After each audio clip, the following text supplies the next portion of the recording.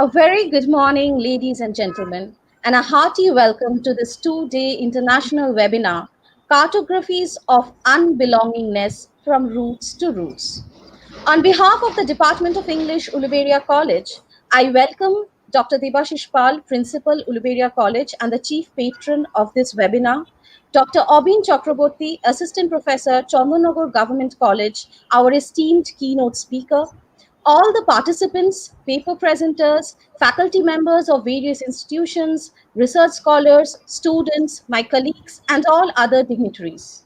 I wouldn't be wasting much time introducing this whole affair because there are far better people than me who would be taking that responsibility. I would start by requesting our principal sir, Dr. Debashish Pal, who has always been a constant support and encouraged us to take up such academic endeavors to deliver the welcome address. Sir, please take over. Thank you, Bhakshub Datta. Thank you very much. Just at the eve on Durga Puja, is the biggest festival in West Bengal. Maybe this is the last webinar before the Puja vacation. So though we are still in vacation for a long time, but Department of English along with the others departments are continuously, they are trying to reach the student, they are trying to interact with the other people because they believe, like me, that if we can interact more and more, if we can exchange our ideas and views with more and more people, more and more students, we will maintain our health well. We can mentally, we can keep our mind peaceful and blah and blah. But in this situation, there is a big challenge in front of political people, in front of government, in front of society. There is a big challenge. That is your topic today. That is the migration. So migration appears, the word appears as, I think, due to the fragmentation of the entire world. As a student of biology, we had to study in our student life. There is a terminology, is a continental drifting. Continental drifting, because it thought that previously in the beginning the entire world was a single land. After that, due to various reasons, it became fragmented. So in that way, now we need some permission, we need some visa to move from one country to another country. And this consequence raised these consequence practically present the terminology that is the migration and migrating people. Really, it's a very interesting topic, and I thanks to Shondeep and all my colleagues that you choose in this. Really, it's a real challenge. You are trying to interact, you are trying to give some idea, and I think you are also planning to suggest to our literature people that this we should write more and more. We had to figure out how this kind of attitude can be minimized, because we are concerned about not only the physical uprooting, physical home, we are also concerned about our mental problem, because we cannot feel well, we cannot make a root in a specific country or specific area of the entire world, because nowadays the job as well as the study not concentrated, not marginalized in a particular area. So in this crisis, if we can discuss and we can design or suggest the literature as well as general people, general student, that this is the way that we can address at least the problem. And in this way, I believe, I'm not only believe, I am confident this 2 days international webinar will give us some information, will give us or will motivate to think about this crisis. And after all, through newspapers and media, it will definitely reach to our political people, it will definitely reach to our governance. In that hope, I think this webinar will be very, very successful. And I thanks to everybody, all my students and all the dignitaries from different colleges. And I appreciate your help in this time, in this pandemic time. In this way, I am concluding my speech, concluding my inaugural speech on behalf of my governing body, on behalf of my non-teaching staff, all of my teaching staff, and all students and communities of the Uluberia College. Thank you all. Thank you very much. Thank you so much, sir, for your encouraging speech. You have always been such a wonderful support to us, and please be with us in all our such endeavors. Now, I would like to request Mr. Shondip Kumar Dolui, Head of the Department of English, Uluberia College, without whose relentless enthusiasm this event wouldn't have been possible at all, to introduce the theme of this webinar to our audience. Sir, the platform is all yours. Good morning, everybody. Respected Principal Dr. Debashish Pal of Uluberia College, respected Dr. Aditi Bhattacharya, IQC Convener, Uluberia College, all our esteemed resource persons who will deliver their insightful lectures in the webinar, my dear colleagues, faculty members who are teaching in the different colleges and universities in India and abroad, the research scholars, the paper presenters who will share their views with us in this webinar, all the registered participants, and my dear students. On behalf of the Department of English, Uluberia College, we cordially invite you to this two-day international webinar organized by the Department of English in collaboration with IPAC. I hope you will be there from the beginning to the end on the virtual academic gathering to make this academic endeavor successful. The topic of this international webinar is Cartographies of Unbelongingness, from Roots to Roots. It is generally accepted that all humans have a profound need to belong, and that a sense of belonging together is a prerequisite for creating communities. But many of our existing models for this quote-unquote first-person plural fail to fully account for the increased global mobility of persons, which can all too often result in serial attachments at a superficial levels, or the problems that can arise with growing fragility of all belonging. So belonging is constantly being negotiated and is never a static state. It is a dynamic process in which boundaries are always being challenged or denied. So it foregrounds the analytical concept of diasporic imaginary, which emerges at the intersection of transnationalization and nationalization.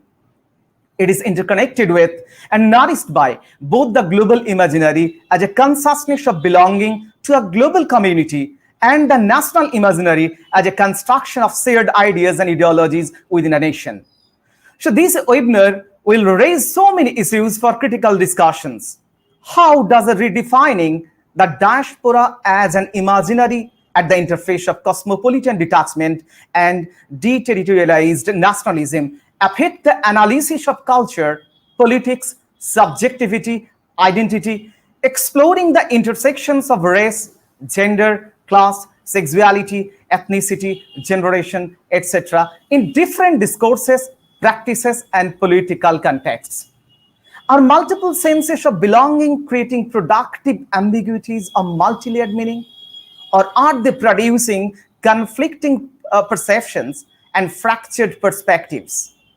In what ways does the concept of diaspora as a network of transnational connection allow us to transcend the frame of a mobile individual subject and address complex formations of community?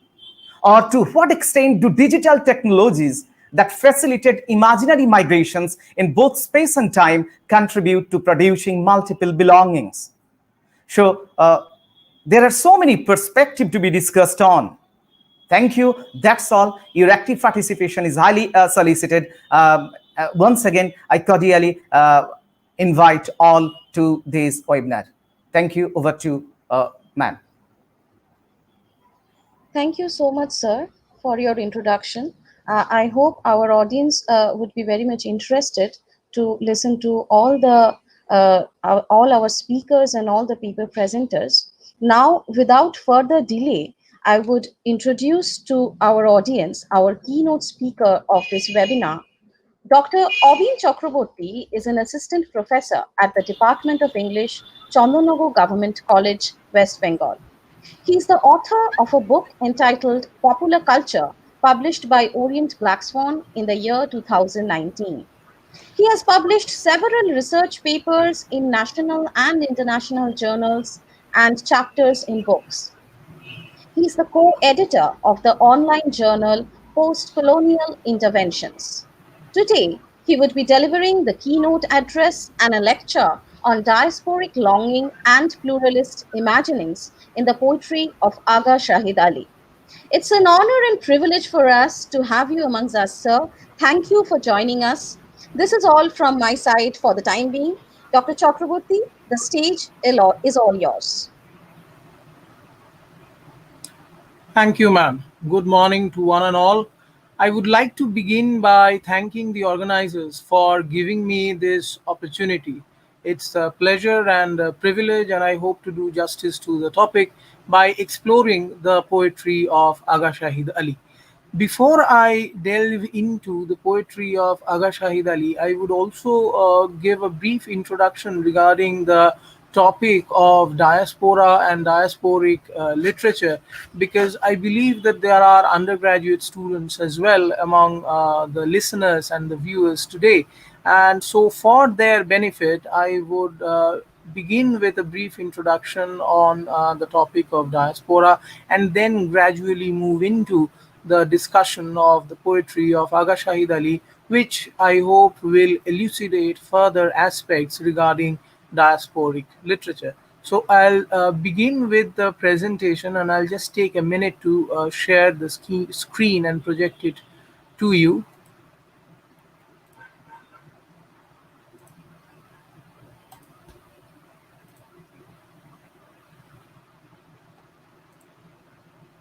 Right. I hope the screen is now visible. And as you can see, my title is Diasporic Longing and Pluralist Imaginings in the Poetry of Aga Shahid Ali.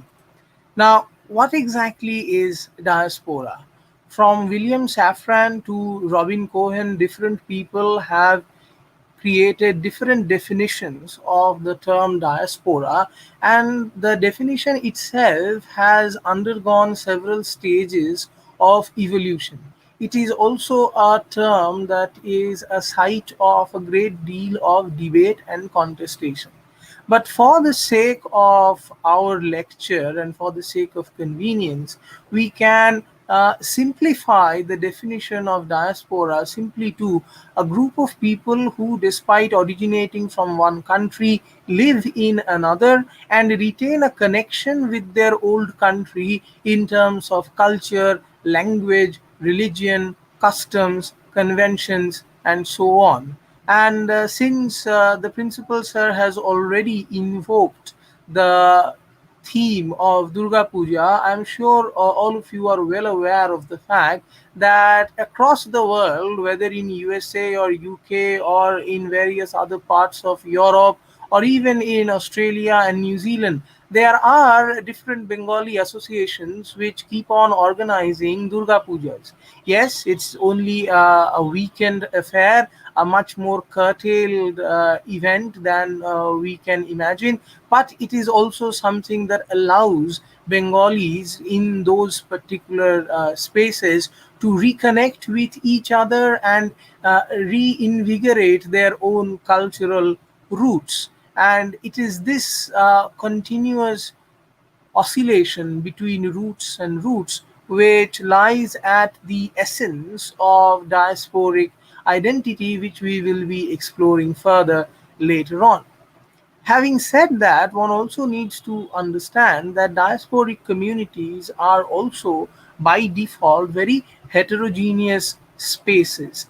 Heterogeneous spaces that are marked by varying histories of migration. What do I mean by varying histories of migration?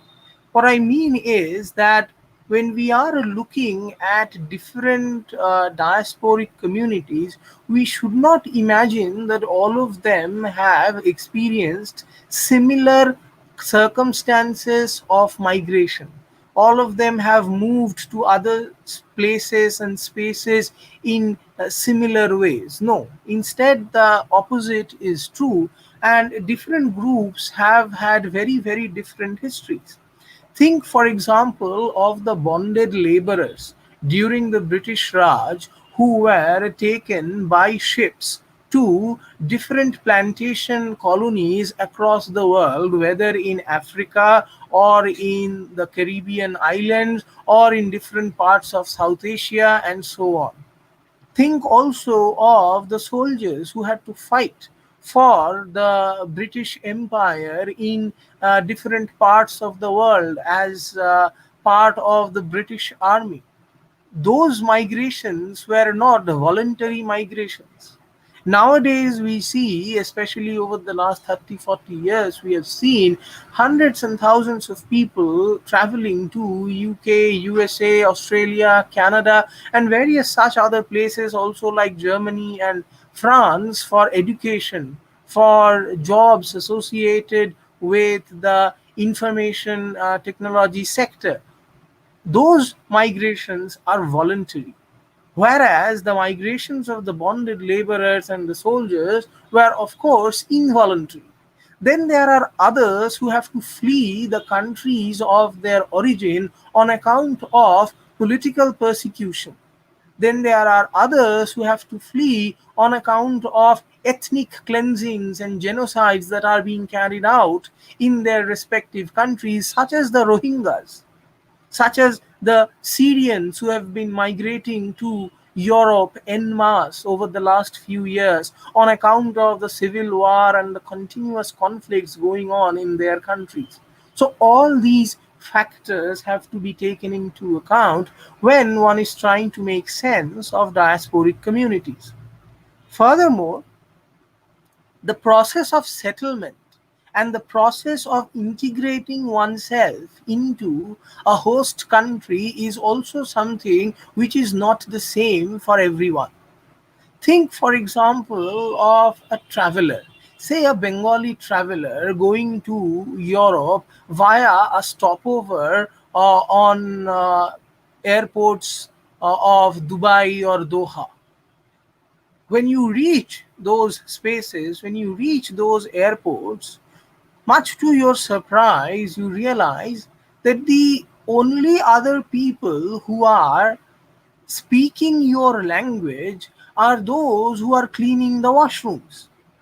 What do you do when you face that kind of a moment?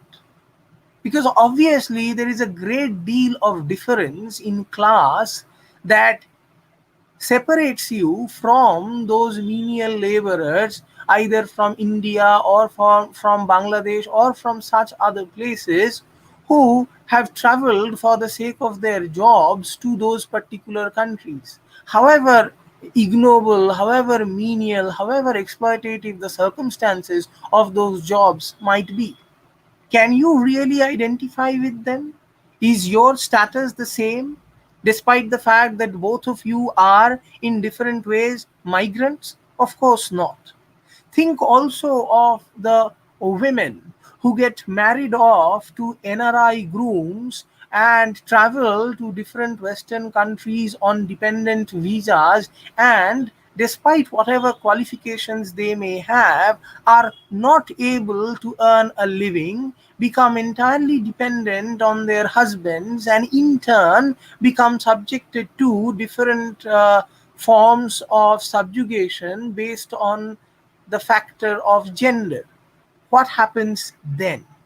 Are all women like that? No, obviously not. All the diasporic women do not face similar situations, but some indeed do. So, whether it comes to people belonging to different classes, people belonging to different gender identities, people belonging to different castes and sexualities, all have different experiences of migration, and the same holds true for age as well.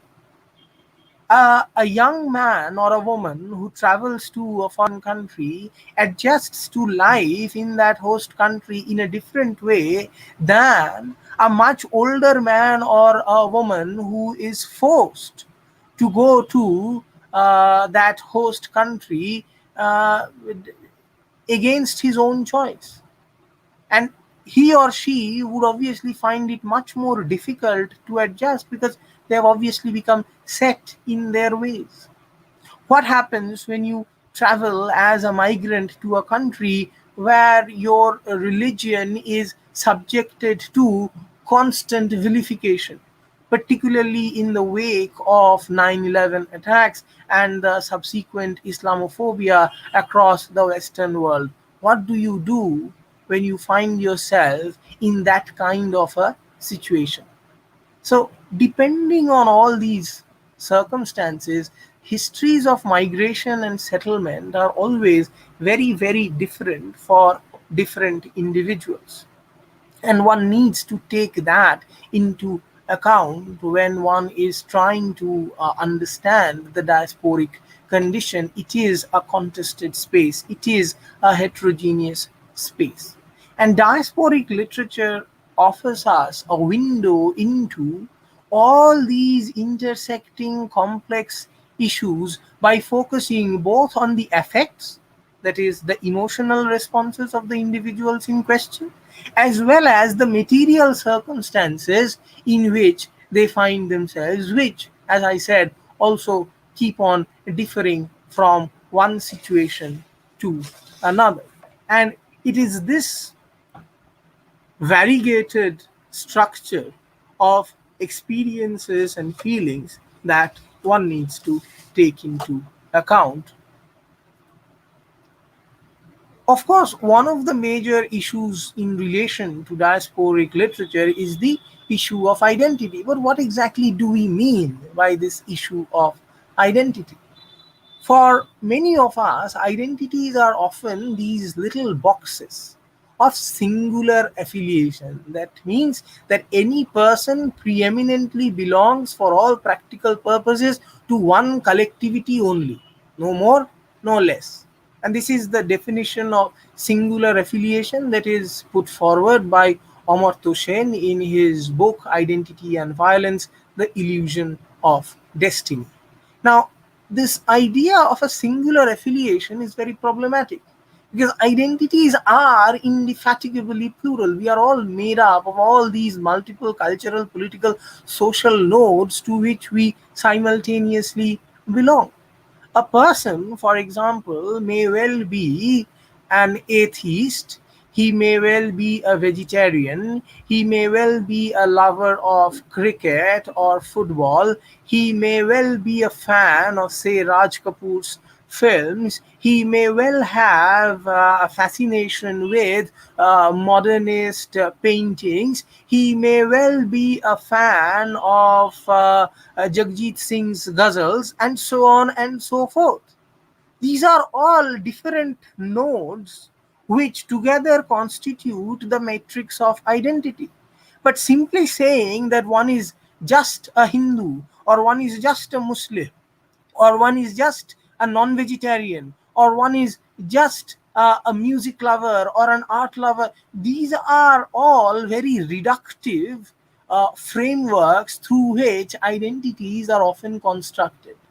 But those singular affiliations, which are necessarily parochial and reductive, are not ultimately helpful. They are not worthwhile. They only help to breed division. And they take away from the plurality, they take away from the richness which constitutes human identities.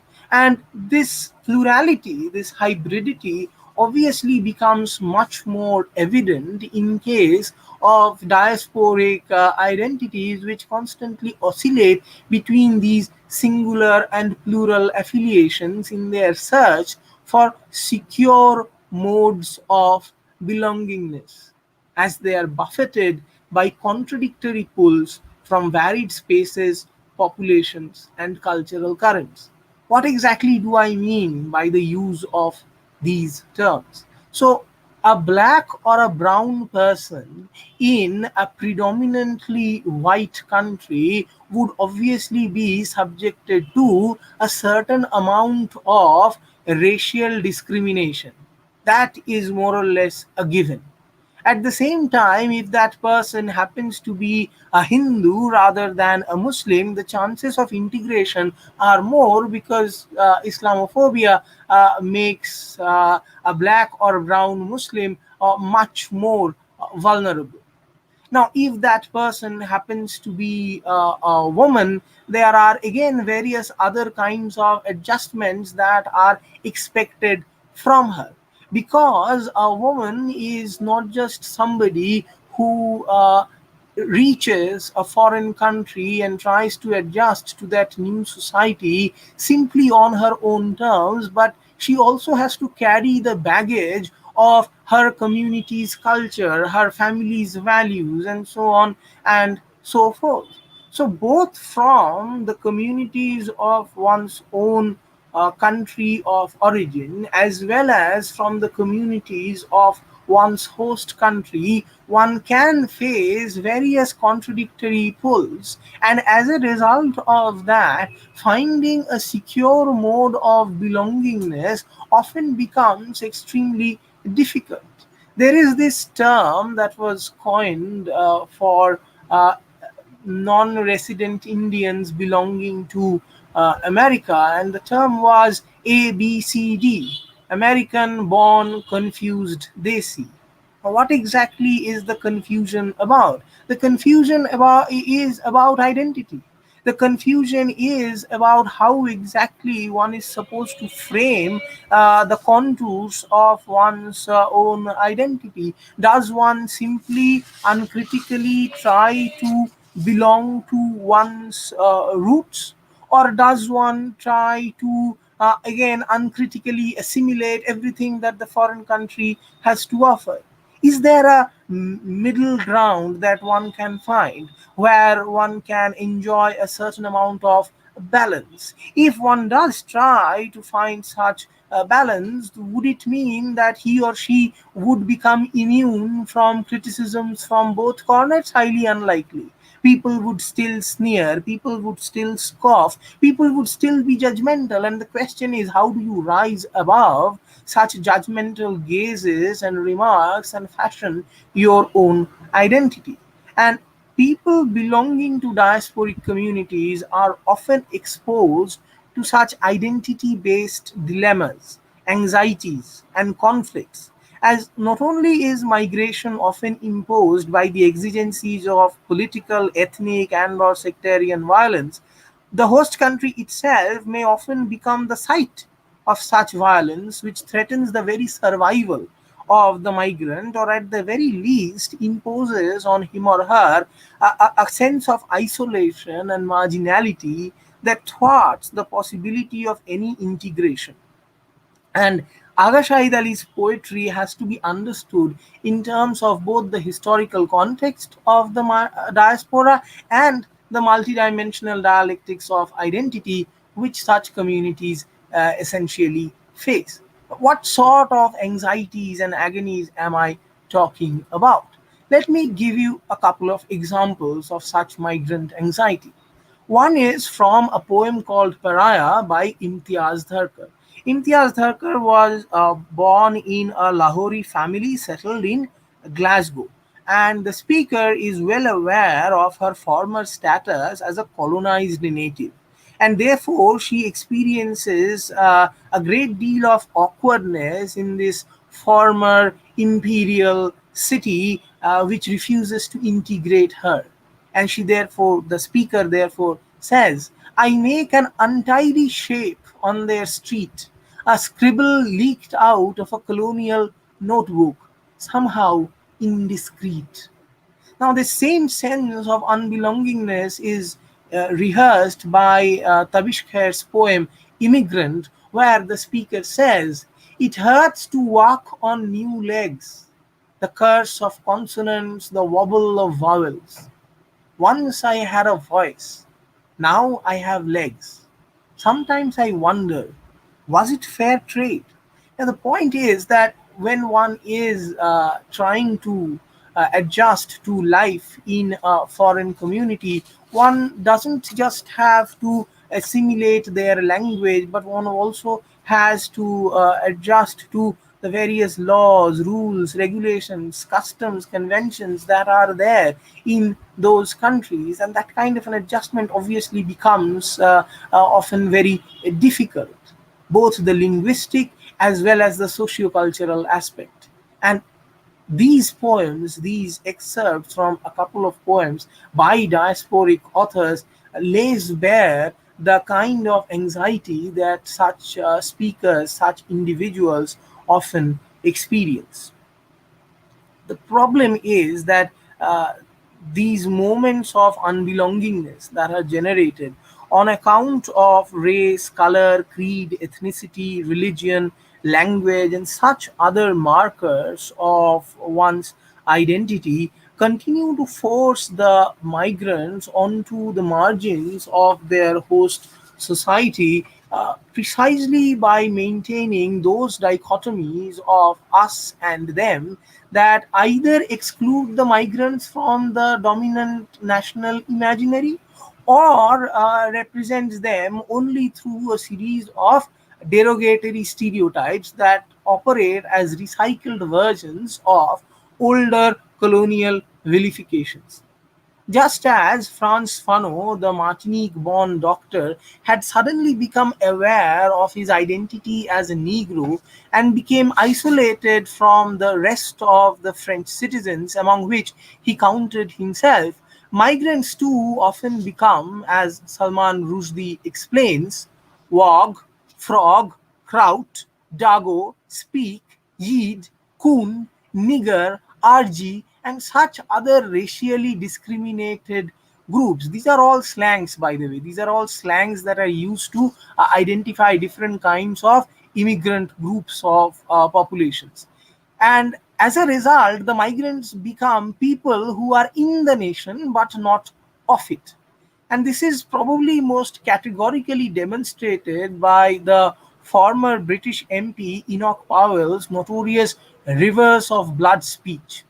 In 1968, in this notorious speech, he had said that in 15 or 20 years on present trends, there will be in this country 3.5 million Commonwealth immigrants and their descendants.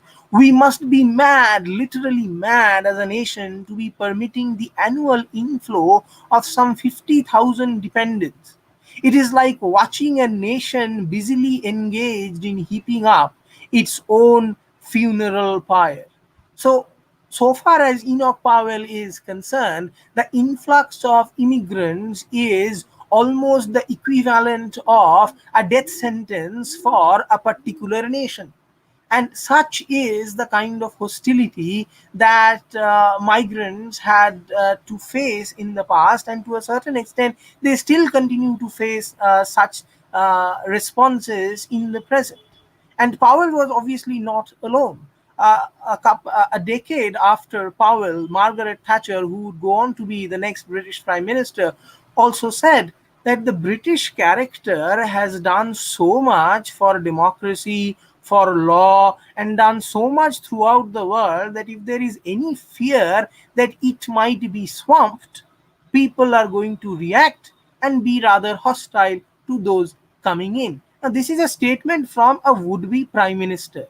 And you can imagine what the dominant national mood must be like when a future prime minister speaks in such terms, where the migrants are almost treated as a kind of an infestation, some sort of an influx of deadly insects and vermins and things of that sort.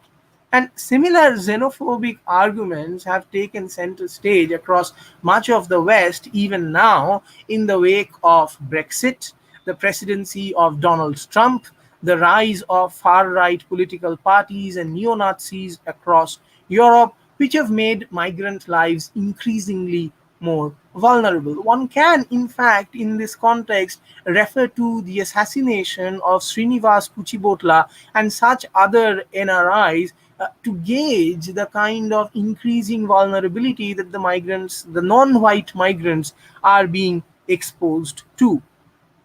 And that is why Avatar Bra identifies the diasporic space as a contested space, a space where boundaries of inclusion and exclusion, of belonging and otherness, of us and them are contested. And the migrant often finds himself or herself living under erasure in such a situation. What is the migrant supposed to do when he or she faces such erasure? They create what Rushdie would call imaginary homelands, through which he or she may discover a lost wholeness. According to Stuart Hall, such attempts at imaginary reunification can restore an imaginary fullness which serves as resources of resistance and identity. While this evocation of home may not have much similarity with the actual experience of home from which the migrant is detached, the fictional recreations of lived spaces serve to assuage the melancholia of separation with the sepia toned succors of nostalgia, as Rushdie himself exemplifies while reflecting on an old picture of their ancestral house in Bombay. And again, for Rushdie, it is always Bombay and not Mumbai. He says, "It's my present that is foreign, and that the past is home, albeit a lost home in a lost city in the mists of lost time." What then remains for the nostalgic immigrant artist to do? On the basis of his own identity as an Indian expatriate, this is the answer that Rushdie offers: the creation of imaginary homelands, Indias of the mind, not actual cities or villages, but fictional cities and villages. And it is through such fictional recreations that these migrants try to relocate the lost moorings of one's own self. And this is precisely why Avtar Bra also characterizes home as a mythic place of desire in the diasporic imagination. At the same time, this is also a place of no return, even if it is possible to visit the geographical territory that is seen as the place of origin. I mean, to exemplify what Avtar Bra and Rushdie are both talking about, if you leave Calcutta, for example, if you leave Kolkata or Calcutta uh, for a space of 20 years and then come back to it, you'll realize that the city has undergone radical changes. Your older localities will no longer be familiar. The houses, the buildings, the monuments, they will all look somewhat different, and the world that you had left behind will be very dissimilar to the world that you will come back to. But during the course of those 20 years, when you kept on reminiscing about home, which world did you keep on reinventing in your mind? The world that was actually there, or the world that had stayed in your mind on the basis of your memories? Of course, the world of your memories. And these are the imaginary homelands. Despite all the material changes that will necessarily be there, it is those imaginary homelands which offer one that sense of consolation, which offer one that sense of fulfillment, especially when one's own identity is placed under erasure in the host country. Diasporic identities are articulated in recognition of these contradictions and the dynamics that such contradictions engender. All of these features are quite evident in the poetry of Agha Shahid Ali. Agha Shahid Ali was born in Kashmir, spent much of his early years in Srinagar before moving to United States in the 70s for his education, and he eventually settled in America as well, where he was renowned both as a teacher and as a poet. And his poetry initially especially keeps on harking back to the imaginary homeland of Kashmir, and there is a great deal of loss and nostalgia that necessarily manifests itself through his early poetry. For example, Kashmir shrinks into my mailbox, my home a neat 4 by 6 inches. I always loved neatness. Now I hold the half-inch Himalayas in my hand. This is home, and this is the closest I'll ever be to home. Now, what exactly is home? Is it only the country or the space, or is it the house? What exactly do we mean by home? As Avtar Bra explains, home does not just refer to a mere geographic space, but also the lived experience of a locality, its sounds and smells, its heat and dust, balmy summer evenings, or the excitement of the first snowfall, shivering winter evenings, somber gray skies in the middle of the day. All this as mediated by the historically specific everyday of social relations.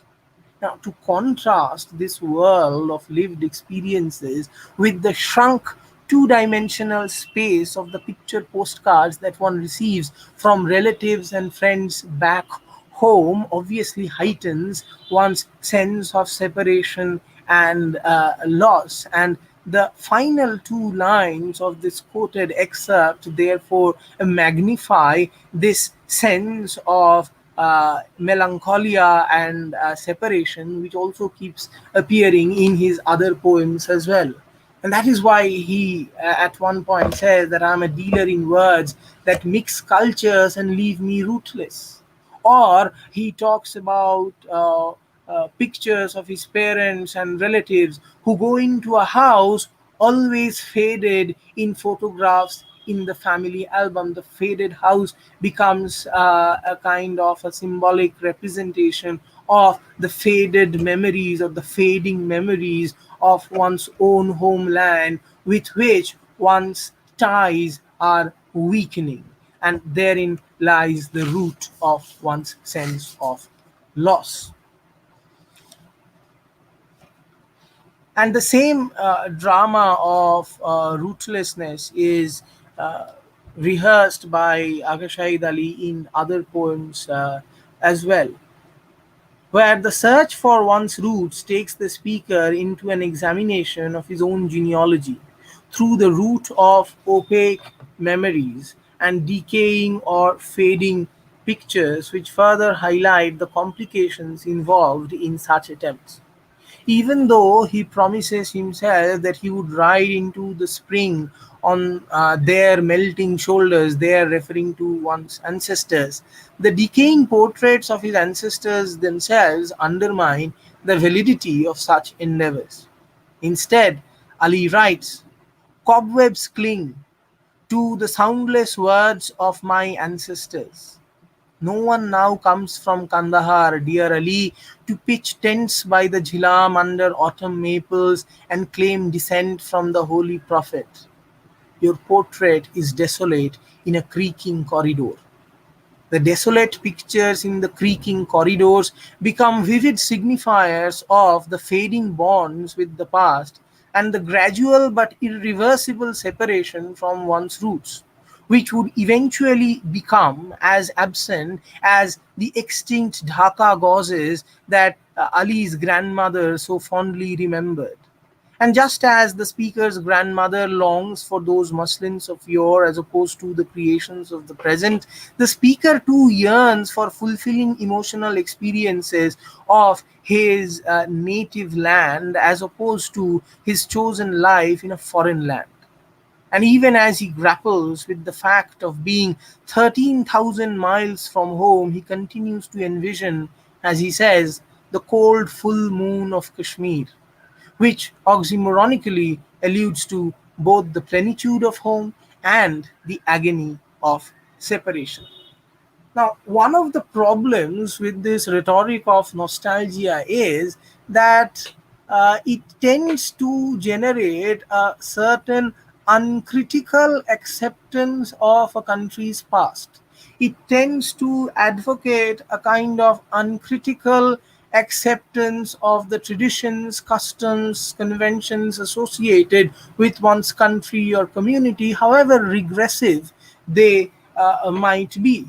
One of our teachers once said that she had more Shotonarayaner Shinni in one weekend in London than she had in an entire year in Kolkata.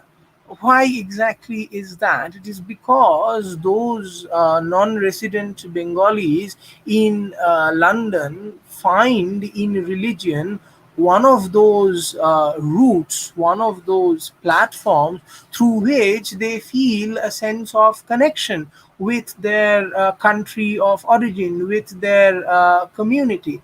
And that is what creates this kind of frenzy of religious observations and rituals.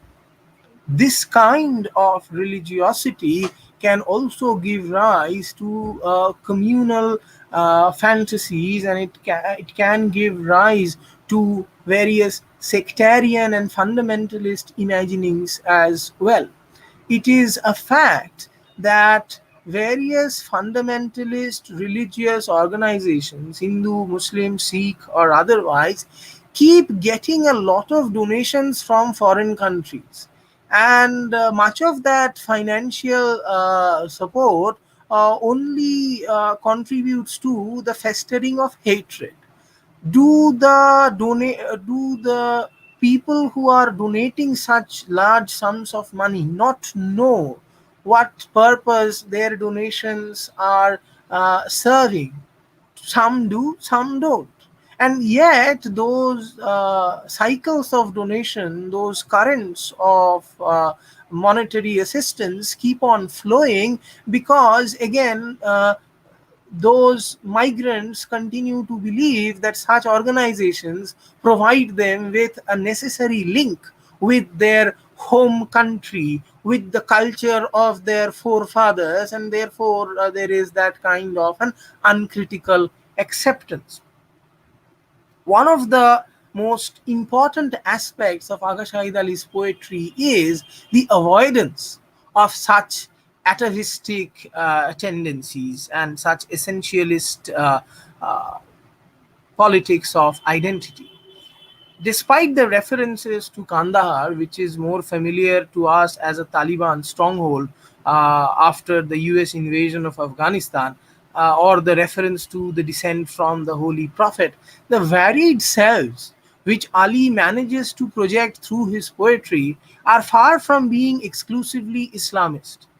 Bereft of those strains of paranoia, extremism, or resentment, which Said also points out in his reflections on exile, Agha Shahid Ali's poetry serves to provide a cultural framework of fluid plurality, which creates a kind of harmonious heterogeneity that characterizes his memories, as exemplified in his own interview with Christine Benvenuto. And it's important to look at these memories that Ali refers to. So there were three languages: Urdu, Kashmiri, and English, spoken at home all the time, and poetry recited in these languages, and poets and musicians visiting.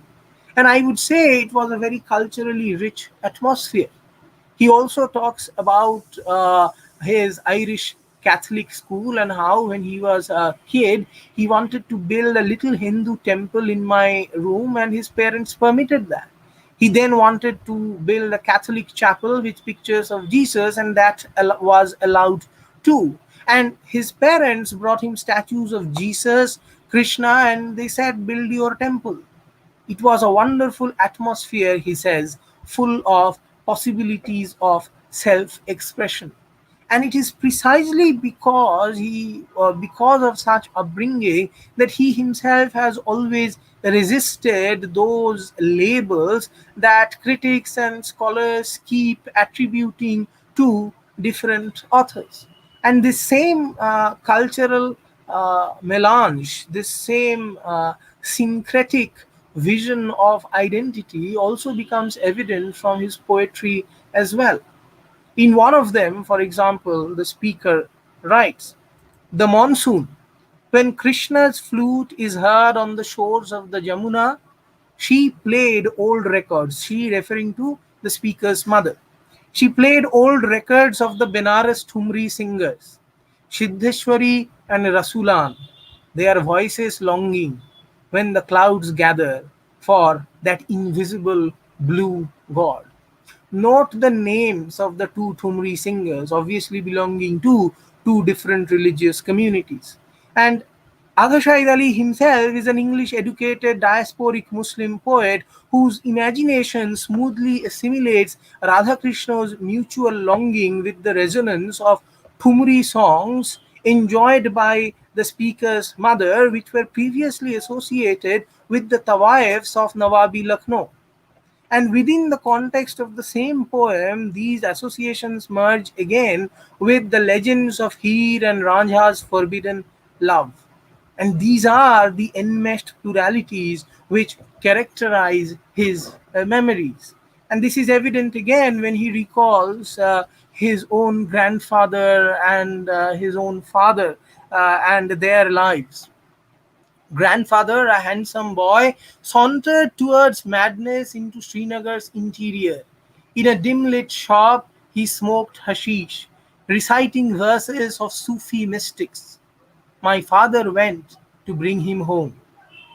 As he grew older, he moved towards Plato, mumbling Philosopher King, Napoleon on his lips. In his cup, Socrates swirled. Just try and gauge the combination of diverse religious, political, cultural, and philosophical sources which together create those rhizomic networks along which identities are fashioned and refashioned in an open-ended world of possibilities without closure. Now, I just need to focus a bit on this idea of the rhizomic network. And this would also be a point of departure from the metaphor of roots and roots that the concept note itself highlights. The fact is that when you are talking about a tree and its roots, there is a single location which is involved. Now, if you look at the way in which grass grows, you cannot find a single root. Instead, there are all these different nodes along which the vegetation flourishes. And the same happens in case of rhizomes in certain kinds of vegetation as well.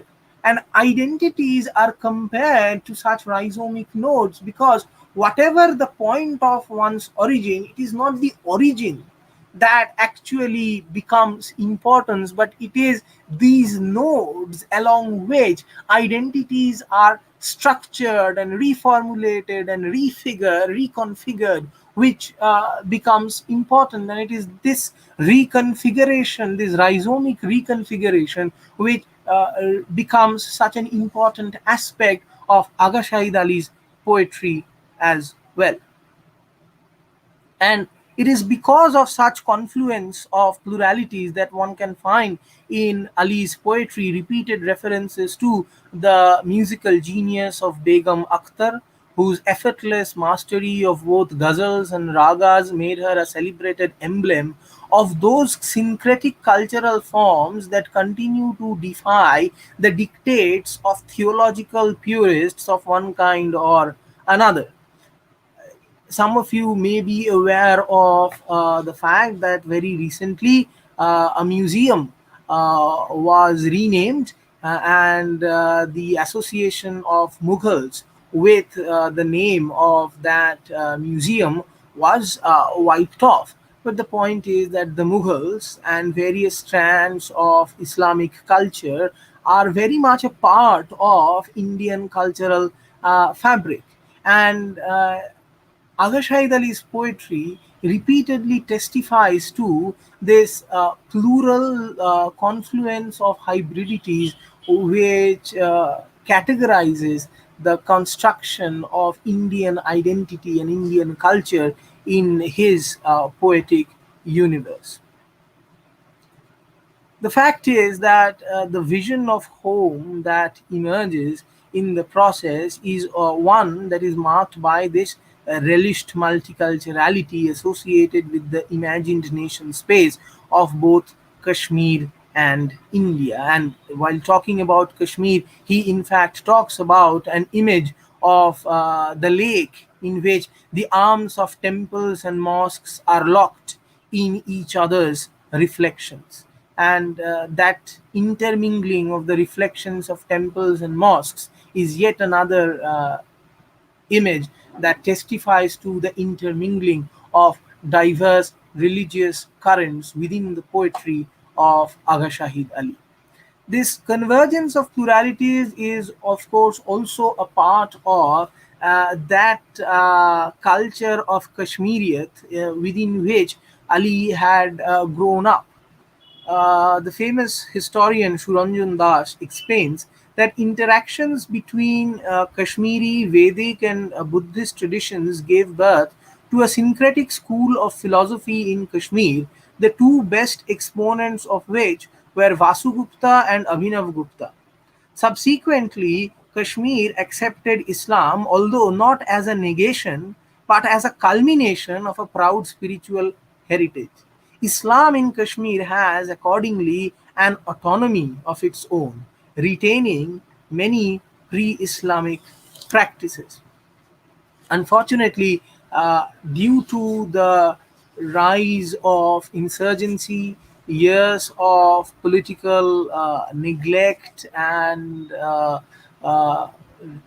popular resentment, and the subsequent expansion of large scale violence across the entire valley has distorted and to a large extent destroyed that culture of hybridity, that syncretic civilization which Kashmir once had. And the paradise on earth during the 90s inevitably became a disconsolate inferno marked by the corpses of innocents and the processions of the internally displaced who suddenly became aliens in their own homeland. And the trauma of this experience was something that Aga Shahid Ali himself shared.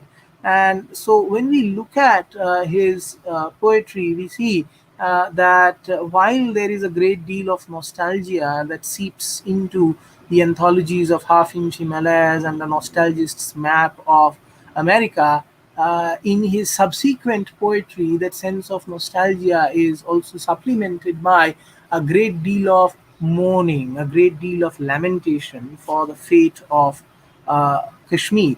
And his and this later poetry demands a kind of historicist contextualization without which it is impossible to understand the evolution of his poetic identity. And therefore the natural beauties of the mountains and the valleys, or the memories of familial warmth so recurrently present in the earlier volumes, gradually gives way to a stark documentation of infernal carnage. In one such poem, Ali writes, "But the reports are true and without song. Mass rapes in villages, towns left in cinders, neighborhoods torched. Power is hideous like a barber's hands. The rubble of downtown Srinagar stares at me from the Times." Ali is obviously appalled by the unchecked violence which was unleashed by the Indian army and its associate forces. In fact, several human rights organizations, newspaper reports, and scholarly studies have successively blamed the Indian government for perpetrating several atrocities, including torture of detainees, rapes against women, disappearance of detained boys, fake encounters, unlawful arrests, and multiple massacres. A panel report of the Press Council of India itself stated, "Human rights cannot be safe in the rest of India if they are trampled upon in Kashmir. Such violations are brutalizing and threaten the democratic edifice of the country. More precisely, far from subduing aggrieved communities, Kashmiris in this case, they can only alienate them further, especially if their women are dishonored and their collective psyche hurt." And it is this brutality which haunts Ali's vision of Kashmir. As he notes, "From windows we hear grieving mothers, and snow begins to fall on us like ash, black on edges of flames. The homes set ablaze, it cannot extinguish the neighborhoods, the homes set ablaze by midnight soldiers." The most important feature of these lines is a newfound sense of collective identity, where the diasporic poet no longer dwells on his own experiences, but rather journeying from I to we, locates himself as one of a grieving, suffering, tormented community which has lost forever those days of peace when we all were in love and the rain was in our hands wherever we went, as he says. This refashioning of the self as part of a victimized community also creates a far more explicitly Islamic self, as he identifies his plight as a Kashmiri Muslim with the plight of people from Serbia, Chechnya, or Palestine, as evident from such lines as the following: "Say farewell. Say farewell to the city, O Sarajevo, O Srinagar, the Alexandria that is forever leaving.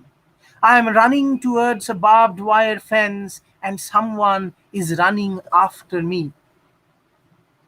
As Avtar Bra remarks, diasporic identities are at once local and global. They are networks of transnational identifications encompassing imagined and encountered communities. Ali's imaginary homeland of Kashmir thus becomes associated with other sites of similar unrest to create what he calls a map of longings without limits, which combines in an apparently paradoxical move the non-limited locality of diasporic imagining with a rediscovered emphasis on the religious identity of being a Muslim. It is from this perspective that Claire Chambers remarks, "As a Kashmiri American, Shahid wants to look at Kashmir from a broader perspective than the local geopolitics of South Asia.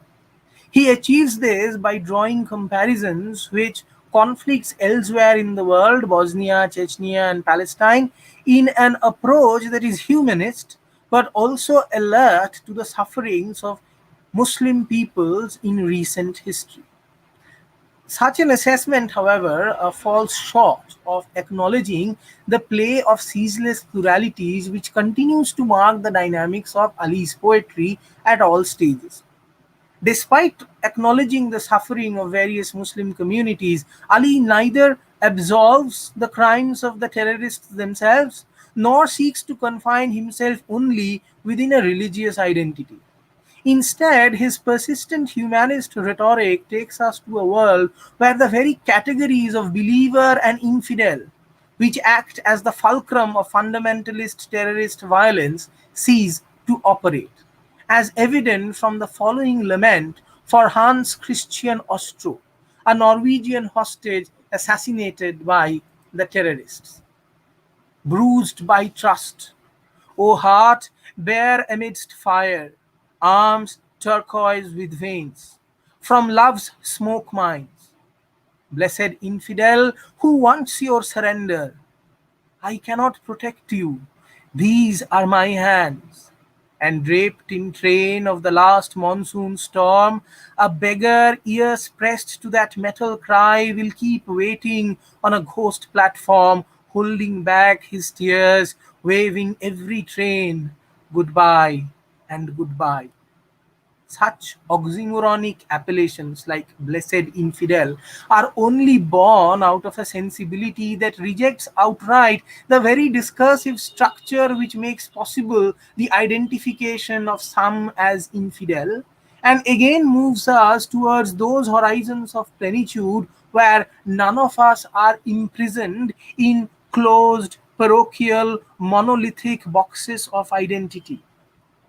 In fact, uh, the poem also testifies to the emotions of guilt and loss that are evoked by the tears of the beggar who bids farewell. Symbolically, the farewell is extended to all those prospects of peace and harmony which once characterized Kashmir but have now turned improbable. It is this persistent longing which makes the poetic voice identify with people from both sides of the religious divide to articulate a unanimous note of loss. Therefore, in a poem reminiscent of Wilfred Owen's Strange Meeting, we witness how the victim and the victimizer are fused into one single identity, which is drenched with the agony of all the bloodshed that had gone into the enforcement of their separation. At a certain point, I lost track of you. You needed me, you needed to perfect me. In your absence, you polished me into the enemy. Your history gets in the way of my memory. I am everything you lost, your perfect enemy. If only somehow you could have been mine, what would not have been possible in the world? These dialogues of you and I between a Kashmiri Muslim and his Hindu Pandit counterpart refer to the construction of those fictive binaries that sow between men what Amitav Ghosh would call shadow lines. Ali is always aware of the insubstantiality of such divisions and therefore adopts for himself the name Ishmael in a poem which intertwines all the sacred markers of different religions to produce a syncretic confluence of diversities. Has God's vintage loneliness turned to vinegar? He has poured rust into the sacred well tonight. In the heart's veined temple, all statues have been smashed. No priest in saffrons left to toll its knell tonight. He has freed some fire from ice in pity for heaven. He has left open for God the doors of hell tonight. And I, Shaheed, only am escaped to tell thee, God sobs in my arms, call me Ishmael tonight.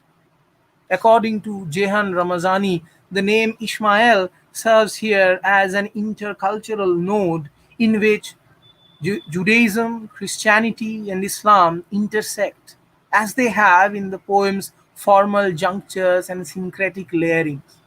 No wonder when praised by Amitav Ghosh as the only national poet of Kashmir, Ali pithily remarked, a national poet may be, but not a nationalist poet. Please, not that.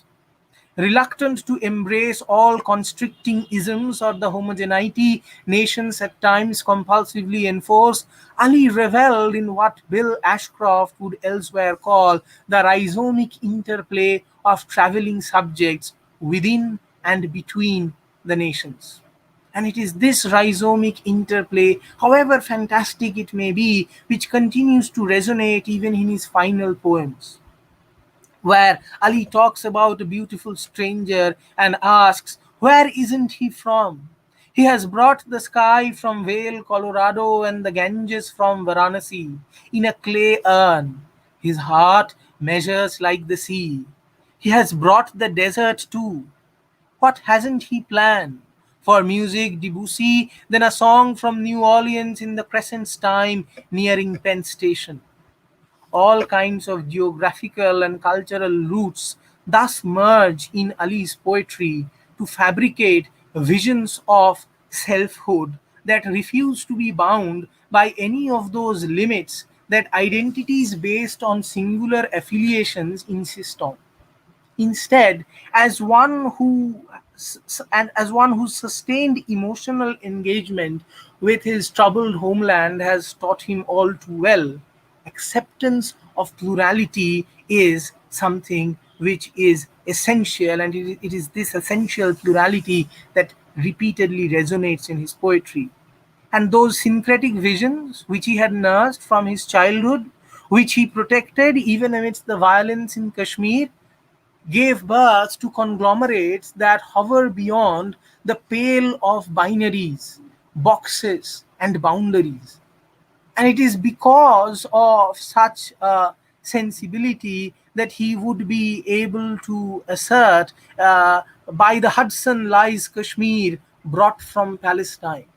And this is a statement that subverts the entire geopolitical reality of the contemporary world.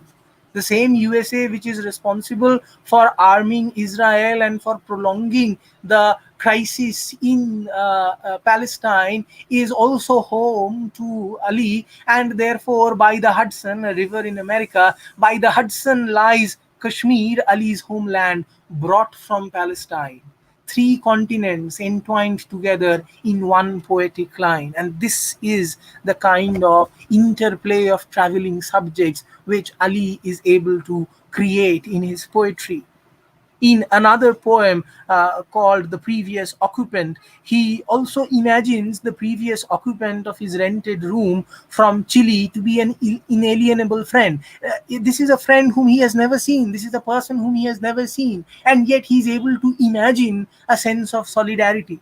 As he says, there's enough missing for me to know him. There's enough missing, note, there's enough missing for me to know him. Not enough present, but enough missing. On the empty shelves, absent books gather dust. Neruda, Kawafi, I know he knew their poetry. By heart, the lines I love. It is this transnational awareness of the migrant that creates new roots, ROUTES, new roots for the articulation of identity, which flows into what Edward Casey would call a deeply localized nomad space. A nomad space which is marked by an awareness of what Said calls simultaneous dimensions, a space that is contrapuntal. The room thus becomes a space where distant lands like India and Chile mingle with each other through an imagination that constantly negotiates between roots and roots. As Benzi Zhang remarks, modern diaspora evokes an interaction between different cultural passages, challenges homogeneous modes of belonging, and suggests a deterritorialized construction of new identity that is both immediately local and mediated by the wide world. Aga Shahid Ali can't forget his Kashmir, his India, and yet his notions of India and Kashmir remain connected with various other corners of the world. And therefore, the speaker who once saw Chile in his rear view mirror is able to assert, no detergent will rub his voice from the air, though he has disappeared in some country as far as Chile.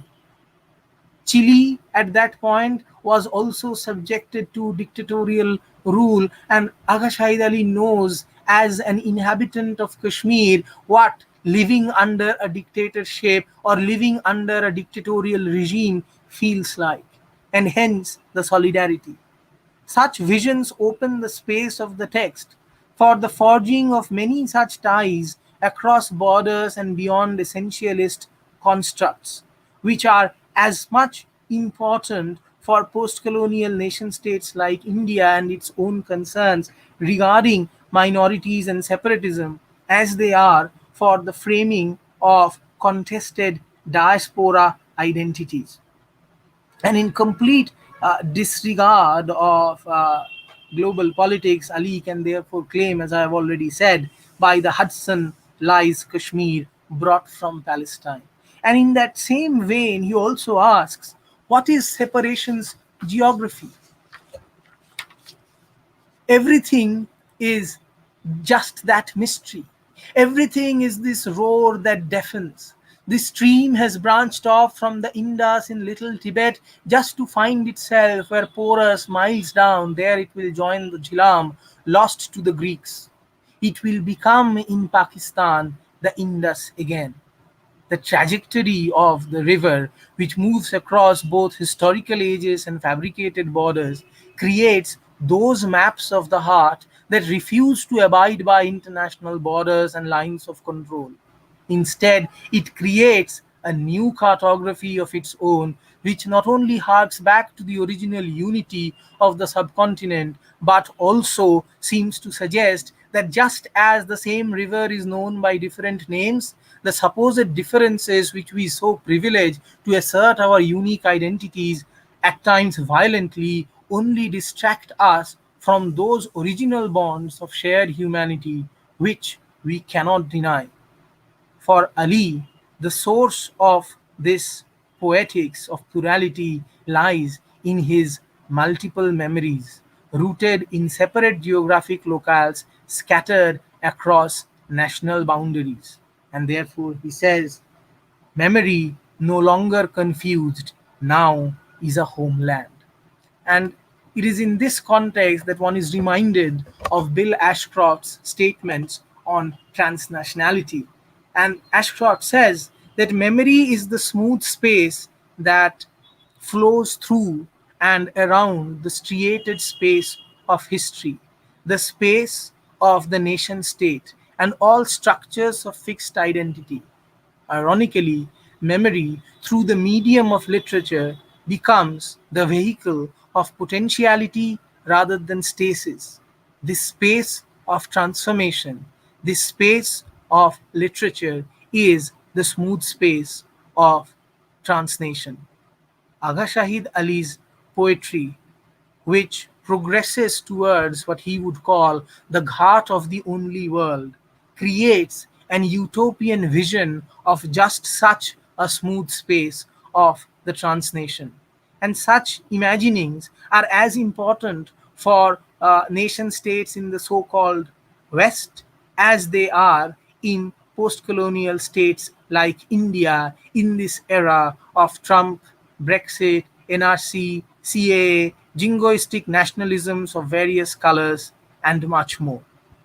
It is highly unlikely that Agha Shahid Ali's poetry will have any healing effect on Kashmir and subcontinental politics, especially as he writes in English. However, Seamus Heaney once remarked that I can't think of a case where poems change the world, but what they do is they change people's understanding of what's going on in the world. In his own way, Agha Shahid Ali's poetry of plurality has the power to do just that, as he too speaks on behalf of Seamus Heaney's Republic of Conscience, to which we are all invited. Thank you.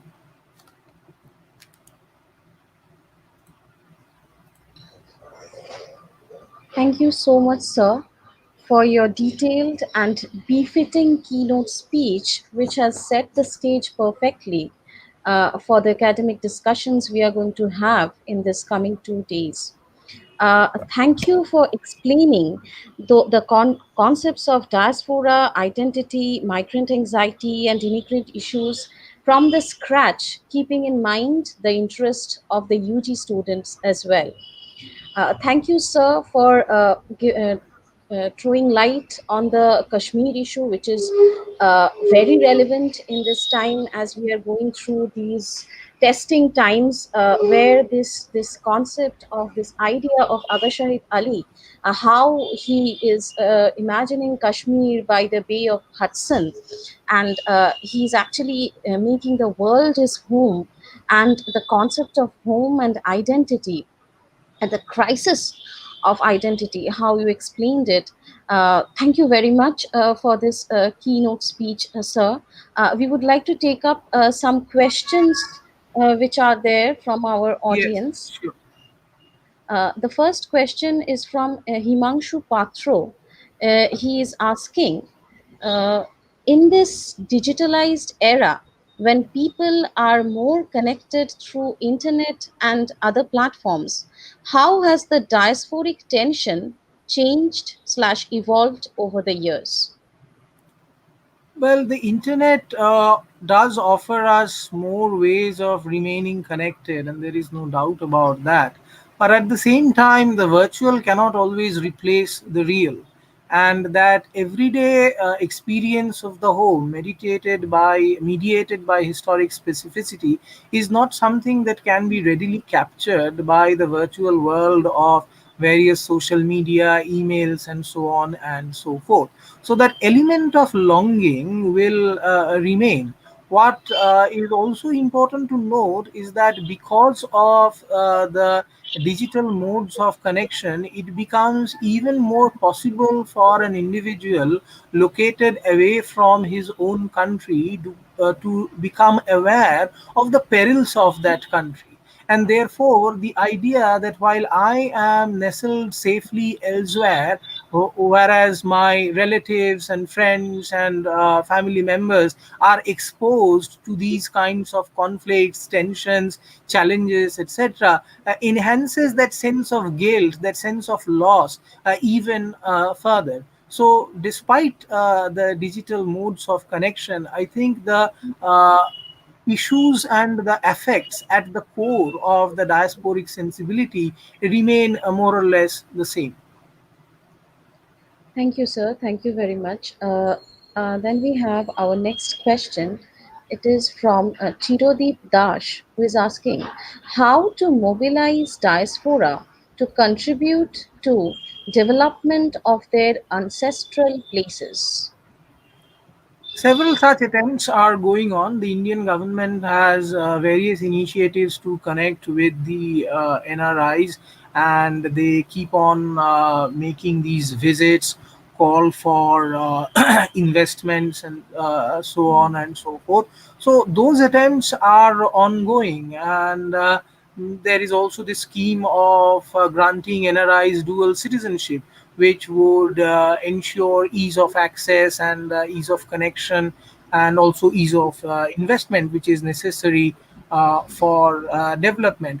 But again, one has to understand that this very discourse of development has its own problems of political hierarchies, exclusion of different communities, and different kinds of political imperatives of very petty and parochial kinds. And when we are talking about diasporic literature in particular, it generally does try to speak from a vantage point that is beyond such parochial considerations. And alongside the material, the focus is also on the affective, the focus is also on the emotional aspects, and those connections are, or those attempts are ongoing in different ways, either through financial schemes of one kind or another, or through various gatherings that are organized, be it a Vishwabongo Sammelan or something else of that sort.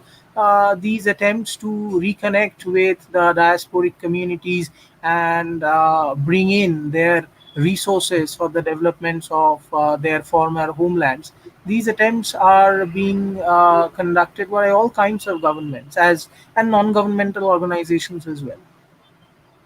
Thank you, sir. Thank you very much. These attempts are very much welcoming in order to make this connection between those people who are staying on the other side of the sea. We would have another question. It is again from Himanshu Patro. He is asking, how have post-colonial and diaspora literature studies become significant in the realm of socio-cultural and political discourse? That's a very broad kind of a question, and I don't think a small answer would do justice to a question like that. I think I have to go into an entire lecture in order to elucidate the issues that are involved in a question like that. But to put things very briefly, uh, post colonial studies are ultimately an emancipatory discourse. And that emancipatory discourse seeks to resist not only the perpetuation of colonial stereotypes and neo-colonial modes of political, economic, and cultural control, but they also seek to challenge various internal hierarchies that have developed within different kinds of nation states.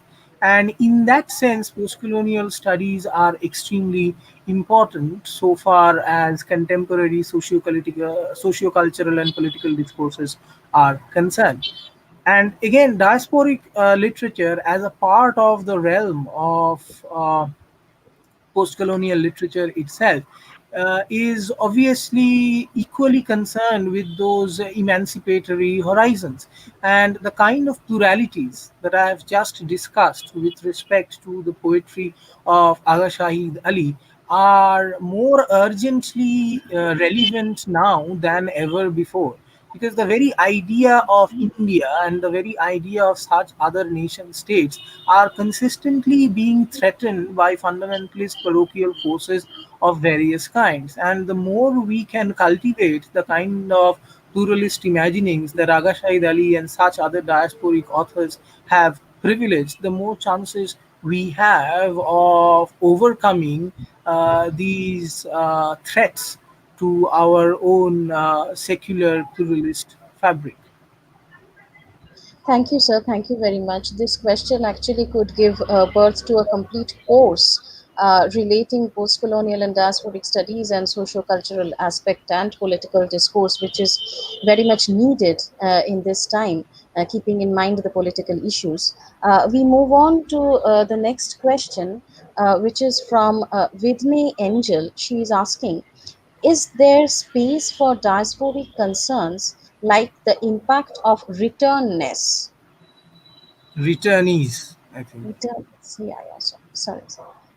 Okay, there is this anecdote that Naipaul cites of bonded laborers who had been taken to the Caribbeans, but they could not adjust and they were sent back. They didn't want to stay there, they were sent back.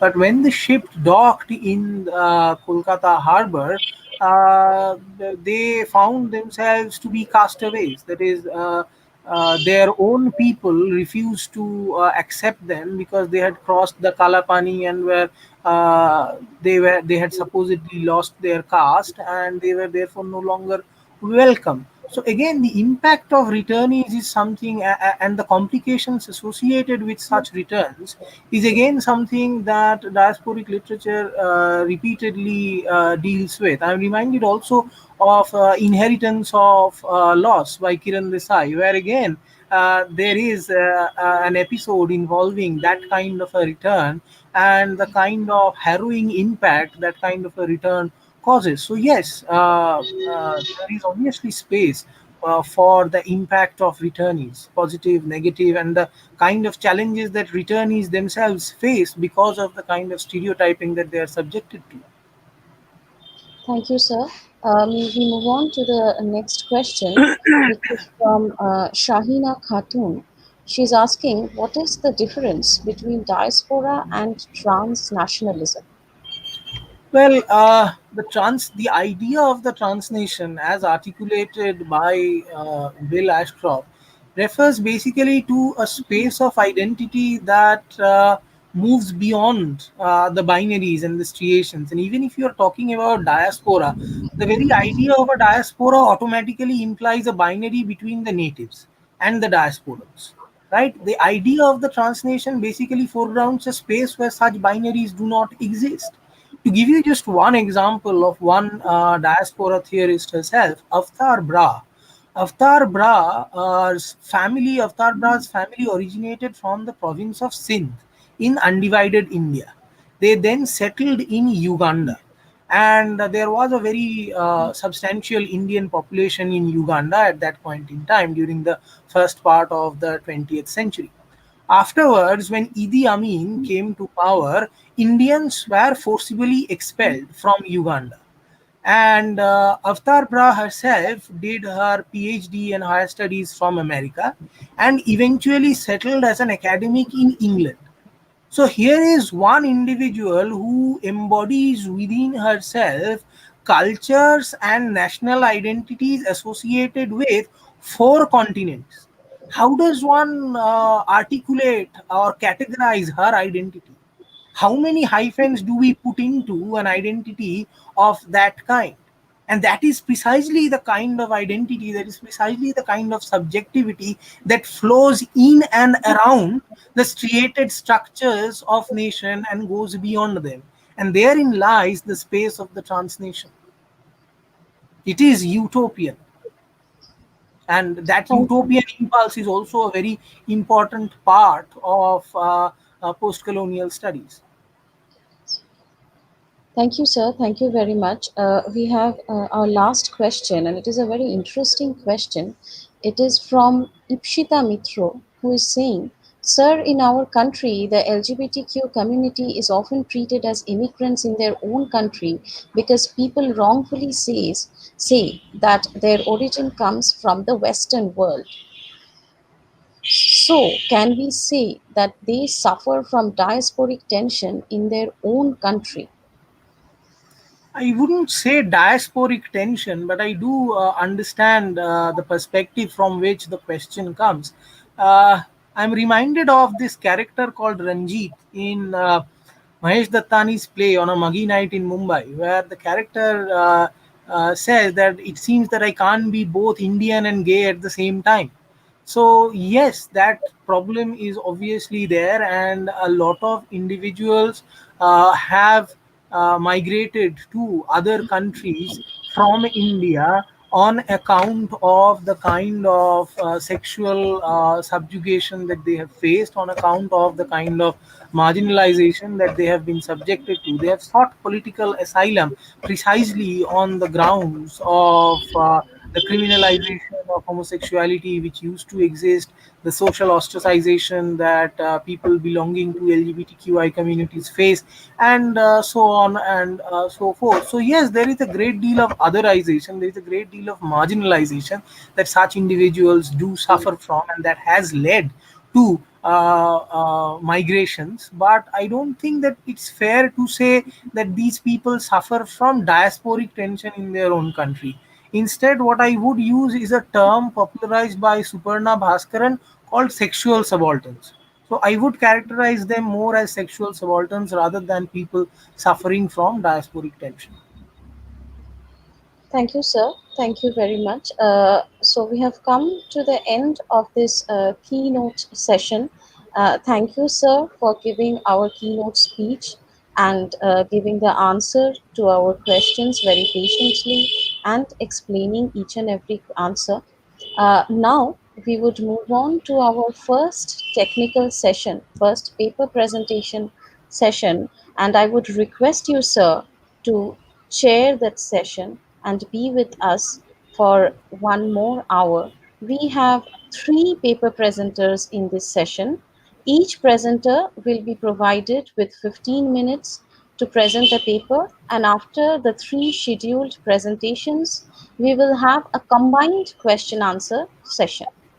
Now, I would request our first presenter of the day, Shomodeep Niyogi, who is a senior research fellow at the Department of English, University of Delhi, to present his paper entitled The Sea Lies Ahead and the Dichotomy of Nation and Identity for the Post-Partition Muslim Migrant in Pakistan.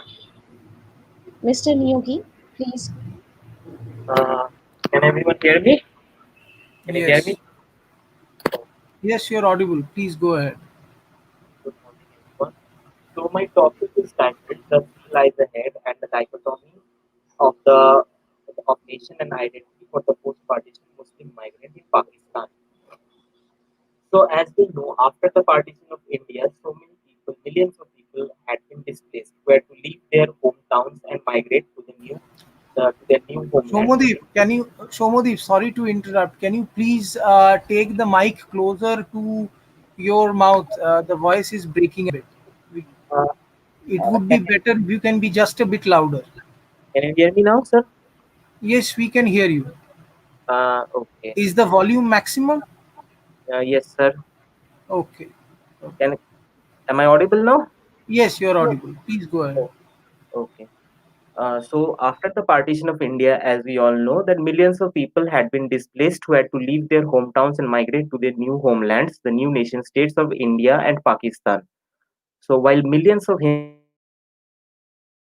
and Sikhs had to migrate over to Pakistan from India, a similar number of Muslims made the journey in the opposite direction to Pakistan. These Muslim migrants employed different strategies to place themselves in this new homeland, where they had to face varied responses from the government establishment. Initially, these people were looked upon as people who sacrificed their former homes for the sake of their religion, and they were instrumental in making the Pakistan movement a success. These people were collectively described as Muhajir, alluding to the first migration of Prophet Muhammad and his followers from Mecca to Medina. Now, this religious connotation added zest to the native Sindhis and Punjabis of Pakistan, who considered themselves as the Ansar, or the local people of Medina, who welcomed and took care of the Prophet and his followers, and they assumed it to be their own religious duty now to help these Muslim migrants from India.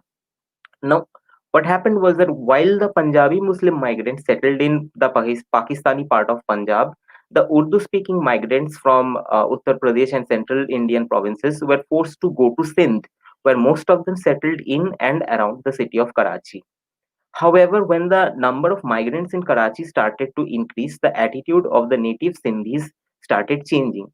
They resented their presence and deemed them to be a threat to their existence. What happened next was that ethnic rivalries and social tensions cropped up between the Sindhis and the Muhajirs, who started identifying themselves as a distinct ethnic group, and they sought to organize themselves politically in order to secure their rights and have greater representation. Now, what happened was that the meaning of the term Muhajir transformed from being an all embracing term for migrants to a pejorative word, which referred to their tainted Indian past and denoted them as refugees in a negative sense as someone who is a passive object of charity. Oscar Verkaik observes that the term Muhajir had become just another abusive word. It no longer served to overcome boundaries between people and instead led to draw and sharpen existing differences. He adds that the term, which had once meant welcome, now meant you are not from here.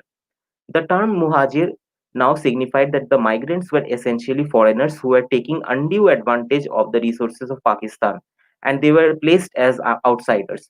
The migrants did not wish to be categorized as a distinct ethnic group initially. They wanted their primary identity to be that of a Pakistani. But the political situations ensured that the term Muhajir gradually got an ethnic label attached to it, which the migrants had to finally accept.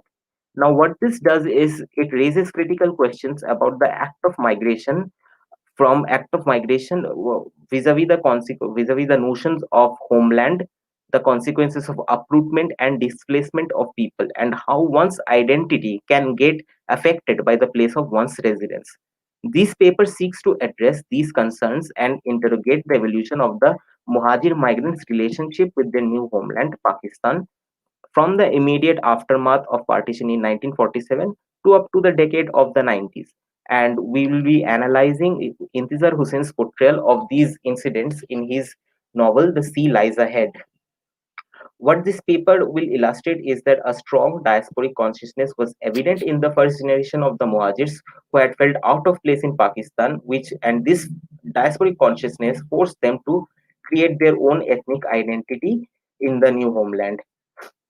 Intizar Hussain sets his narrative in Karachi, and his characters represent the first generations of the Muhajirs who had to physically uproot themselves from India. They tend to oscillate between hope, despair, confusion, and there are several instances when they express a desire to leave Pakistan altogether because they do not feel safe or secure there. The protagonist of the novel is a young man named Javed who leaves his birthplace in Vyaspur near Meerut for Karachi. However, after shifting to Karachi, he feels that his past still haunts him and he struggles to root himself successfully there. The novel has a large number of characters from different Indian cities like Lucknow, Meerut, Delhi, all of whom migrate to Karachi. And Hussein presents this rich portrait of amalgamation of multiple cultures within the chaos of Karachi. The narrative starts from the time when the migrants first arrived in 1947, and it continues well into the 1980s. The disillusionment that the Muhajirs had faced is reflected in the title "The Sea Lies Ahead," which is a direct quote from the Pakistani general Ayub Khan, who used it as a threat to Muhajirs, warning them against voting for his political opponent Fatima Jinnah. So what happened was that Fatima Jinnah was the sister of Muhammad Ali Jinnah, the founder of Pakistan, and she was a political opponent of General Ayub Khan. And General Ayub Khan threatened the Muhajirs that if they did not vote for him, then they would have nowhere to go. The sea lies ahead is the literal translation of what he said in Urdu, "आगे समंदर है." तो इसका मतलब तो what this means is that they cannot go back to their Indian homes and they cannot go anywhere else. They cannot migrate anywhere else because the sea lies ahead. So this title reflects their helplessness in this situation.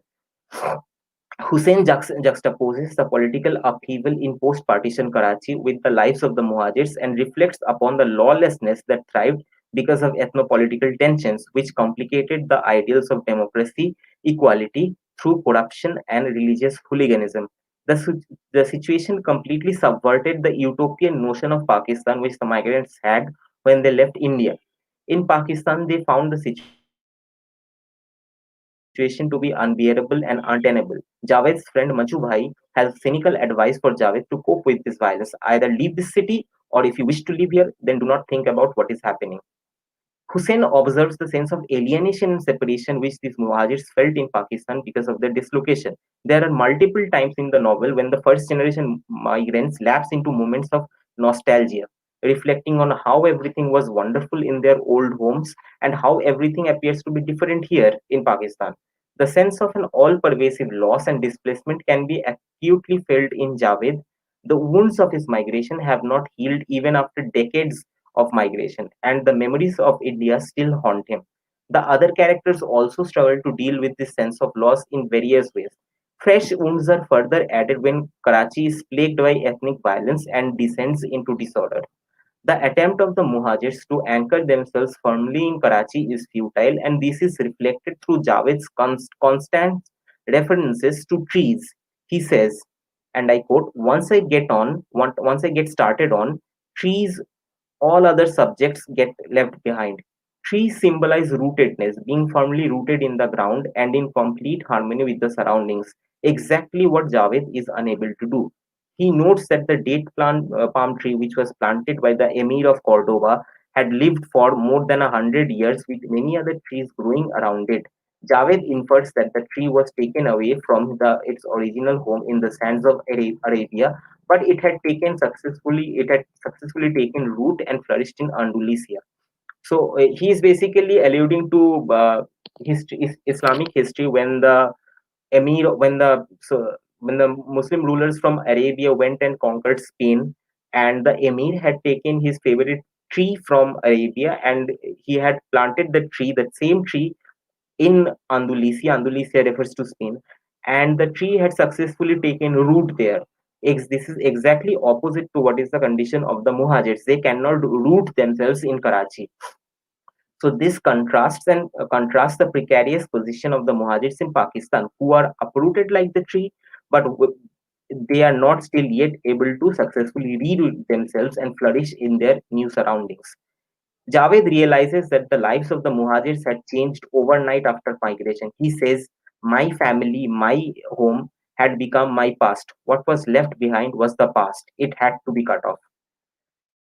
Hussein's Karachi is almost completely a city of Muhajirs, with people from different parts of Uttar Pradesh who try to keep the memories of their past alive in various ways. This is a sign that they still nurture a longing to their homeland, something which Javed can't address. He says the sense of belonging is gone. I roam around like a vagabond in this city. City here means Karachi. He laments the social anarchy there in the form of kidnappings, murders, bombings, which had become regular occurrences. The city is unrecognizable to him. Majjubai, his friend, asks him to stop thinking about the violence because trying to make any sense out of it will be a useless exercise, and it would be better for them to leave Karachi instead. However, the thought of leaving Karachi for the Muhajirs was like to undergo another uprootment. Just when they had started to make it their new home, it was nothing like a nothing short of a threat to their very existence. Majhu Bhai describes Karachi as a khichdi made up of people from different ethnicities like Sindhis, Punjabi, Muhajirs, and so on.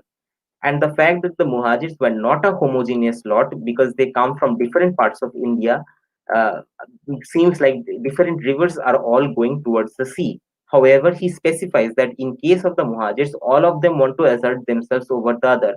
He says, every river here says, I am the sea.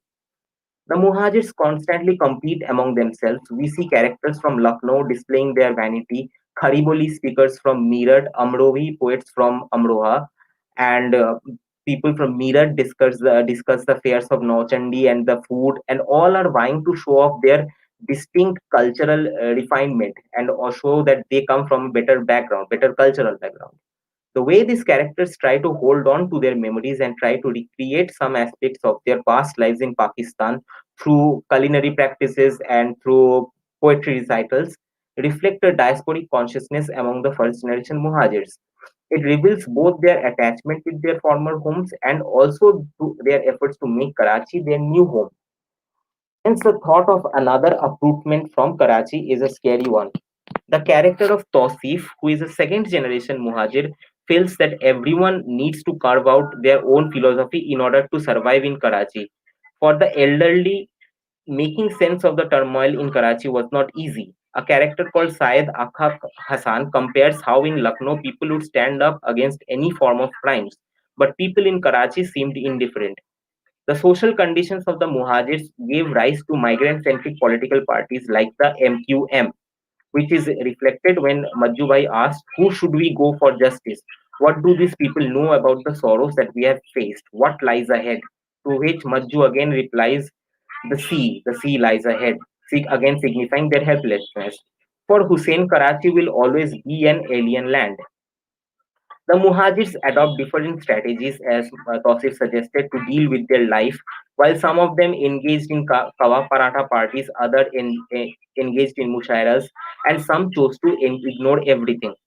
From this romantic failure on the Muhajirs' part to make Pakistan and Karachi their home, we see that they are clinging on to their past instead of indulging in nation building for the future. For these characters, Pakistan was like a cherished dream before partition. But now, once that dream has been realized, these characters are dreaming of Lucknow, India, Spain, Parathas, food, instead of focusing on the social issues and trying to solve them. Javed's sense of alienation continues for several years. He questions himself, who am I? What am I doing in their midst? He remembers in bits and part about his life in India, which he cannot forget. He shifts between remembering and forgetfulness, which he calls a rather painful state to be in. He sees Vyaspur in his own surroundings. When he makes a trip to India, he feels together and whole. The emptiness which he felt in Karachi was fulfilled, and he found empathy in his childhood friends. However, this was not destined to have a happy ending because after he returns to Pakistan, he realizes that migration had created a huge distance between himself and his friends. He feels that he is in a state of trance, and his whole visit to India was like a dream. One of the characters in the text, who is a doctor, notes that such a condition was common between Muhajirs who had visited India. It is like they have not really come back from their journeys.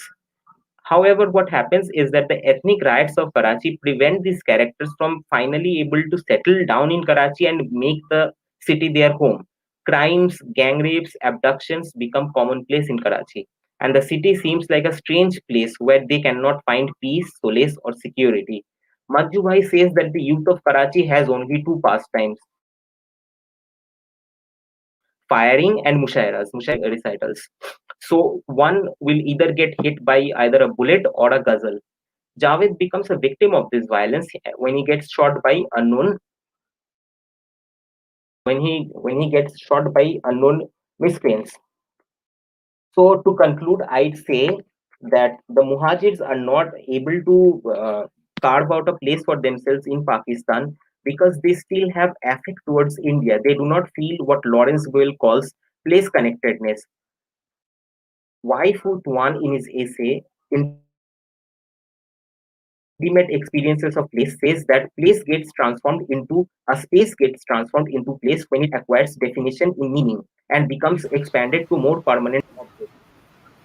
This, this process is happening in the generation of the Muhajirs, and they have a strong emotional attachment to India, which is why they cannot negotiate between their roots ROOTS and their roots ROUTES.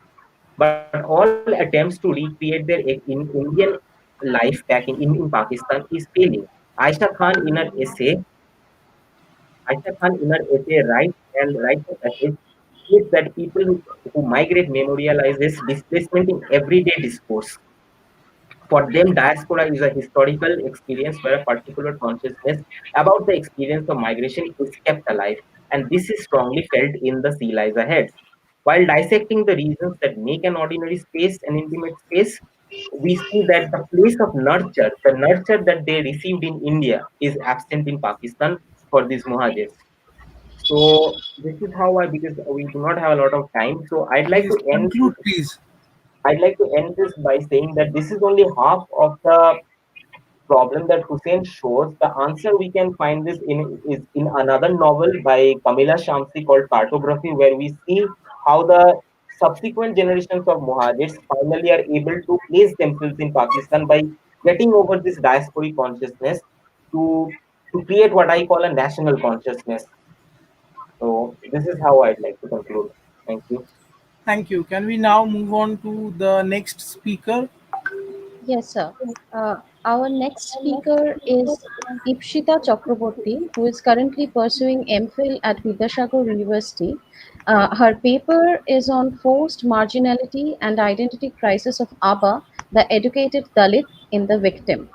Ipshita, please present your paper.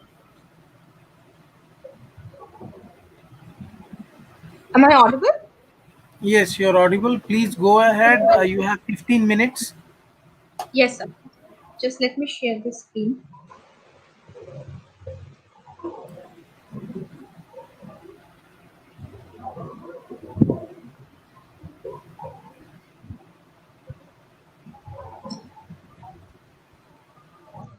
So my title is Forced Marginality.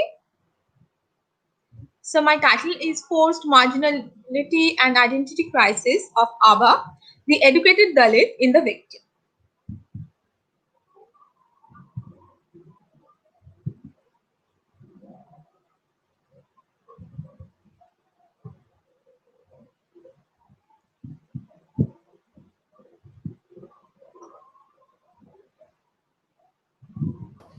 Ma'am, please make your presentation full screen for better visibility. Okay.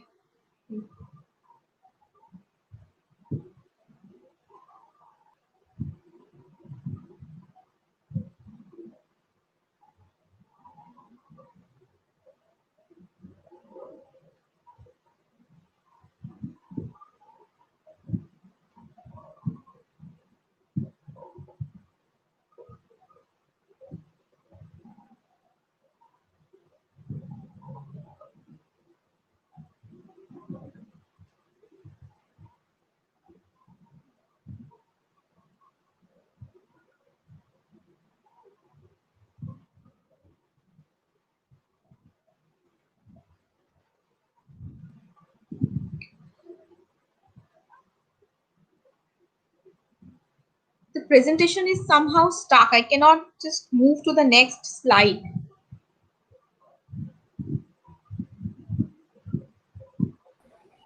Then continue verbally, just give your presentation, what you have prepared without the slides. So the paper, it actually examines how the caste identity of certain Dalits become hindrances in their path to overcome their circumstances and their lived realities and the urge to succeed in the world. So the caste system is a unique, is seen as a unique feature of Hinduism, Although religious and social stratification is common in many societies, what sets caste system apart is its extremely rigid, codified, and ritualized format. The caste hierarchy is based on the ideas of purity and pollution, which has been used to enforce the concepts of endogamy and fixed professions for the purpose of social immobility and continuation of caste hegemony. However, it is not true that status concern is the state in these multiple hierarchies are always linked to purity and pollution issues. They may also be associated with power and wealth, as happens among the merchant Jain castes. Thus, providing a comprehensive definition of caste is nearly impossible because of its extraordinary complex nature. So, in the fourfold Varna system of the Vedas, the untouchable groups are not mentioned. Nevertheless, the Vedic literature notes the existence of certain groups of people who engage in menial labor and are outside the four caste orders and are generally despised. Over the centuries, this hierarchy continued to be implemented, and those marginal groups became identified as auspicious, the untouchables, with the lowest standing, both social and economic. The term Dalit is a political term which symbolizes the relatively new identity of the erstwhile untouchables. According to A.P. Nirmal, the Dalits are broken, the torn, the rent, the bust, the split, the opened, the expanded, the bisected, the driven asunder, the dispelled, the scattered, the downtrodden, the crushed, the destroyed, and the manifested, the displayed. So the protagonist of the novel, The Victim by Vivavali Shirulkar, belongs to the Manguradi group, an untouchable community in Maharashtra. The novel is filled with poignant descriptions of their struggles for survival and of Abba's attempts to rise beyond the standards of his caste, which are brutally crushed. The pathetic conditions of living of Abba's community is well described in the text. For instance, Abba's house, which is near a garbage dump, is described as, and I quote, is described as a shanty. It had barely enough space for one person to sleep, not high enough for a person to stand, and one had to crawl in. No window, ants and insects wandered in, spiders and their cobwebs were ever resident.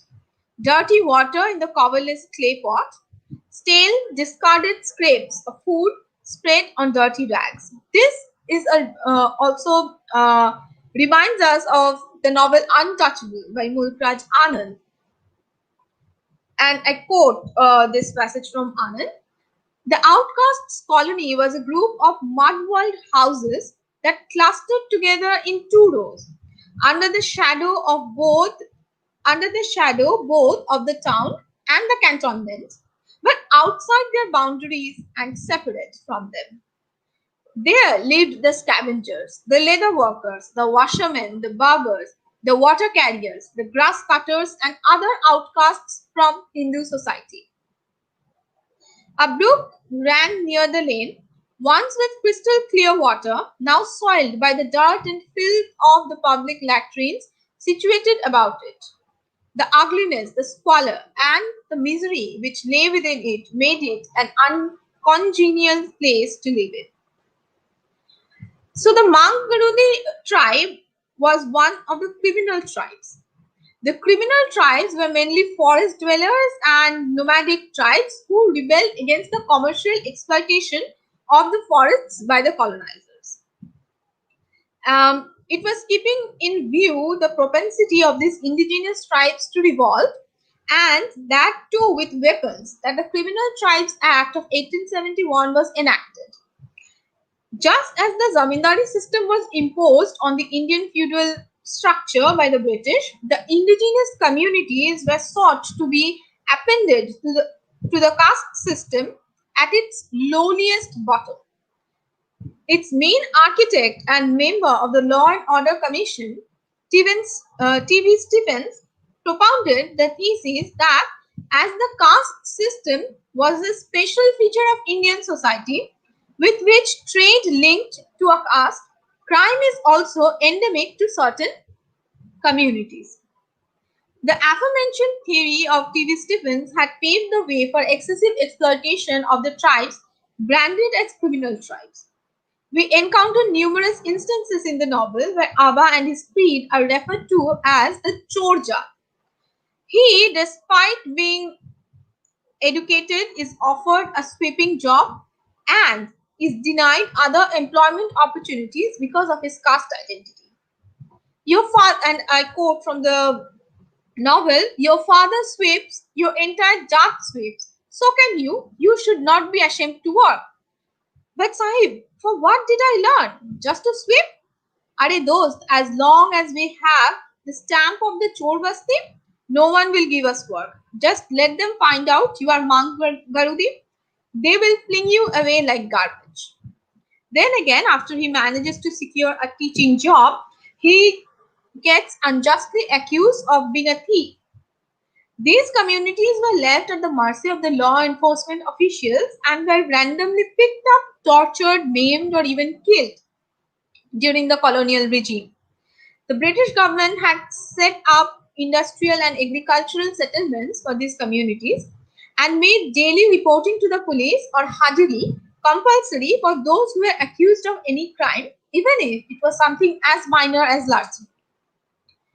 So, and I quote from the novel again, your Baap has Hajri. He has to report every day. Abba was disgusted with it all. This chore basti, the heart, and his crime committing father who had doomed them to this life behind the fence. Therefore, state machinery was effectively used as a tool for domination. We find at certain junctures in the narrative that frustration resulting from unemployment and having the urge to survive drives Abba to steal jowar from a field. Then later, after being unfairly dismissed from his teaching job and with no prospect of getting employed anywhere, Abba, in order to fill his stomach, steals a gold bag. Thus, the British colonialists ensured that sections of the Indian population were permanently linked to the world of crime, thereby actually forcing many to engage in criminal activities. Now, the second part of the paper will deal with the identity crisis that this character Ava faces. So, his Gandhian ideals were the main hindrance in his path. So, Mahatma Gandhi tried to reform the Hindu society by attempting to abolish untouchability, and he took several steps to uplift the depressed classes. As a child, Abba was sent to Gandhi Seva Mandal, where his teachers and his books had taught him and ingrained in him revulsion for dirt and disease. Dirt, dust, and disease. Thus, when Abba returns to his home in the Chor Basti with clean clothes and decent manners after spending 12 years in the boarding school, he feels repulsed by its filthy environment, by the people dressed in rags, with hairs infested with lice, surviving on scraps. In Anand's Untouchable also, we describe Abha begging for food, Baka begging for food and getting scraps thrown at him. The sweeper has come for bread, mother. The sweeper has come for bread. He shouted a little louder. Bhai Bakya, take this. Here's your bread coming down. And she fling it at him. Though Abha still nurtures love and affection for his mother, he feels distant from her and the family and from his community at large. Today, his love for her was unchanged, and so was his eagerness to meet her, meet his family. Yet, some invincible, impenetrable wall had risen between them. He had come here craving for them, now he walked keeping his distance. His education makes him feel estranged from his own community. He finds swallowing the stale, unhygienic, and soiled food extremely difficult, and is disgusted by the routine consumption of toddy by his community. He is also ashamed of their propensity for the usage of foul language, and is disturbed by the general knack of the children to bunk school. He feels that he does not belong with them, that he has risen above like the holy tulsi plant growing in weeds, avoiding their poisonous, intoxicating elements. His friend Sipra even considers converting to Christianity, but is hit by the reality that even then he will be branded as Chor Crispy. This makes Abba realize that there is no possible way of escaping his caste identity. He feels trapped and doomed to the hellhole called Chor Basti, with no scope of improvement in his standard of living and with no opportunity to sustain himself through decent means. He feels disillusioned with his education, but he fails to completely adapt to the ways of his Jat. Though time and again he tries to sympathize with his community and work for their upliftment, as he does by working with Barney and later with Dada, he never feels one with them. And then again, he gets rejected by this very society he rejects. The Hindu society, ordained by the rules of caste, suffocates anyone's attempts to transcend their caste identities. Thus, the downtrodden are forcefully kept disenfranchised for the benefits of the upper castes. The presumed weakness of those at the bottom of the caste hierarchy are highlighted to stress the supremacy of upper castes. With the help of religious codification, the supposed superiority of certain castes and the professed inferiority of others are normalized. This technique of cultural hegemony was adopted by the colonizers as well to establish their eminence. They fashioned the colonial discourse by stressing the alleged shortcomings of the colonized subjects to establish white supremacy and thereby justify colonialism. As Edward Said, in his introduction to his seminal text Orientalism, has pointed out, that European culture, and I'm quoting this, European culture gained in strength and identity by setting itself off against the Orient as a sort of surrogate and even underground self. One of the characteristic features of the caste system is social immobility and exclusivity. Thus, though Abba gets primary education, learns proper manners, follows the principles of truth and cleanliness, he is still denied entry in the general society. He is forcibly marginalized because of his untouchable status, a stigma he has to carry all his life. So, quoting from the text, many Chorvastiwalas were waiting outside the office. Many of them had been waiting for hours. But surely, Abba thought, they were different. He was not one of them. He began climbing the steps to the office. Immediately, the Pattewala grabbed him and pushed him down the steps. Hey you, where do you think you are going? Abba's fists curled. But the Pattewala reminded him of the grim reality. As if he had said, your clothes may be clean, still, you will always be a thief's son. This realization that he can never be a part of the society he desperately wants to affiliate to, and his inability to identify himself with the wretched people of his caste, induce in him a psychological conflict of identity. Abba's condition is like that of the colonized bourgeois who, after acquiring Western education and inculcating Occidental ideals in themselves, felt superior to others of their own race. In Black Skin, White Masks, Fano notes that Antilles Negroes are annoyed when they are suspected of being Senegalese. This is due to the fact that the Antilles were more fluent in formal French than other indigenous races, and thus they maintain that they are more civilized than the African, that is, he is closer to the white man. They felt more akin to the whites than their own kind. But they, even after wholehearted attempts to assimilate themselves to the colonial rulers, were barred from entering the world of colonial masters for being natives. The other, which left them with a fragmented identity and a sense of loss. The Mangarothi tribe of Maharashtra, one of the untouchable tribes, lives amid extreme poverty.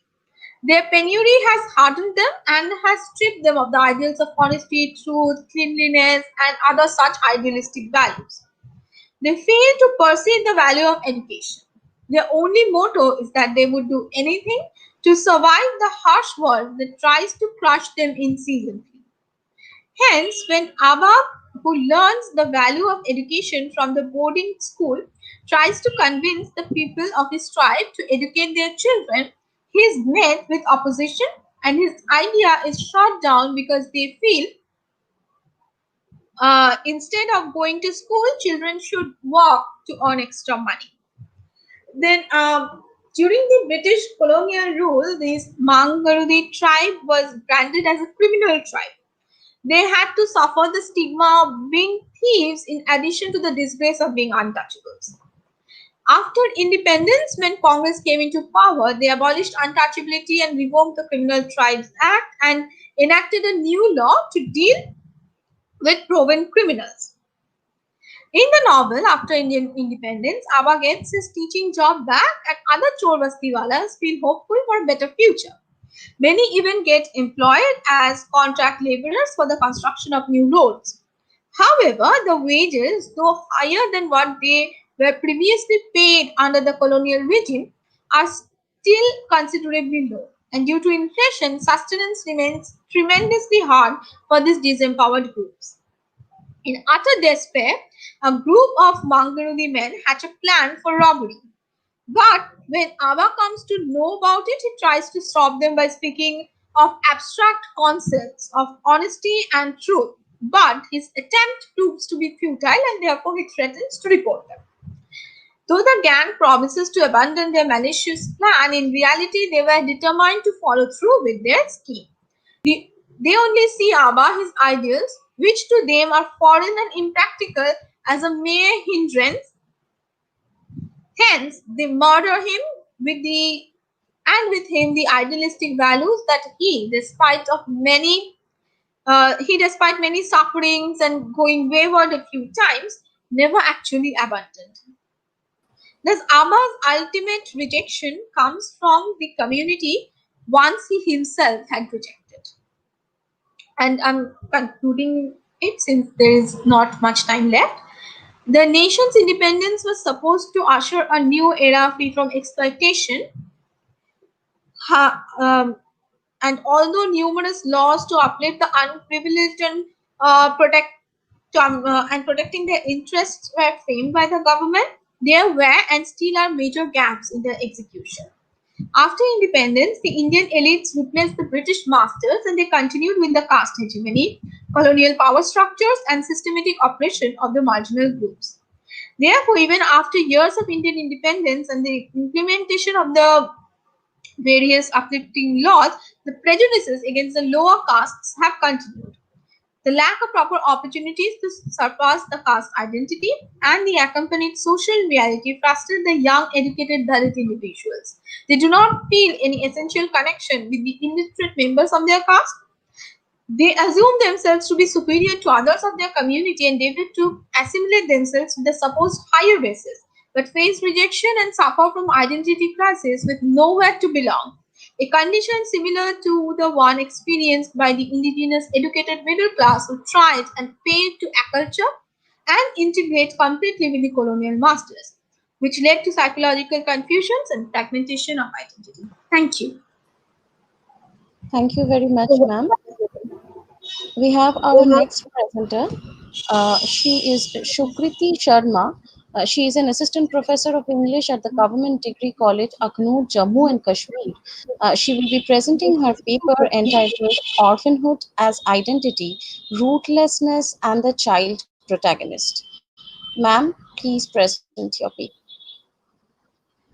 Thank you very much. I'm going to talk about orphanhood as identity and its various aspects in children's literature. And since I am from JNK, we are having some internet issues, so I would apologize in advance if things go south. When we think of Mowgli, when we think of Heidi, when we think of Princess Sarah, Harry Potter, Peter Pan, even Oliver Twist or Jane Eyre, we realize that the orphan protagonist is a recurrent figure in literature, even in children's literature, so much so that orphanhood becomes an indicator of identity in itself. The lack of adult or parental protection creates a special category of character which is which is oppressed not on basis of cultural identity, national identity, or class, but because the state of being an orphan becomes a classification that invites oppression on its own. The orphan becomes the post-colonial other, a representative of isolation of human beings from one another. The portrayal of this identity in children's fiction creates a duality where the child protagonists may face neglect or oppression due to powerlessness, or they may have the power to forge an identity for themselves by triumphing over their situation and social dictates despite their initial rootlessness. Essentially, the orphan story in children's literature has its uses as a narrative of triumph, uh, where the lack of parental care and protection serves as an opportunity to embark on dangerous adventures or face difficult situations which present themselves to the independent child hero, even if the independence is generated by circumstances.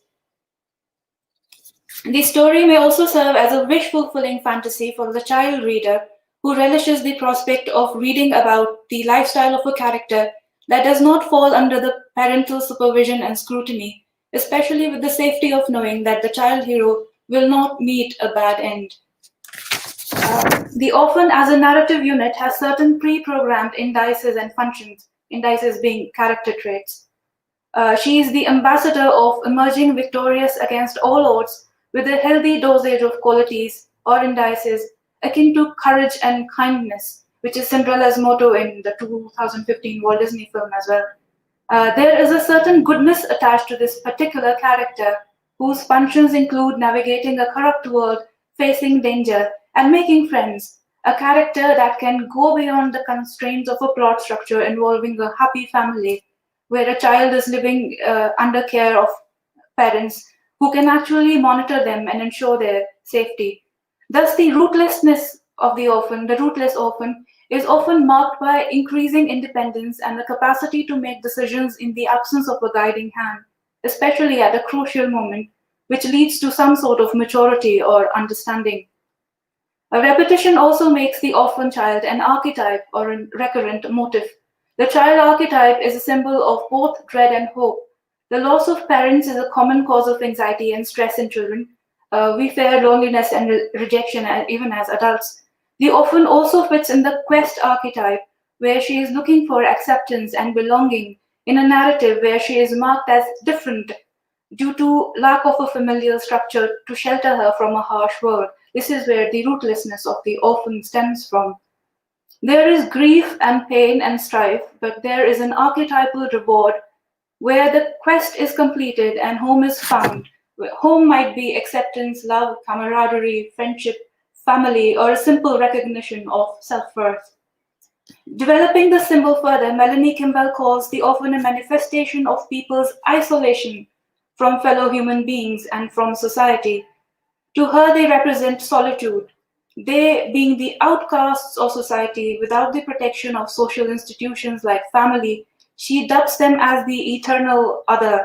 Yet she says they also represent the possibility for humans to reinvent themselves. Rootlessness becomes an opportunity to build the self according to one's own life experiences, like Harry Potter, who went from being a boy who grew up in a cupboard to being a hero that saved his world. The beginning of the orphan narrative is a broken home, which opposes the ideal home stereotype, with parents perfecting the role of caregivers and actually assuming responsibility. The ideal family is a stereotype as well. Laura Peters, in context of Victorian culture, states that family is an unsustainable ideal and needs a scapegoat in the form of the orphan figure to reaffirm its representation of legitimacy, race, and national belonging.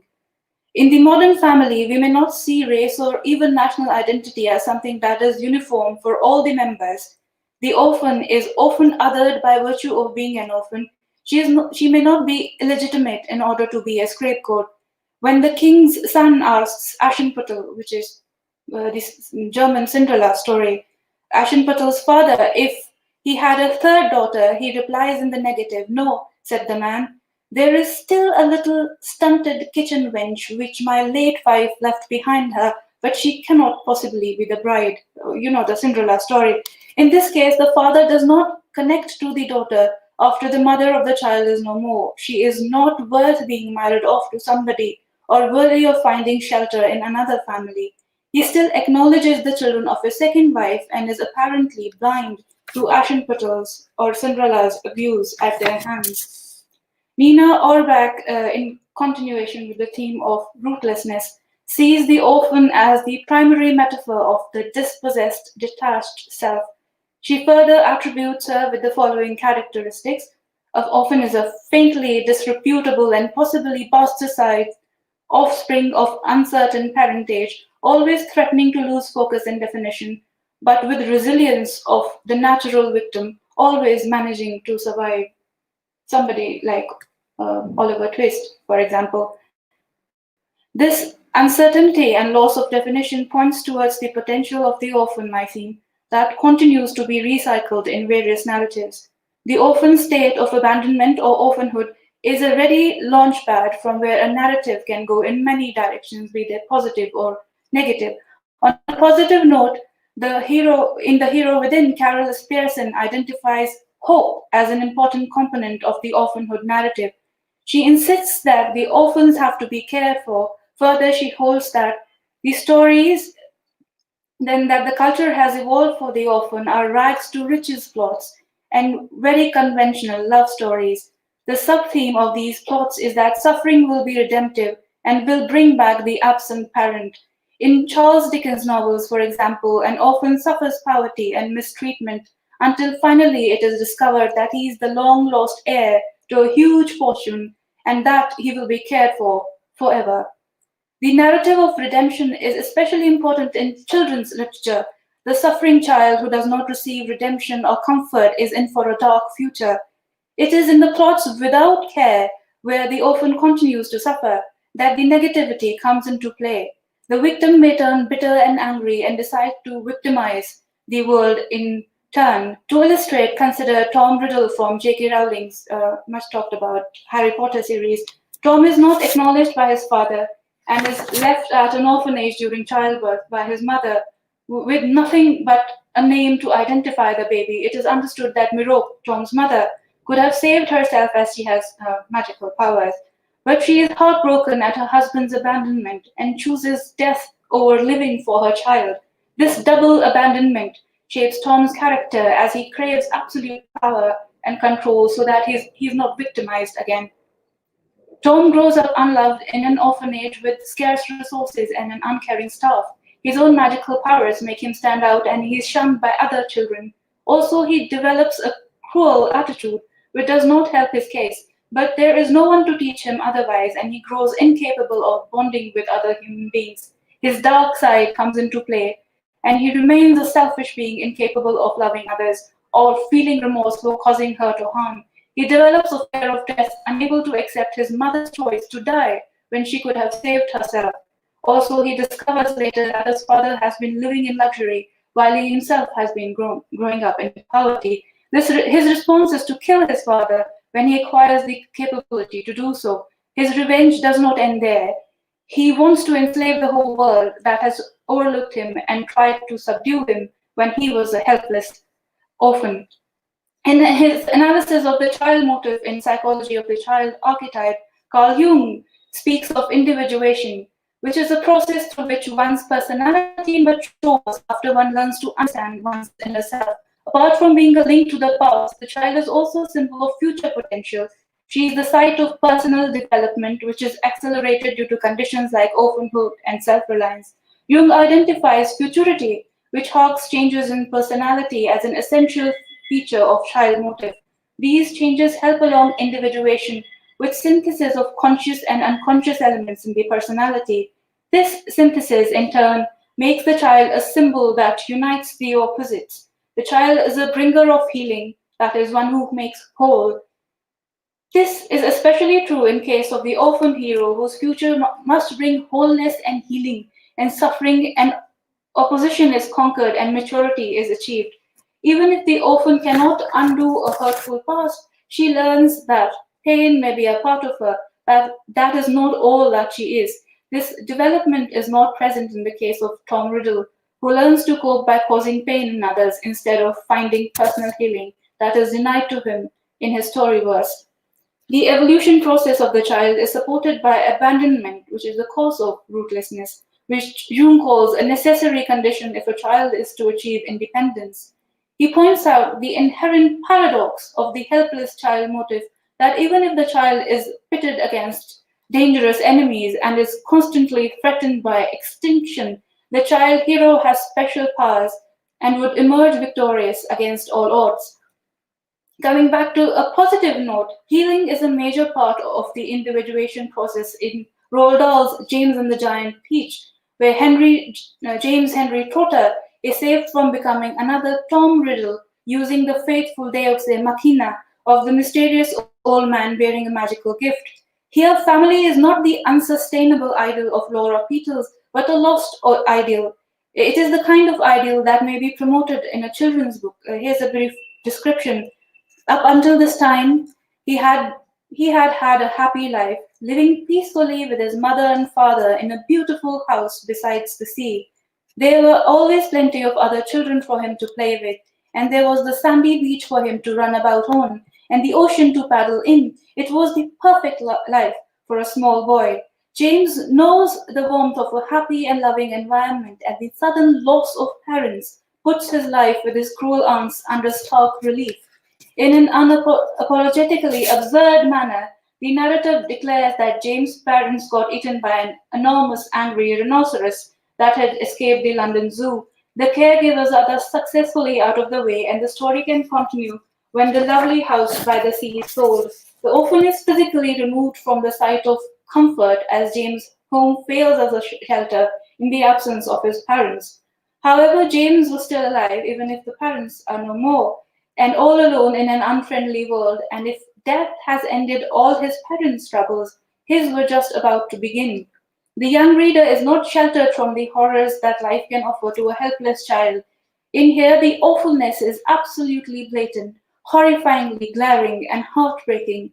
Yet again, this is a narrative of hope, and help comes to the child from unusual quarters. The idea is not to despair, at least that is the impression the writer wants to leave on a young child reader. Before relief comes, obstacles to be overcome. The hurt of parental loss is aggravated by abuse. James is made to do menial labor and beaten up by his horrible aunts, Spacker and Sponge, in whose care he is left. The family motive is corrupted, and the environment reflects the corruption, where the beautiful house beside the sea is exchanged for a queer, ramshackle house on the top of a high hill. The contrast in this situation is keenly felt by James, as he can often spot his old dwelling from the height of his new abode. He is never called by his name, but his aunts refer to him as "you disgusting little beast," or "you filthy nuisance," or "you miserable creature." The words are extremely cutting to a child's self-worth and painful even to the reader. The physical abuse is topped with isolation. James is never allowed to leave the aunt's domain and play with other children. There is not even a dog or a cat to pet, and James grows sadder by the day until things start looking up.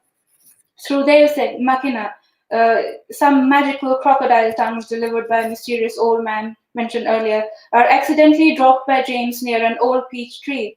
As a result,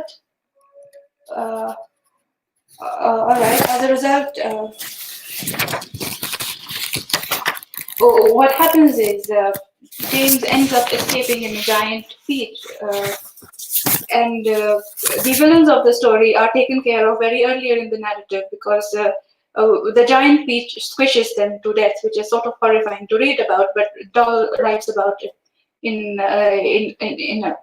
his usual dark, humorous manner. The point is that escape is the only beginning of the healing process for the orphan. There is friendship, which helps the orphan. James learns to take initiative because his friends, which he meets earlier, trust him to lead them out of difficulties, and it is this idea that his idea that saves the giant peach from the sharks in the sea. James begins to learn his self-worth because he has found certain friends which make him realize that his identity is not about oppression, that he can be a person who can reconstruct his identity in a positive manner. Uh, so I think, okay, I'll try and wind up. Is this 2 minutes for me? The literary orphan is a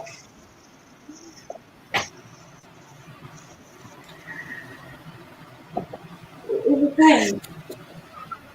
Yes, I think the time is over. Yeah. All Would you right. please conclude? So in the end, I would just like to say that the orphan stories that work on both children and parents. Children relish the prospect of reading about the lifestyle of a character that does not fall under parental supervision or scrutiny, more so because the children know that the character will not meet a dead end. And in case of adults, uh, adults feel that the reminder of children's desire to be taken care of, to be told of their worth, so that their self-doubts weaken is essential to the security of edifice that is the family. Uh, in children's book, literary authors repeatedly create narrative opportunities for often characters to craft an identity which is greater than what they were. The literary authors possess characteristics like courage in various forms, resourcefulness, ability to learn and grow and make friends on individual merit. The rootless orphans may not always turn out to be royalty, but if they rise from the position of being underdogs, it may be because the readers of the children's want to see them succeed. I will conclude here. Thank you very much. Thank you. Thanks to all the participants for your papers, very wide-ranging papers from Dalits to Mujahids to the children to various forms of rootlessness, whether it is the rootlessness of Muhajirs or that of Dalits or that of children. Thank you for your presentations. I'm sorry I had to interrupt some of you before you could conclude, but we have to keep to the time, so I didn't really have an option. Thank you very much for your presentations. Are there questions for the paper presenters?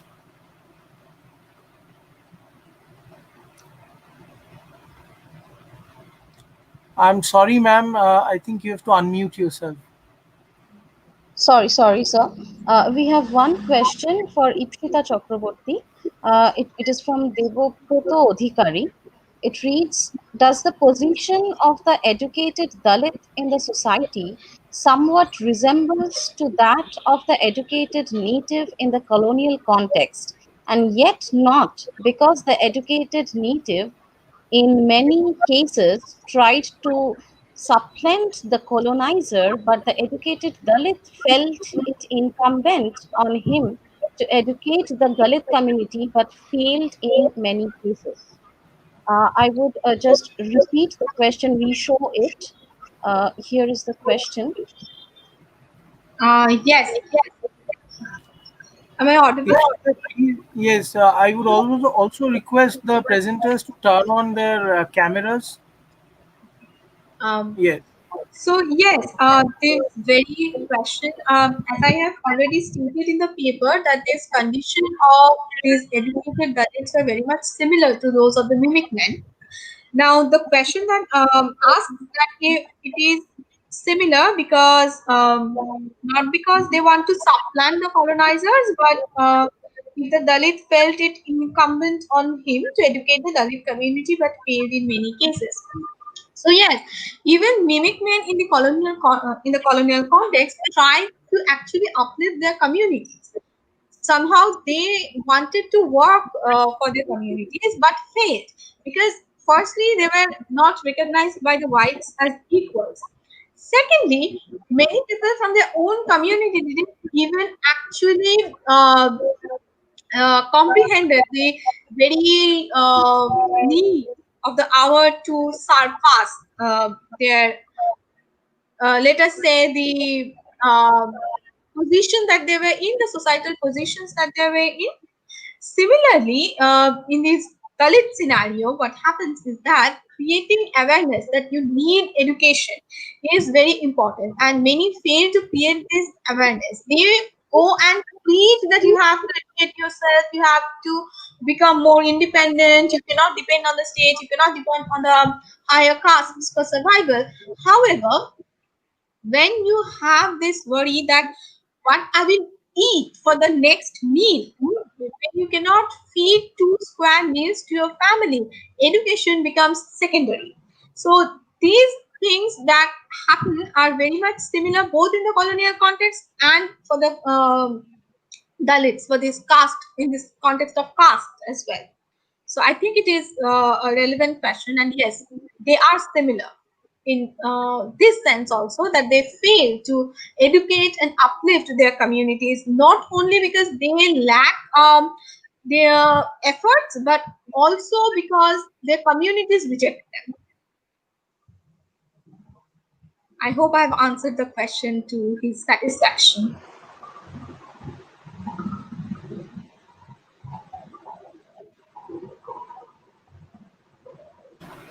Is there any other question for the other No, presenters?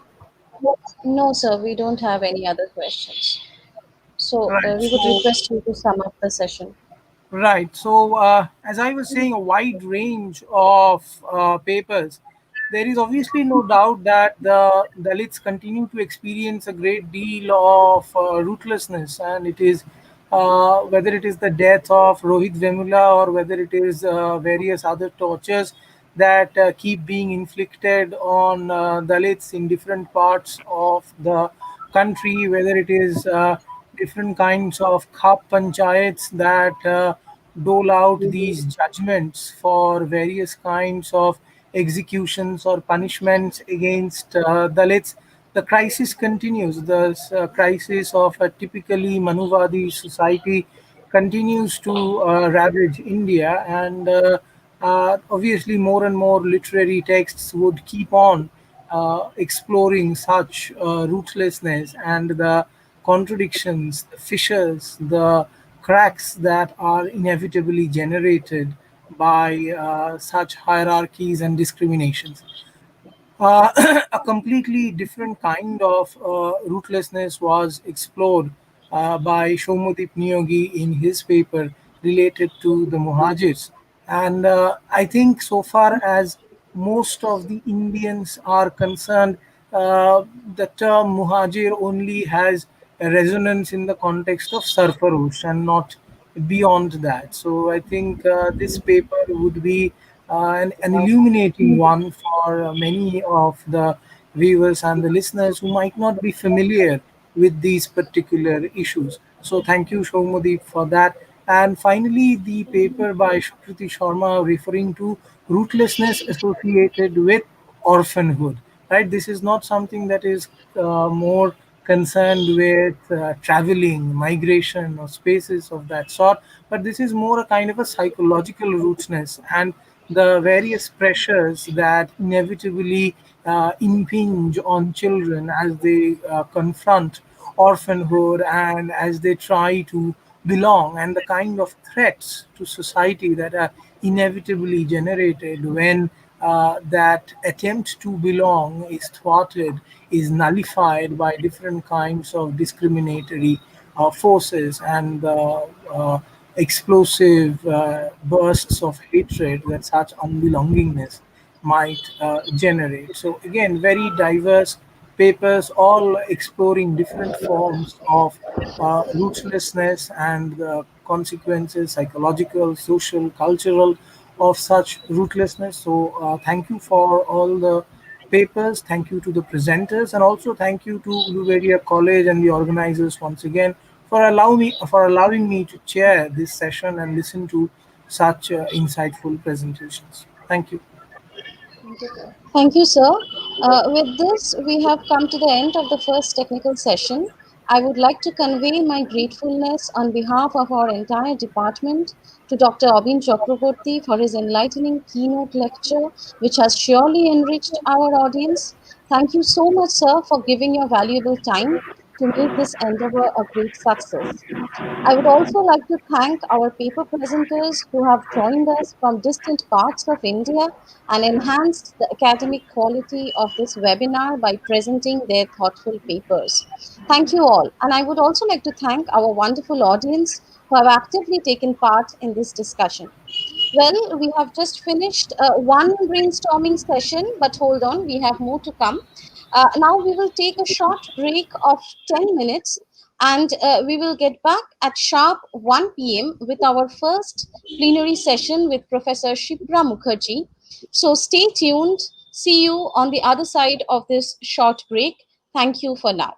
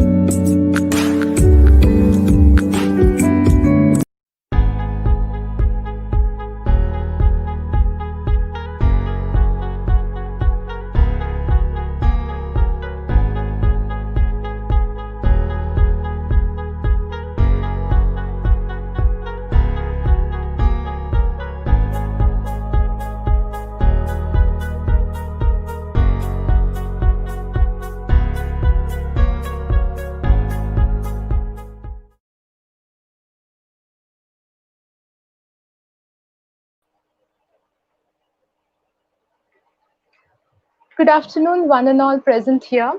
Welcome back once again to our two-day international webinar on cartographies of unbelongingness from roots to roots, organized by the Department of English, Uluberia College, in collaboration with IQSE. So without further delay, let's move on to the first plenary session of the day. And we are really lucky to have with us an extremely renowned professor, academician, and translator. And I take this opportunity on behalf of my department to welcome our honorable resource person, Professor Sipra Mukherjee, Department of English, West Bengal State University. We welcome you, ma'am. And here is a quick background of her academic career.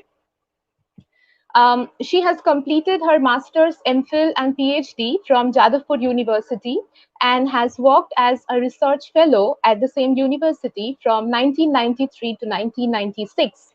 Her research interests include religion, caste, folklore, oral literature, modern European literature, and critical theory. She has worked as a visiting faculty at University of Calcutta and School of Cultural Texts and Records, Jadavpur University, and also as a visiting fellow at University of Hyderabad. She has received several travel grants from eminent institutions like University of Lisbon, University of Bonn, University of Manchester, and so on. She has several publications in peer-reviewed journals and books and has presented in many national and international conferences. For today's lecture, the title of our paper is Of Uprootings and Rootings, the Voices of Bengal's Other Refugees. Over to you, ma'am. The platform is all yours.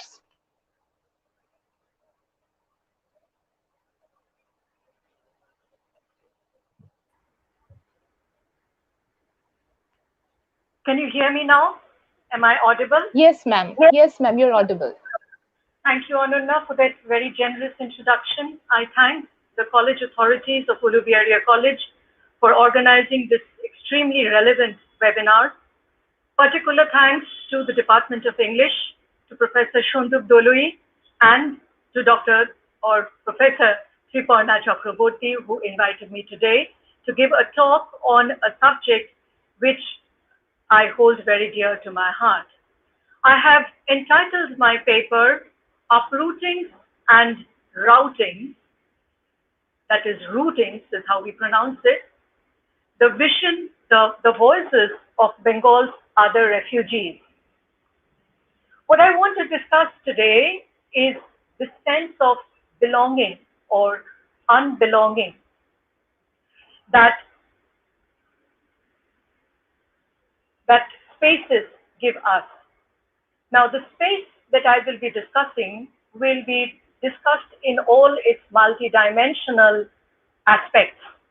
It will, of course, be speaking to the cartographic territory, but it will also include the emotional, intellectual, or social space that may be delineated by a physical terrain, but almost always go beyond it.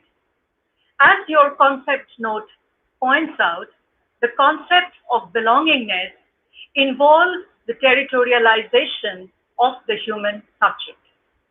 Sometimes this territory we call home, sometimes village, sometimes province, sometimes nation. But how does this space, no matter how we call it, how does it give us this sense of belonging to a place?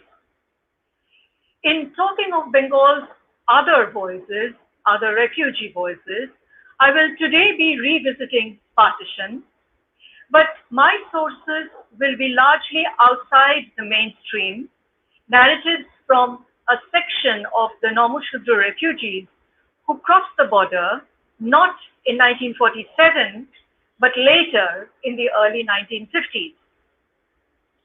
This delay in crossing, not 1947, but 1950, is revealing of the momentous nature of this decision.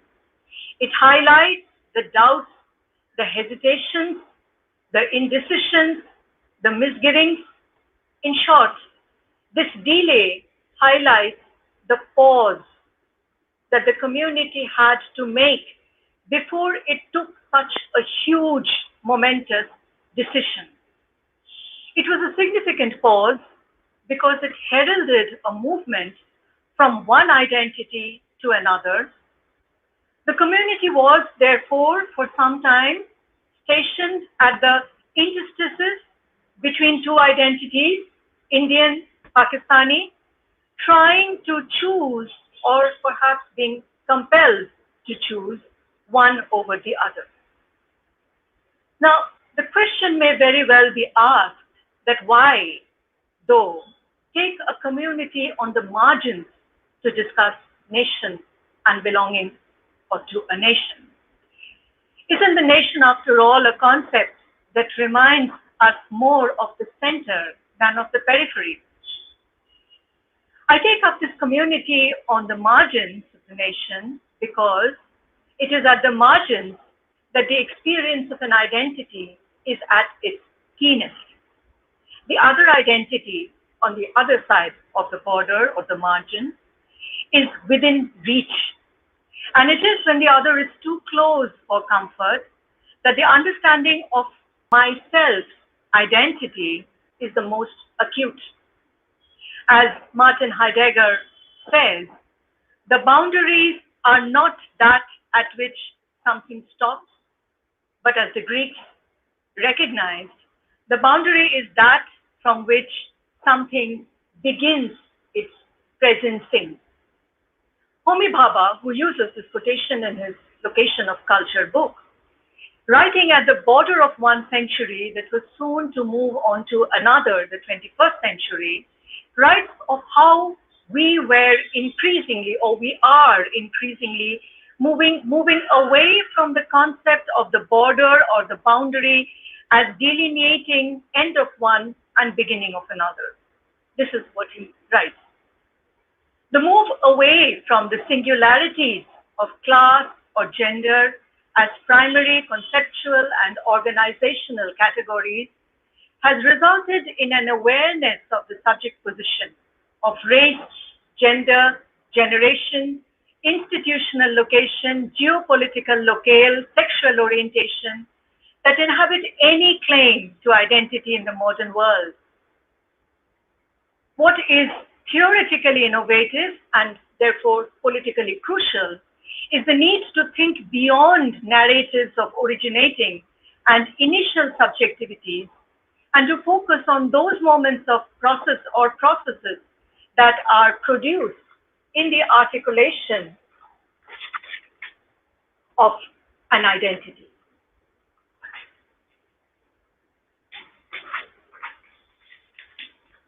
These in-between spaces provide the terrain for elaborating strategies of selfhood. Singular or communal, however you may define the selfhood to be. But these selfhoods initiate new signs of identity and innovative sites of collaboration and contestation in the act of defining the idea of society itself. The narratives of the community we will discuss today were in the 1950s situated at such an in-between space, an interstice between, or an interstice where one nation identity could give way to another, and when the facets of identity needed to be defined and determined.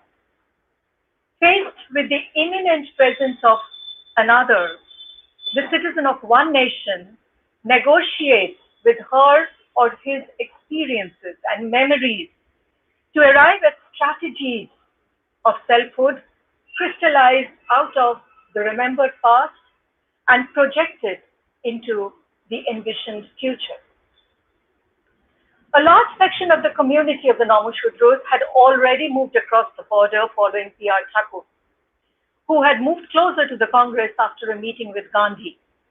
He moved into India after partition, but the other section who did not move at the time of partition into India aligned themselves with the Muslim League, not seeing any reason to associate themselves with the Hindu zamindars and finding far many more grounds of commonality with the Muslim peasants whose economic and political contexts were very similar to their own.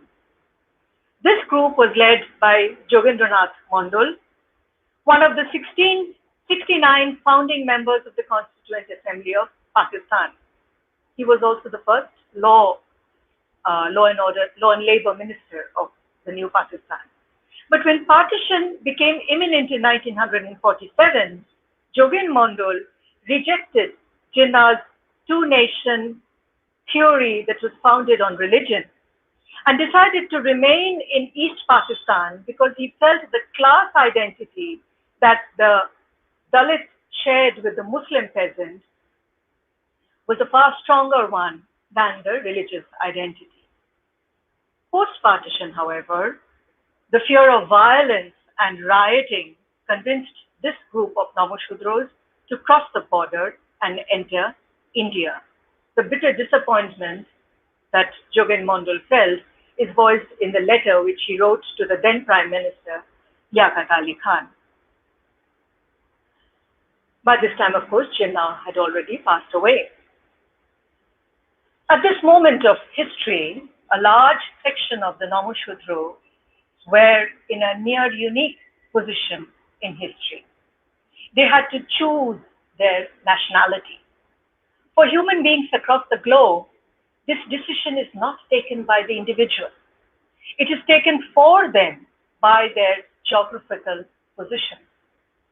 The arbitrary role that the portraitors play in making us Indian, Bangladeshi, or Pakistani, French, or English, whatever, is one that is seldom acknowledged in our minds. Like religious and linguistic identities, national identities too are inherited unquestioningly. The event of the partition of India in 1947 compelled many to confront this question where they needed to make a decision. In the emergence of the interstice where the community now found itself with the threat of the violence and rioting, there was the overlap and displacement of domains of difference. And within this, the collective experience of nationness, community interest, cultural value would have to be negotiated. The subject that was going to be formed, however, remained for a large swathe of time in this in-between space. Because despite the shared history, there was a larger area that was unshared. And thus the strategies of empowerment that were to be formulated by this community could not entirely be collaborative or dialogical. History had so deemed that these strategies had to be antagonistic, conflictual, and even commensurable, whether it was with the nation of East Pakistan or with the nation that they moved into, that of India.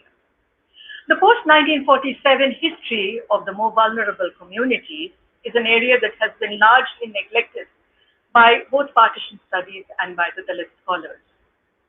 Recently, some historians have moved into this. We in literature are still lagging behind, which is a pity because in the absence of any historical official documentation, almost all the accounts are within the realm of what we call literature. So the material that I'm going to use for today's talk is entirely sourced from the writings by this community: fiction, poetry, drama, biographies, and memoirs. To return to the question with which I began, what is the sense of belonging that is associated with a particular space? It is, of course, a very complex and a very, very large question, and I'm only going to attempt a partial and therefore incomplete picture through the Namoshudro marginalized community. If we look at the two speeches that were given by the two leaders, Jinnah and Nehru, at the beginning of these two nations, we get some idea of how the sense of belonging is engendered in the minds of the people. I'm not going to go into the detail details of these speeches, most of us are familiar with the words and with the phrases that are used. But the conundrum that these two speakers seem to be facing, seem to be confronted with when delivering these speeches is that this is a new nation, both for India and for Pakistan. A new nation is being formed. But if the nation is new, the idea of belonging to it can only come about as a new development in the future, because it is a new nation which has just been formed and which therefore is moving forward into the future. But then the future does not really engender successfully a sense of belonging. For a sense of belonging, I need to look back into the past.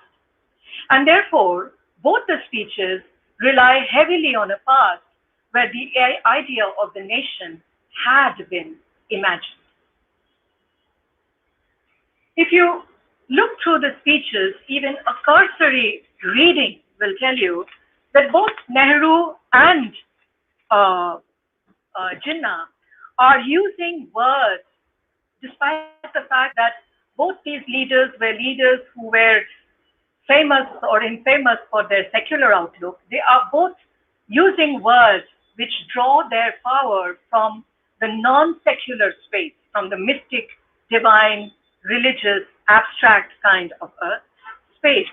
They use words such as tryst, destiny, sacrifice, valiant fighters, soldiers of freedom, righteous, God, prayer, pledge, soul of a nation, etc. Possibly the only difference between the two speeches given by Jinnah and Nehru is that Jinnah, heralding a state which has a state religion, Islam, makes explicit reference to that religion in his speech.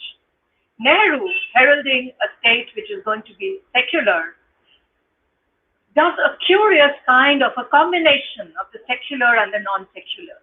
He uses, this is what he says, a new star rises, the star of freedom in the east.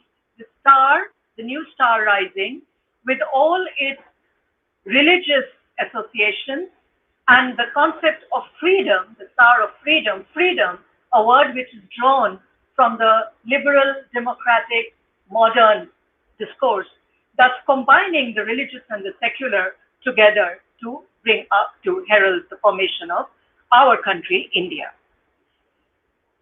What the two speeches therefore indicate is that despite all the political and historical processes that underpin it, the making of a nation is not entirely a secular affair in the minds of the people.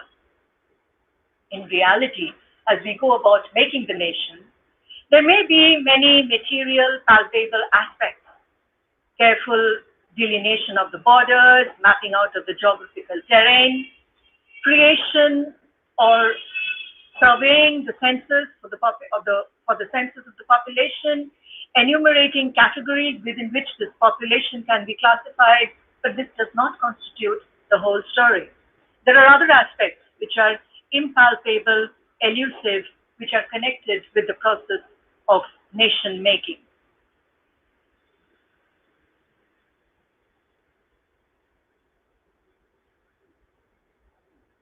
Now, when I move into these sources that I will be dealing with today, I use the word nation with some trepidation, because the word nation is not really something which is indigenous to our country.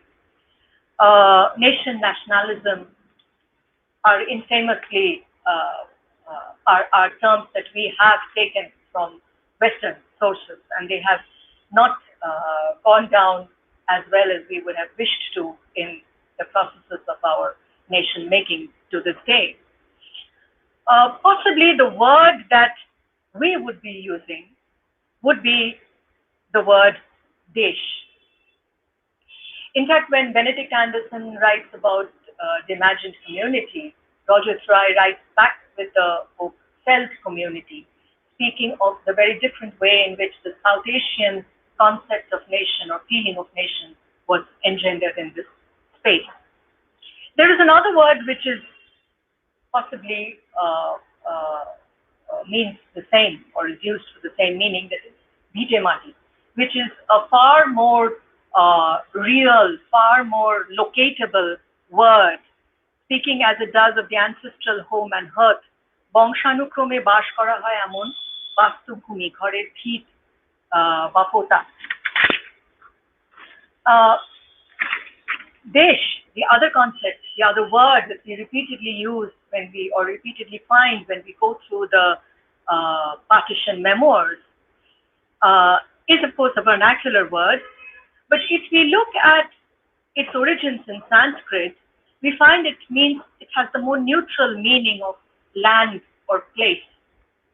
As people converged on this land or place, it became a jonopod, and that is how the concept of the Desh as a space where people belong came about. In fact, if you look at Taranath Tarkobachishputi's Deep Sanskrit Dictionary, or if you look at Monier Williams's Sanskrit Dictionary, you will find that they speak of the word Desh not just to mean the word country, but also to mean the word space. And therefore, the words like Moddho Desh, Videsh, Parodesh, etc., or the other words which go back to the nomadic past, those of words like Purudesh, etc. Now, this group who crossed the border later in the early 1950s with Jogen Mondol were given the label of refugee and were placed in refugee camps for years before they were sent for rehabilitation to Madhya Pradesh or to the Andaman and to many other places also. Referring to those who did not come at the time of partition, the Amrita Bazar Putrika carried an article on 16th October 1947. It wrote, "The poorer classes who have no means even to meet the railway fares have no other alternative but to stay behind in their own places in the midst of any crisis which may face them." Now this, however, was only a partial truth. The poorer classes, of whom a majority would have been the Namoshudros, were peasants of East Bengal, and they did not migrate at this stage, as Shekhar Bandyopadhyay tells us. Romila Thapar, in a recent lecture which he gives on migration and culture, says that the peasants are usually the last to move because their lives are tied up with the land which they cultivate. So, the decision of this group of Namoshudros to remain on their own land appears to have been based on many other reasons apart from the helplessness which is indicated by the Amrita Bazar Putrika report. First, as Jyotinbala tells us in his autobiography, Shikar Chera Jivan, the assets of the Namoshudros comprised the land, the farm, the granaries, the plantations, the orchards. These were not wealth that the Namoshudro could pile high on their heads and carry into another land. That was why they stayed back despite the beatings.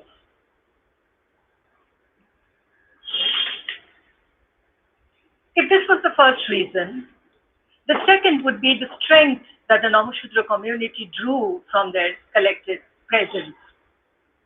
This was both their assets and their identity. It was a source of strength that came from the physical space that they commanded together. And here, once again, Heidegger's concept of the human being space as being intimately connected with place becomes important for us. Shekhar Bandyopadhyay has argued repeatedly that there was immense social and economic capital that the Namoshudras possessed on their native terrain. This would have made them reluctant to leave. Living as they did in a contiguous territory spread across 5 districts, they had a geographical anchorage which gave them enormous power of social mobilization, and B, power of political organization because they were all within close proximity to each other. This then was not just a territorial space. It was in an inhabited space that was rooted to a locale. And this would have to be surrendered if the Nomoshudro crossed the border and moved to India, which they are finally compelled to do. The third reason would possibly be the class identity that they saw as more significant than their religious identity.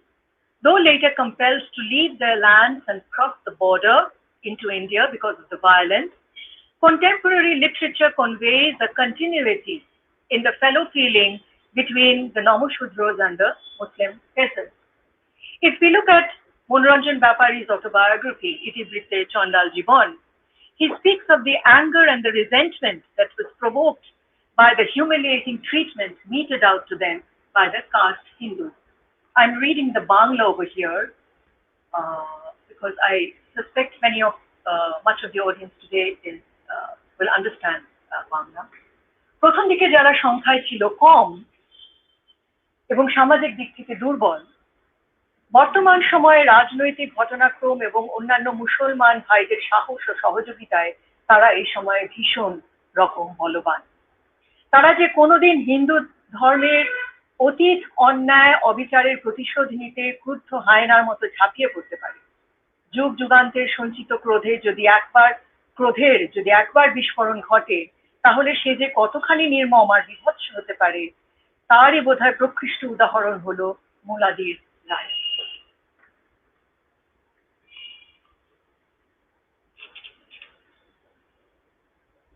A brief translation, if it is needed, would be that the anger and resentment of centuries of oppression had brought them to a point where they were like angry hyenas, and with the partition making them stronger than they had been before, revenge was actualized. This relationship between the Nomoshudra and the Muslim peasants had, however, not been a unidimensional one. Working within the same space and on the same terrain, there had been the inevitable competition and consequent tension over limited land resources. There are incidents documented of clashes between the two communities over land, cattle, perceived insults, etc. Both communities had experienced an economic upward mobility from around the late 19th century, a time which saw these two particular communities emerge as with a more articulate and stronger community identity. While the influence of the Jotdar in North Bengal, as Shugato Ghosh points out, was strong, in Eastern Bengal, the jute tracts of Faridpur, Dhaka, Moymonsingo, Tipera were more evenly distributed between the cultivators. The jute acreage of the Bengal Delta had increased from about 50,000 acres to close to 3 million acres between the 1850s and the 1900s. And a period of relative financial stability was ushered in for many among the Hindu and Muslim peasants by the cultivation of jute as a cash crop.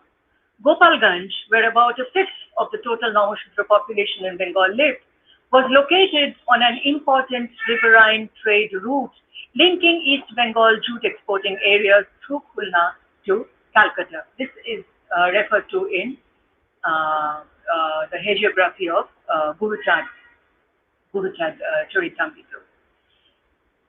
With this growing economic stability, the Nomoshudra community did not remain the invisible, inaudible community that had existed in mid-19th century Bengal. Let me just check how I am doing for time. Pre-partition history of the community therefore reveals an expanding sense of identity, determined more by the contingent than by any deep-rooted, age-old, permanent sense. The sense of belonging was tied to their land, their collective presence, and the economy that with the coming of modernity was opening up earlier unforeseen opportunities. If their accord with the Muslim peasants was born out of a consciousness of the shared past of deprivation and oppression by the Hindu zamindars, their differences with the Muslims would also be evoked by the Muslim addressing them contemptuously as charas.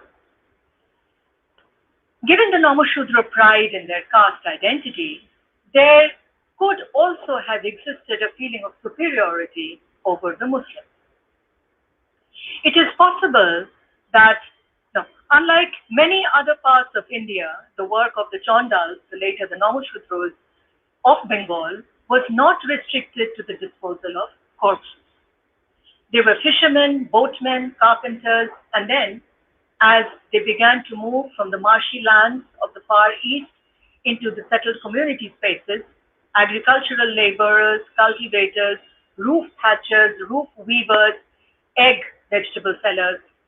It is possible that their diverse occupation had arisen out of the necessity to be largely self-reliant, living as they did at quite a distance from the organized caste community, where each occupational group was alternately dependent on and providers for the others.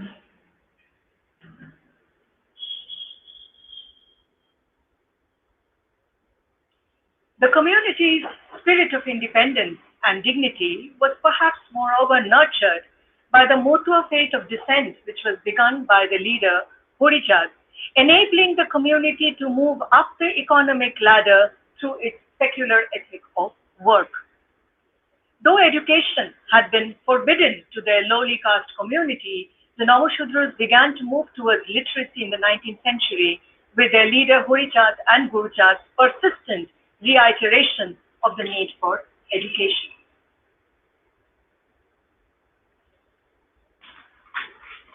Economically weak and lacking social privileges, this was a difficult journey and one that strengthened the bonds within the community. Having experienced repeated relocations in the past centuries due to the shifting lands and the shifting rivers of eastern Bengal, the identity and therefore the sense of belonging of the Namushudras was possibly linked more to their community than to any sense of a permanent land. The other historical event that may be explored in this context of the community's approach towards Desh is the position of opposition that the Namushudras first took up regarding the nationalist movement. This stance of the Namushudras against the Congress was a well-deliberated one taken by Guruchand, who had worked closely with the Baptist missionaries and established a number of schools in the district of Faridpur. He had also been instrumental in getting the government to recognize this community as the Namushudras, rejecting the earlier degrading Chandal name. Guruchand's biography, Sri Sri Guruchand Sharif, authored by Mohanando Haldar, describes Guruchand as impatiently driving away the Swadeshi youth, the Hindu Congress supporters, who had come to him to talk about the nationalist movement. Let me read this in the Bangla first, before I move into the English translation. This is a text which is written prior to this moment of history, which I am describing as that interstate when they were between these two identities. And yet look at the sophistication with which Guruchand articulates the sense of the Desh, the sense of the identity. দেশ কারে বলে বাপু মাটি কি মানুষ কোন দিনে কেহ তাহা করিয়াছে হুশ বাক্যবীর এক একজনে হেথা আসে বলে যায় লক্ষ কথা চক্ষের নিমেষে নির্বোধ সরল জাতি মূল নাহি বোঝে যে যাহা বলিয়া যায় তাই শুনে মজে যাহা শুনে মনে ভাবে তাহা বুঝি ভালো তাই বুঝি ভালো যাহা শুনে মনে ভাবে তাই বুঝি ভালো চিরকাল এইভাবে জনম কাটিল এই কথা মনে নাহি ভাবে কোনো দিন কি কারণে এ জাতির দশা এত দিন this জাতি is not India or Bangladesh or Pakistan. This জাতি is the Namushudra জাতি. দেশ দেশ বলি যারা আজ ঘুরিতেছে কিছু বাপু বোঝো কেন এভাবে করেছে কেন এভাবে ধরেছে সুদিনে মোদেরে যারা করিয়াছে ঘৃণা আজ কেন আসে তারা কিছুই বোঝো না স্বদেশী স্বদেশী বলে করে চিৎকার অশিক্ষিত আমি বাপু শিক্ষিত বিদ্বান যারা ধনী জমিদার স্বদেশী স্বদেশী বলি করে চিৎকার অশিক্ষিত আমি বাপু অর্থ করি নাই, স্বদেশীর অর্থ আমি বুঝি না কোথায়। Translation of this. Wealthy and educated are the zamindars rich. Swadeshi sorry, the Swadeshi cry they at high pitch. I being poor and among the illiterate men, the meaning of Swadeshi is beyond my ken. That I am a Bideshi, for certain I know, came here for my father who brought me in tow. So this reference to Guru Chand being a Bideshi, which I skipped in the Bengali reading, possibly refers to the move that the family made from the Shofoldanga village in the Gopalganj district in Orakandi in Faridpur. But Guru Chand's distinction between Swadeshi and Bideshi is a deeper one. And this is echoed in his earlier words to his son, Shoshi Bhushan. Shoshi Bhushan, who had been to Calcutta for higher education, had expressed a desire to convert to the Brahmo faith. This is the time of the early 20th century. Guru Chand advises him to return from the city of Calcutta to leave off being a Videshi, a foreigner. He asks Shoshi to return home and work for his people, Nijo Jati. This understanding of the Desh is repeated by Shoshi Bhushan later to the Namoshudra youth who are desirous to join the nationalist Swadeshi movement to free the nation. Maybe also from the Bangla first, before I move into the English translation. They have just returned from a Swadeshi Shabha, and they are talking to Shoshi Bhushan about this. This is what Shoshi Bhushan is answering. কথা শুনি হাসি শশী কহিল সবারে, এই শিক্ষা পেলে বুঝি সবার ভিতরে কথা ভালো শোনা যায় আপাতত বটে, ভিন্ন ভাব জাগে কিছু মোর হৃদিপটে। অবশ্য বক্তৃতা শোনা নাহি কিছু দোষ, তবু কিছু বলি আমি নাহি কোনো রোষ। দেশমাতৃকার তরে স্বদেশী সাজিবে, দেশমাতা বলে কারে বুঝিয়াছ সবে, মাটি নাকি মাটি তাহা বলো দেখি ভাই, দেশমাতৃকার ব্যাখ্যা বুঝে নিতে চাই। Is it the soil or is it the mother who you see as land? যে মাটিতে নাহি কোনো মানব বসতি, কে বা তারে ডাকে মাতা, কে তার সন্ততি? দেশ নহে মাটি মাত্র, দেশ দেশবাসী। নর নারী যত সব একসাথে মিশি, নর নারী যদি কভু দুঃখ পেয়ে কাঁদে, দেশ কান্দে বলে সবে অতি নিরানন্দে। Once again, a rough translation. For your motherland, will you the garb of Swadeshi don? But who is this mother to whom you are so drawn? Is it the soil or is it a mother? Pray, explain this to me. And who are you to this mother? That too I must speak. Years upon years have you suffered miserably, unbearable pain have you endured repeatedly. Where was the mother with her motherly care then? Had she rejected and chased away her own children? We are the forsaken children all, no mother do we know. What crafty boys pours in your ears the matri mantra so? Shoshi takes apart the concept of the motherland, arguing that a land that has no people living in it, this is the Bangla that I quoted, can be a motherland. And that it therefore follows logically that it is not the soil, not the land, but the people who together create the Desh. It is when the people living on a land are unhappy that the Desh is spoken of as being unhappy. This opposition to nationalist politics would in all likelihood have seen its precursor in the first decade of the 20th century during the Swadeshi movement, when Oshini Dotto formed the Swadesh Bandhuk Samiti to promote the consumption of indigenous products and boycott foreign goods. This would have coincided with the time when the Namoshudra and the Muslim peasants were beginning to see a degree of relative prosperity. Remember the jute trade that was happening at that time. This led to what was sometimes termed by the journals because they had more money now. So sometimes the journal terms this relative affluence of the poor peasants as extravagant consumption by the peasants. There appears to be some disparity between what the peasants thought was justified expenditure and what the writers in the journals, usually belonging to the upper caste group, what these writers thought the peasant should do with this money that he was earning.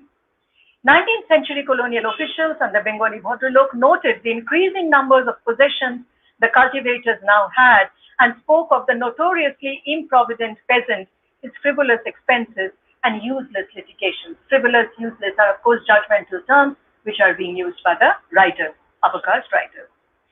Tariq Ali surmises that the failure of the Swadeshi movement in many parts of eastern Bengal may be linked to the Swadeshi program of economic boycott, which became a broad attack on peasant consumption. The Swadeshi activists viewed the cultivators as opposing their nationalist economic program, and the cultivators viewed the activists as opposing their relative affluence.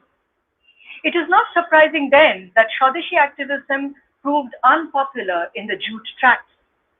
Rabi Thakur's essay, Shodupai, published in the Provashi Strabon, was possibly the first to criticize the adamant and high-handed way in which the Swadeshis were going about their alleged love for the land, and how this was proving to be a bane for the country's Muslim and Nomoshudros of Bengal, a subject which he takes up in the novel Ghore Baire.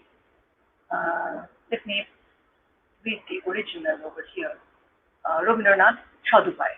বরিশালের কোনো এক স্থান হইতে বিশ্বস্ত সূত্রে খবর পাইলাম যে যদিও আজকাল কর্কচ লবণ বিলাতি লবণের চেয়ে সস্তা হইয়াছে, তবু আমাদের সংবাদদাতার পরিচিত মুসলমানগণ অধিক দাম দিয়াও বিলাতি লবণ খাইতে।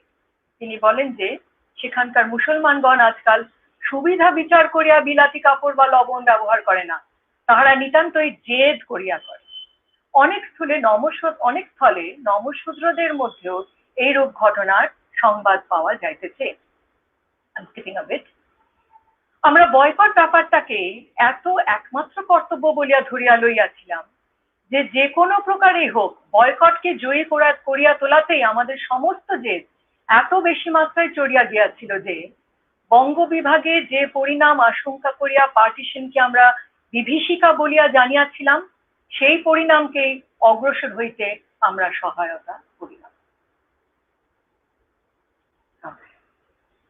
A rough translation. Having made up our minds that making the boycott a success was our foremost objective, our obduracy has risen to such levels that we are helping advance the very partition we feared would divide Bengal. The Nomoshudros were forced out of their lands in eastern Bengal in the early 1950s, not so much by post-partition riots as by what Moimonti Rai has called routine violence. Compelled to flee, Jotin Bala describes how the Nomoshudros moved towards the banks of the river Podda in close proximity to the Indo-Pakistan border. Yet not taking the final step of crossing over, hoping to return to their homes if the situation calmed down. This is Shikarchira's Jivan. And then Jotin Bala goes into a detailed description of what is the motherland. In passages such as these, we find different names for the land being used. Bongo Bhumi for Bengal, Bharat, Pakistan, India, Hindustan. The rationale for their move to India may be summed up as roughly, very simplistically saying, as this: East Bengal is now Pakistan, and we cannot stay in Pakistan, so we are forced to go to Hindustan. Now there are repeated slippages in the narratives when we read them in these names. The place names and the sense that they carry always seem to be sliding, shifting in their sense. The motherland, for example, that they are leaving behind is frequently referred to as Bharat in many places. This Bharat then blends seamlessly with Bengal or Bongo Bhumi, which they are leaving behind. So this is East Bengal. Yet, since they are leaving this Bongo Bhumi to journey to India, that Bongo Bhumi is also a foreign land, which is in reality only another part of Bengal. So the reader realizes that both the names Bongo Bhumi and Bharat in the minds of these writers appear to refer to the eastern part of Bengal, which had been once their home. The nation of India, to which the Namushudras journey after partition, is therefore, at this point at least, seen as a foreign country, which they will have to go to and strike new routes there. Officially, they may be journeying to both Bongo Bhumi and Bharat, but in their minds, this is a country different from the Bongo Bhumi or Bharat, which they associate with their home. The need to cross the border into this alien land is explained by Manohar Moli Vishwas as born of the urge to live. This is Manohar Moli Vishwas's autobiography.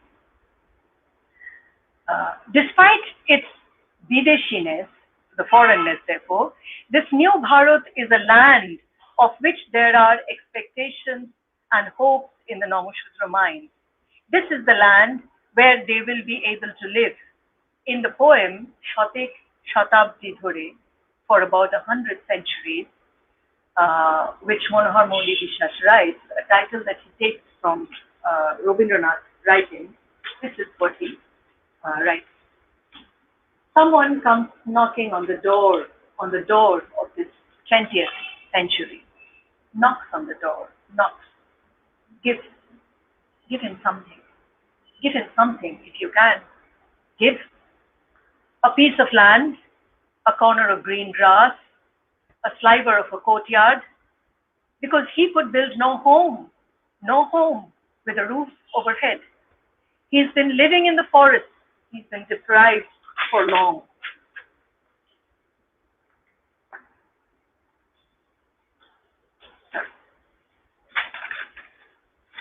The crossing of the border, however, as they moved from their Bongo Bhumi into this alien land, the unknown Bongo Bhumi, destroyed many hopes and expectations. For the first time since their perilous journey across the border, the narratives write of the two Bongo Bhumis as merging into one. The border appears to dissolve.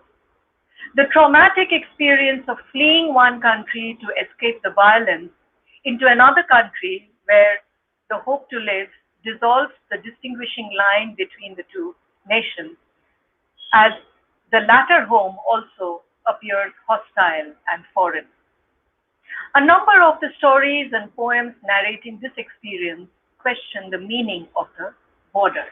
In Kopil Krishna Thakur's short story, Pachpota Avishkar, this young man has returned to this border village of Pachpota after 15 years. And when he gets up on this van rickshaw, he notices that there are a number of van rickshaws all around. So he says, he asks the vanwala, আচ্ছা ভাই এখানে এত van rickshaw দেখছি, এদিকে কি সবাই রিক্সা চালিয়ে খায়? ভ্যান চালক পেছন ফিরে এক নজর আমাকে দেখে হাসলো, আপনি কি এদিকে নতুন আসছেন? নতুন না, আবার নতুন বলতেও পারেন 15 বছর পরে। ও, রিক্সাওয়ালা মাথা নাড়ে and says, হ্যাঁ দাদা, বর্ডারের মানুষ এখন সবাই রিক্সা চালিয়ে খায়, এত ভাড়া পায় কোত্থেকে? The young man asked, সব ঘরেই তো ভ্যান রিক্সা দেখছি। And the van চালক answers, পায়, সামনে থেকে জবাব আসি, এদিক থেকে দেয় ভগবান, ওদিক থেকে দেয় আল্লাহ। Does everyone drive a rickshaw here? He asks the van rickshaw driver. Yes, Babu, answers the driver. Here on the border, almost everyone earns his food from rickshaw driving. But how do you get so many passengers? Oh, we get. Bhagavan gives the passengers from this side, Allah gives the passengers from the other. The border is revealed as a myth, and the search for the belongingness, where one, therefore, remains consistently elusive, yes, but also a consistently possible outcome that this spoof community faces. Okay, I think I will end there today. So thank you.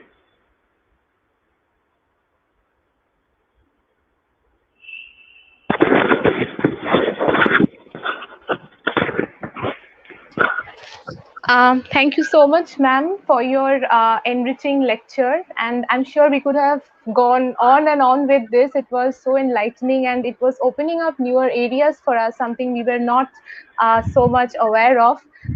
So really thank you for being with us. And we'll try to take a few questions that we have from this session with your permission, ma'am. And I Sure. would like someone to flash the questions on screen so that it becomes easier for her to have a glance on it. So the first question comes from Shoikot Nath, and he asks, can we have the question on the screen, please? Shoikot asks, it's actually in two parts. How do mechanisms of prolonged displacement affect lower caste and class groups in the post-colony, and how do the displaced groups negotiate it from below? And he also adds another part to it. What is the nature of transformation they experience in the patterns of their citizenship or subject position? So, Anuna, could you repeat the last question once again? Yes, sure. What is the nature of transformation they experience in the patterns of their citizenship or subject position?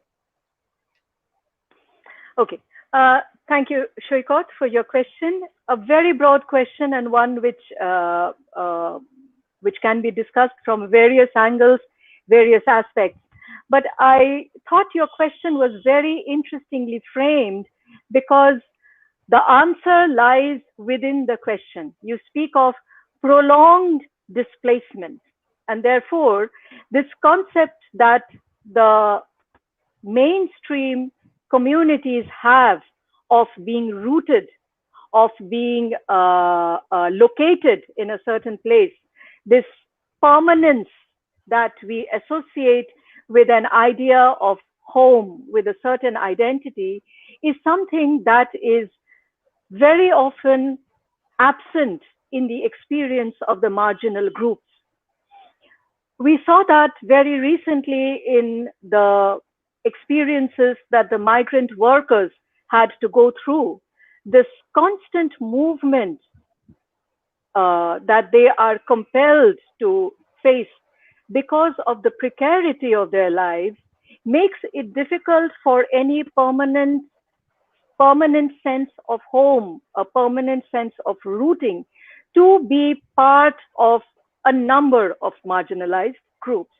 One cannot, of course, universalize, like you cannot universalize for anything.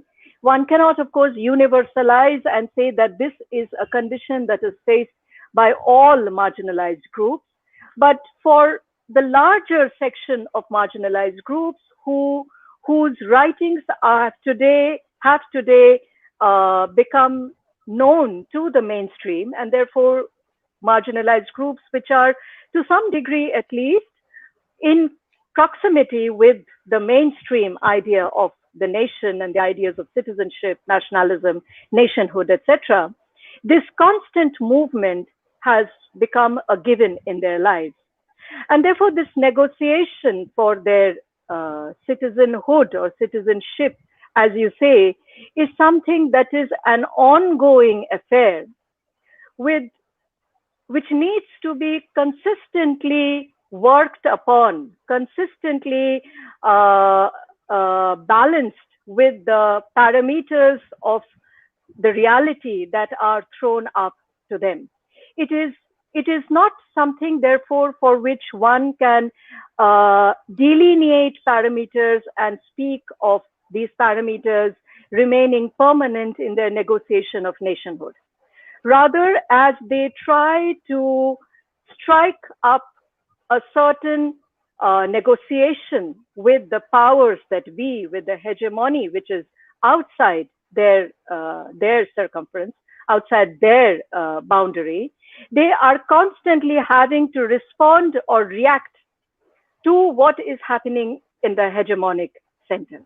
And therefore, it's like a constant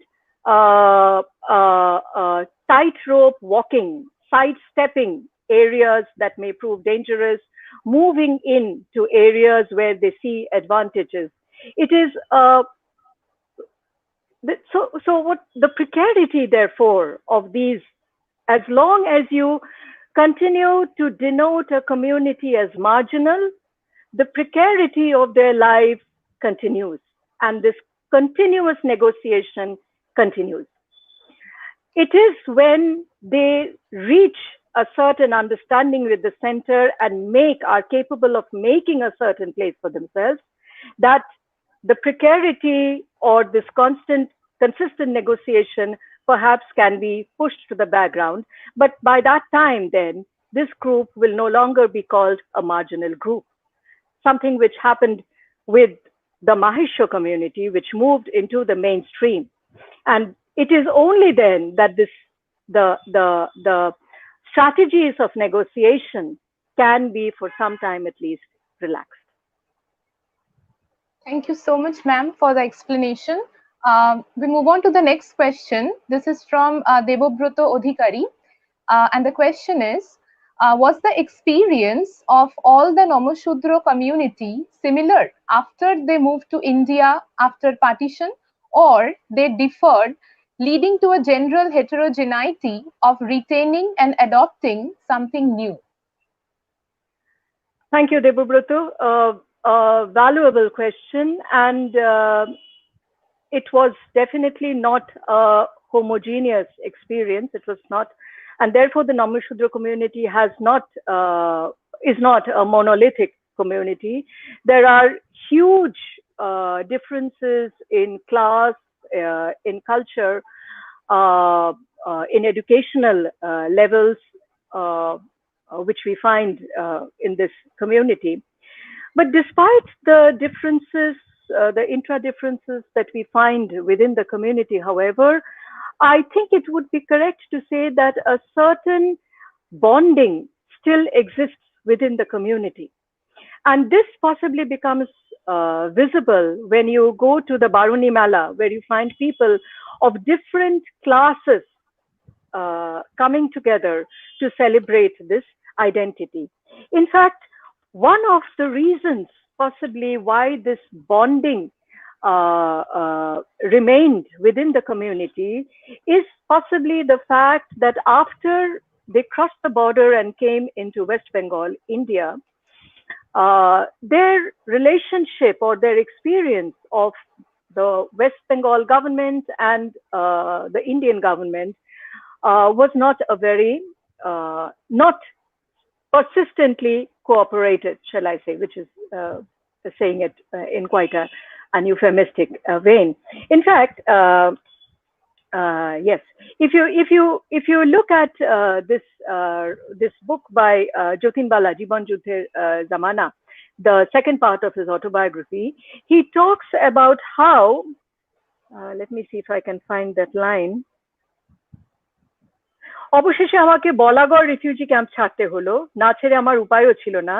শিবিরবাসী রিফিউজিগণ সরকারি সামান্য অনুদান বা ক্যাশডোল পেয়ে খেয়ে পড়ে কোনো মতে বেঁচে থাকে, কিন্তু বছর ঘুরতে চলল, সরকার উদ্বাস্তুদের ক্যাশডোল খোরাকি সব বন্ধ করে দিয়েছে। কারণ বাঙালি উদ্বাস্তুগণ বাংলার বাইরে পাথুরে শুকনো আর অরণ্য ভূমিতে পুনর্বাসনের নামে নির্বাসনে যায়নি। This is of course the Dandakaranya largely which they are talking of. সরকারের অন্যায় আচরণের জন্য সরকারের বিরুদ্ধে দলিত উদ্বাস্তুগণ আমরণ অনশন ধর্মঘট শুরু করলো। This, then the Morid Chhati experience, all of this came together to give a certain, create a certain, or to keep alive a certain bonding within the community. But if you speak of the experience of the Namashudra community, the experience is definitely not a homogeneous one. It is a very, very there's a range of differences, a range of classes of the Namashudras that we talk about, depending very often upon the access to education which many received or did not receive in their lives. Thank you, ma'am. The third question, which I think requires maybe a broader discussion, but we'll still take it. It's from Dr. Veena Ravindra. And the question is, has there been a lot of friction among the natives and the migrants in terms of following their culture, customs, and traditions? If you could please elaborate on that. Thank you, Dr. Ravindra. There has been friction, but there has not, I would not say that there has been a lot of friction, largely because both the natives and the migrants belong to, in a broad way speaking, to the same kind of a cultural group. And therefore, while we do speak of political differences, if you speak of cultures, customs, traditions, differences in cultures, customs, and traditions, these differences have come about later rather than being cultures, customs, and traditions with differences in their origin. This difference, which came about later, would, to a large degree, I think, could be connected with the realization of the Dalit identity, the realization of the Ambedkarite organization that many of them are a part of.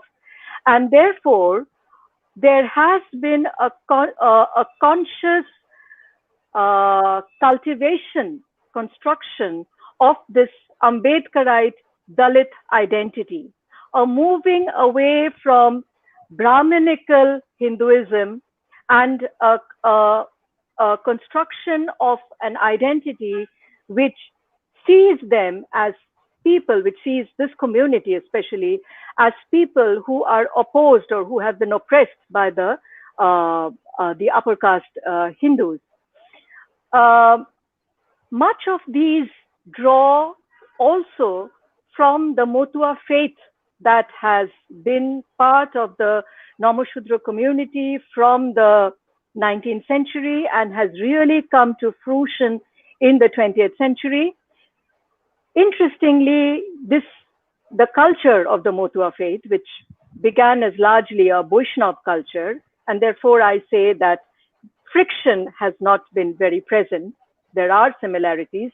Many outside the Namashudra community also belong to the Motua faith, and therefore the Shankirtans, etc., the cultures and the customs of Shankirtan, etc., are commonly held. But many of these cultures, customs, and traditions have been cultivated within the community by this Motua faith, which was begun by the Namashudra leader. Interestingly, as I was going on to say, the Namashudra faith has now, the Motua faith has now spread outside the Namashudra community. And in this spreading, it has become a kind of an accessible faith that can take into itself anybody from the marginalized community. So the Motua faith, with its cultures, customs, has therefore expanded its base to a very, very large extent. This becomes visible when you look at the small publishing houses that the Namashudras run. Small publishing houses where the writers for their journals, for their books, do not come only from the Namashudra community, but also from the schedule, also from the tribal communities and from the other castes also.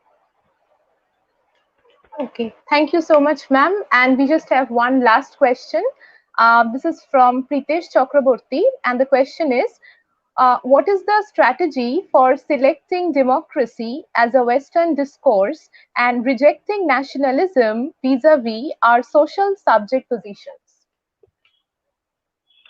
Let me get your question a little more clearly. The strategy for selecting democracy as a Western discourse and rejecting nationalism.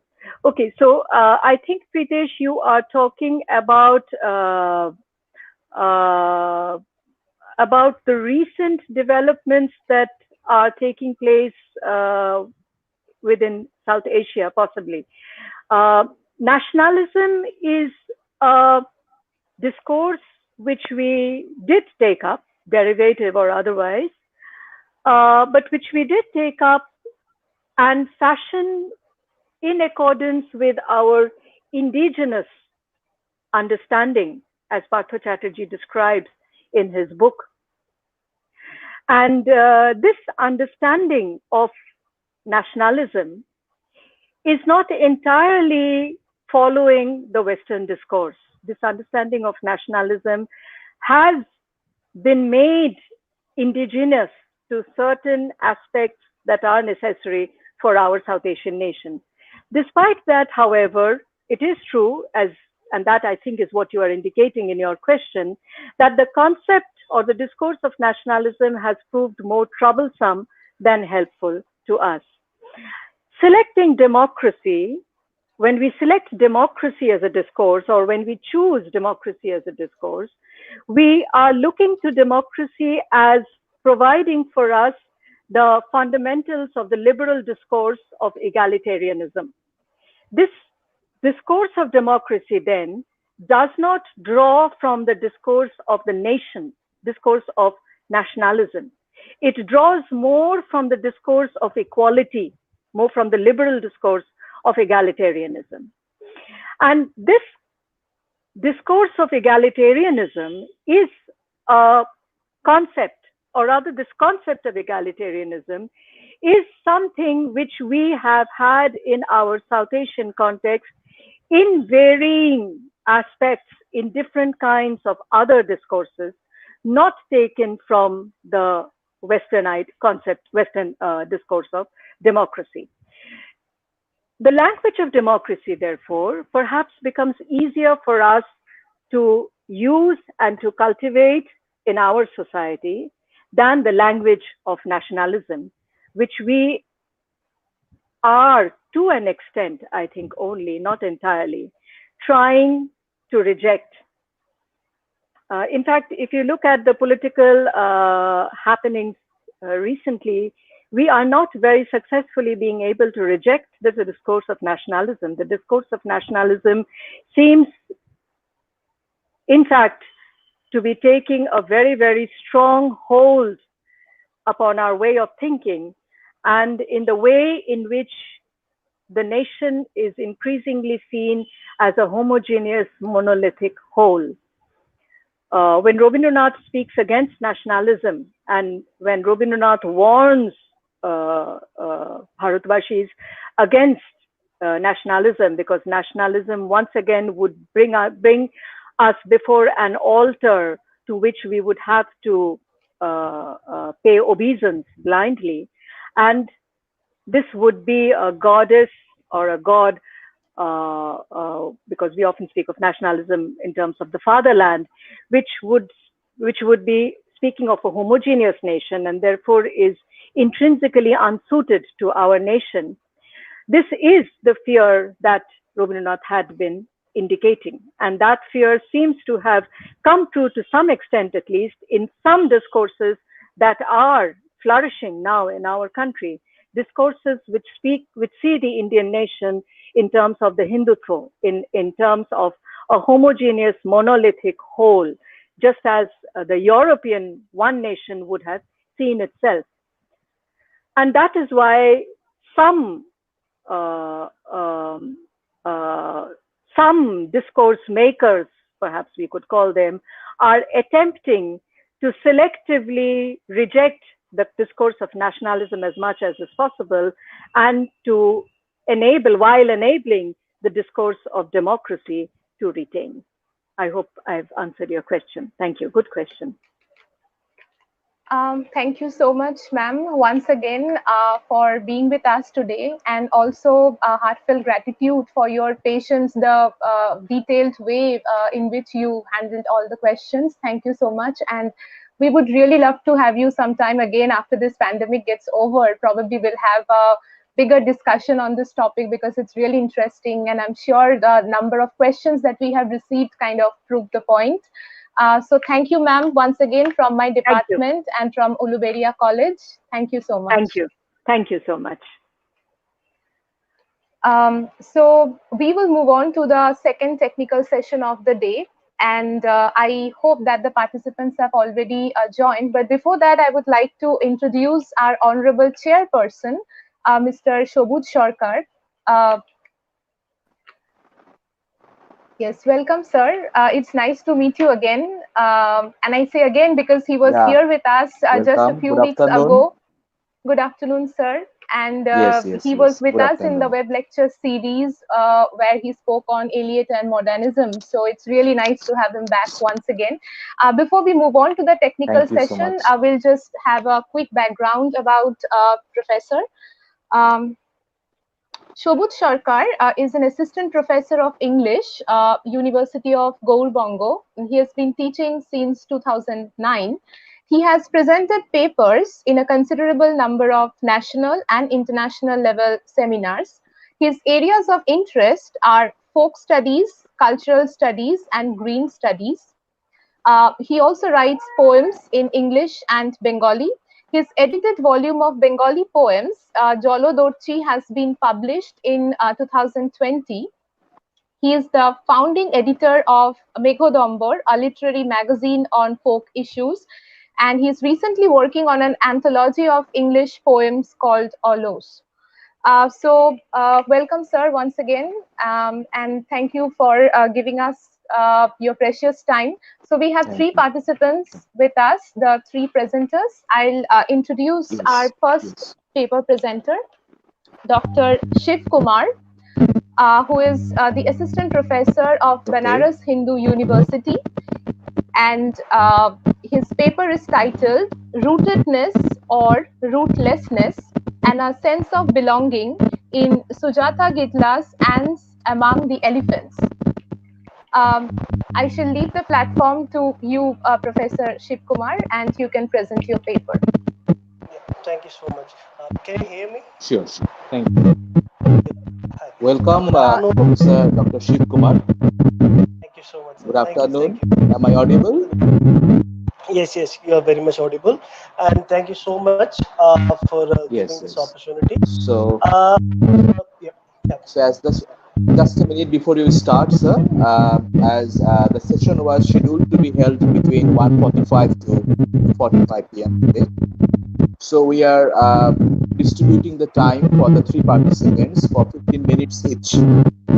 So please start your presentation and Yeah. complete it within 15 minutes. I will try to finish it, and that's the reason Please. I have to remove many things. And Sure. please go a little high in terms of, let's say, if I speak little quickly. So I'll just try to read as much as possible and try to make sense that what I have done in the paper. Okay, the title we know, rootedness or rootlessness and a sense of belonging in Sujata Gidlas, ants among elephants. Please remove the because that was a typing mistake it seems. Okay, I'm starting the paper now. Guys, I'll just use, okay, before I get into the paper, a small thing that I will not be, discussing many things about the diaspora here in terms of like the people, those who have already presented paper and they've already spoken a lot about it. So I think it would not be a good idea to get into the same thing one more time and repeating it. So I'll just generally say a few things and then I'll come to what I am trying to do in the paper. Right? Okay, diaspora writing is an umbrella term that subsumes works of writers, those who live outside their native land, but their work remain associated and are about their native land. Their writings have roots in alienation, precarious life with a sense of loss, uprootedness, identity crisis, and a sense of existentialist feeling with a desire to be rooted in the native land that emerges due to their migration from their home to a different land in search of either good life or due to political or ethnic execution. Also, it deals with the issue of cultural encounter, amalgamation, or disintegration of cultural practices and dual identity that the migrant experiences. The writings deal with immigrant experiences in a strange land and obstacles to survive and adjust with it. Mostly, the migrants suffer because of the distance from their motherland, memories associated with it, prerequisite of their adopted land, and agonies of leaving behind everything that was once familiar. Settlement in a different land is a resultant cause of their dislocation from homeland and a relocation to a new space where an attempt is made to establish continuity with the native land left behind. For Avtar Bara, home is a mythic place of desire in the diasporic imagination.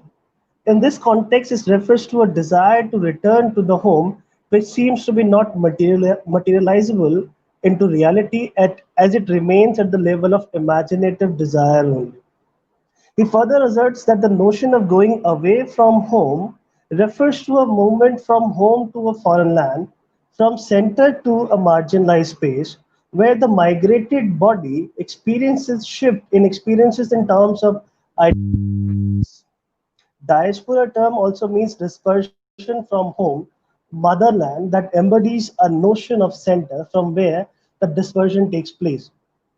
Diasporic journeys are settling down elsewhere. It raises questions like what socio-political ramifications mark their journey from homeland to elsewhere. In diasporic writing narratives, it is a common thing where a person travels away from roots, home or center, to an unknown space where he or she encounters the culture of a dominant section, struggles to maintain his or her identity, and suffer due to identity crisis. In this scenario, their home acts as center, and their travel signifies a movement away from center to a marginalized space. Avtar Bara further states that the concept of diaspora offers a critique to a the concept of diaspora offers a critique of discourses of fixed origins, while taking account of a homing desire, which is not the same thing as desire for a homeland. This distinction is important, not least because not all diaspora sustain an ideology of return. So, diasporic narratives also problematize the notion of home as a stable location and underpins the concept of travel that validates the point of reference as diasporic person and indigenous to the land to which he or she dreams to return. This aspect further raises the question of location of body and its affiliation to the location that affects the process of identity formation. Now I'll come to the paper. This paper on which I'm going to present concentrates on the introduction section of Ants Among Elephants by Sujata Gidla that covers the experiences of Sujata Gidla at home and in America. It also captures diasporic themes within a process of collecting materials through various sources and delineates her experiences in America that gave her an alternative perspective to see her family's history as not regressive, but rather a way to claim her root to a culture and identity. As she states that when I left I'm quoting here, when I left and made new friends in a new country, only then did the things that happened to my family, the things we had done, become stories, stories worth telling, stories worth writing down. Gidla and her family members are marginalized in the name of their caste identity as untouchables in India, but they are accepted as humans and treated equal in America. Gidla's present location is in America, where she experiences a sense of equality and fraternity with people. The discourse that she creates in her text is about her native land, where casteism determines lives of people. She does not feel alienated in America, but rather she feels more located and accepted in America than in India. Her location in America signifies a break from her ancestral roots that she abridges by traveling and excavating the history of her family. So, theoretically speaking, initially she travels from margin to center, from east to west, from rejected and downtrodden to accepted and equal, that becomes a source of empowerment. And I would quote here Avtar Bara. He would say that the word diaspora often invokes the imagery of trauma of separation and dislocation. And this is certainly very important aspect of the migratory experience. But diasporas are also potentially the sites of hope and a new beginning. They are contested cultural and political terrains where individual and collective memories collide, reassemble, and reconfigure. Unlike traditional diasporic writing, Gidla delineates a different version of diasporic experience. In America, she does not feel uprooted or alienated from the environment. as she was more accepted here than facing a social rejection back in India. Just like other diasporic writers, she also shares similar experiences when she decides to become a part of that culture by leaving aside her native culture. The feeling of inclusiveness and acceptance dominate her experiences that transform the strange land into a home where she would be away from any kind of caste based discrimination and humiliation. She does not suffer in the memories of her motherland and does not agonize in leaving behind things known. Rather, she is better at home in a foreign land where she does not suffer discrimination based on her caste, but she is more touchable, as one of her friends claims when she tells him that she is an untouchable. She seems to have adjusted, amalgamated, and accepted in the first world space, where she becomes more touchable than she was in a third world space. She shares one of her experience of acceptability and equality in America with reader when she writes, "At 26, I came to America, where people know only skin color, not birth status. Some here love Indians and some hate them, but their feelings are not affected by caste. One time in a bar in Atlanta, I told a guy I was untouchable. And he said, "Oh, but you are so touchable," unquote. This expression becomes a political statement of being at home outside her birthplace. Obviously, the location and locationality of body construct her identity or helps to construct her identity as being at home outside the cultural setting. Embedded in this expression is a rejection of a cultural ideology where she was treated as an untouchable Christian. In India, caste identity determines the conditions of sociality that accords one privileges according to his or her caste status. Similarly, the statement of Gadla becomes an explicit political statement with an assertion of rejecting the caste-dominated spaces by becoming a part of a space which provides her an escape from caste-based occupation and a life of equality and fraternity, a place where she can realize her dream outside caste boundaries. She also transforms herself, and being outside gives an insight to comprehend the meaning of being inside. That means, like India, what is happening in India. Similarly, the text is not a portrayal of an imagined community bound together, but rather she collects documents and narratives of people and their lived experiences that constitute the narrative framework. As a social document that narrates the lives of people, community, and cultural values, she recounts the experiences of people, especially her immediate family members, and mingles it with nationalistic narrative. As a nation moved towards modernization, similarly their lives also. Both move simultaneously and weave a narrative of caste antagonism, emergence of left parties, and subsequent emergence of ultra left that move activities against the dominant forces that always supported landed gentry, the role of left parties, Nehru government, and the liberation of Telangana from Nizam rule. Through this narrative, she reclaims the untouchable identity that stratifies her according to her caste identity in India.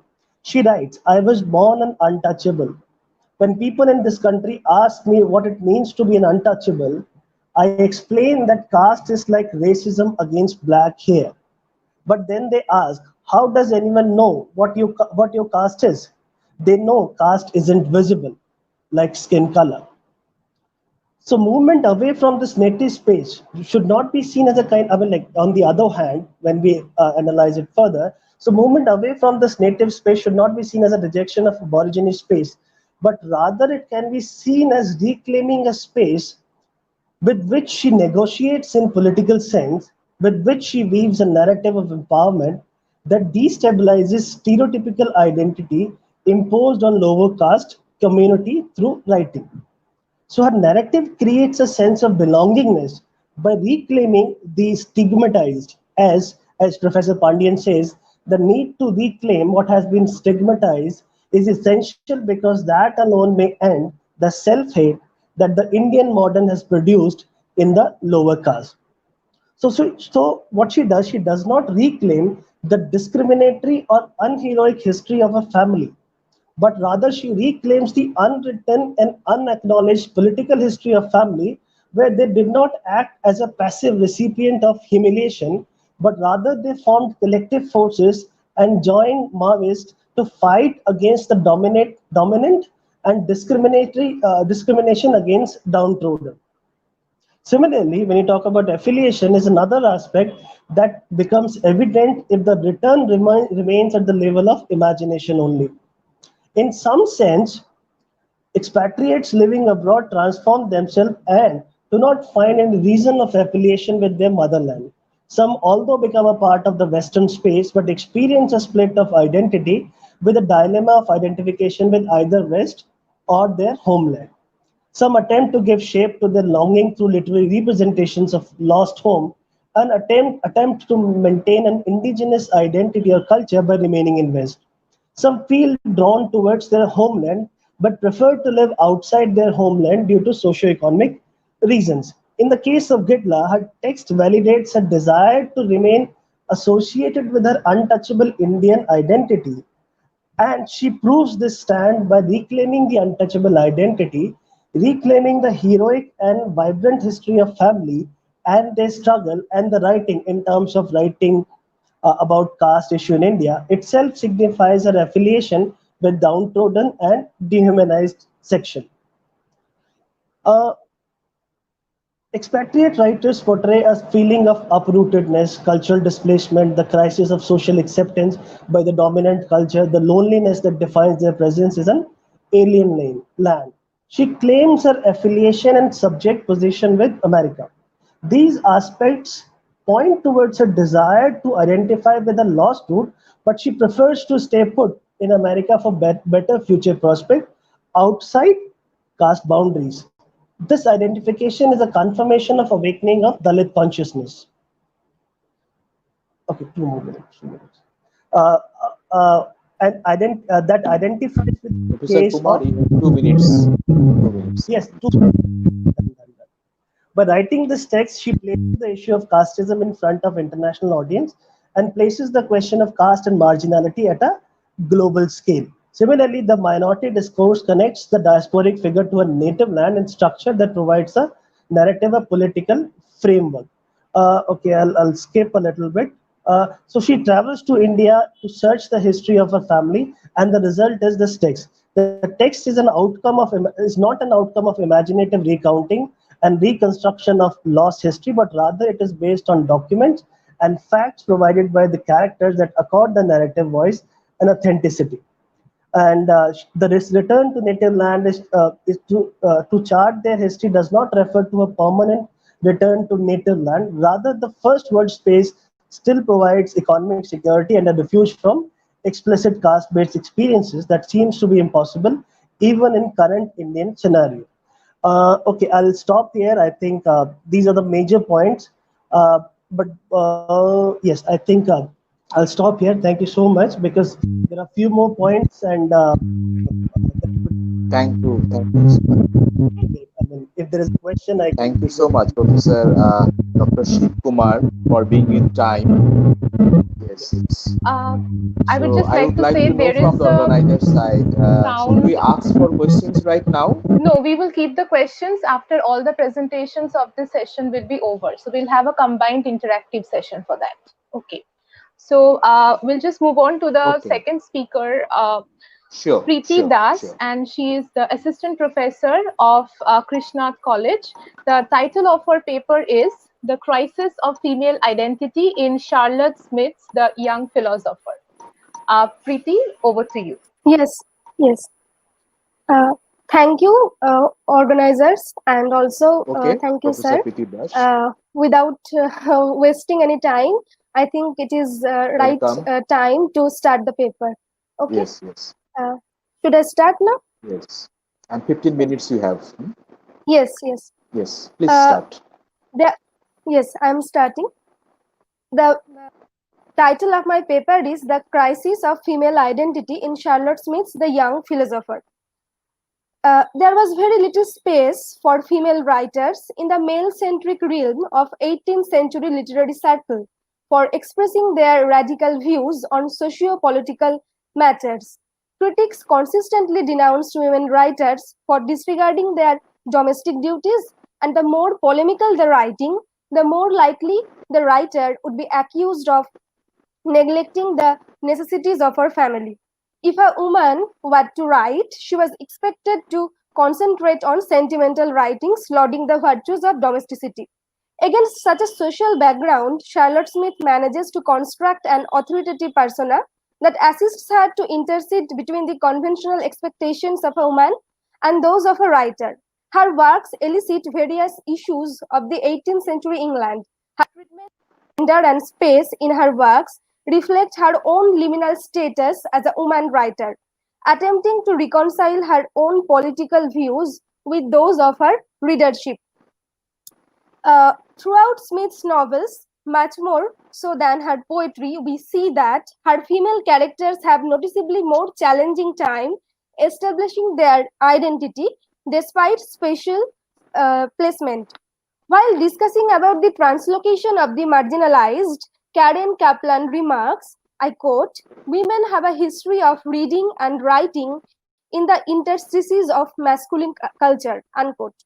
These interstitial spaces serve as the material, imaginary, and metaphorical margins of patriarchal cultural terrains.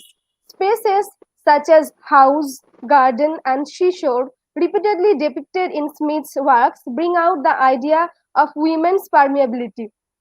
Although expanded pictorial acquisitions uncovered new topographies for exploration to 18th century European women, they still remained underprivileged because they did not have the right to claim their citizenship and nationality on their own. As Ali Madanipur suggests, limitations in social, political, and cultural spheres make women feel excluded and take their right of decision making. Smith's works are a useful source to explore the spaces of 18th century borders and the margins in relation to human psychology.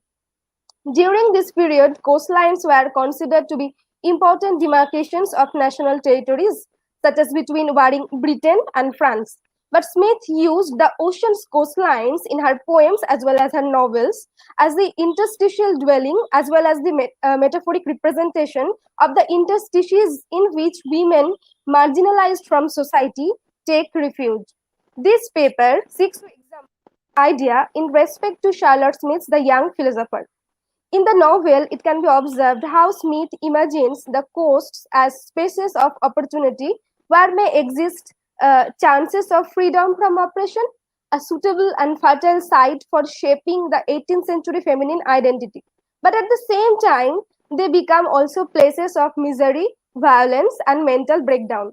The sympathetic relationship she establishes between coastal landscapes and the female marginalized self explores the periphery as a place for the potential emancipation and empowerment of women. Yet ultimately, it is the female suffering which takes place at these marginal locations that is most persistent and most culturally entrenched, and which forces the heroine's hopes toward an alternative coastline. Though the title of the novel, that is Young Philosopher, attributes to the hero George Delmont's refined intellect, this is actually overwhelmingly a novel about female experience. Laura Glenmorris and her daughter Majora, the heroines of the novel, are, within quote, deracinated binationals, outsiders whose, I quote, lack of national identity is also their best chance for liberty, unquote. In parallel tales of virtue and distress, the mother and daughter pair both undergo violence, exploitation, and oppression, and their stories portray a dismal picture of the vulnerability and powerlessness experienced by women in British society in the late 18th century. The novel opens by directing the reader's thoughts to the British seashore. Volume 1 presents the vicious and tremendously anti-Jacobin Mrs. Crechorn. Her presence serves to present the idea that in English society there is no possibility for women to take on a different identity. While Talking about the hero George Delmont's decision to marry Medora, Mrs. Crechan remarks, I quote, "Marry an American girl who may be a stroller for aught he can tell.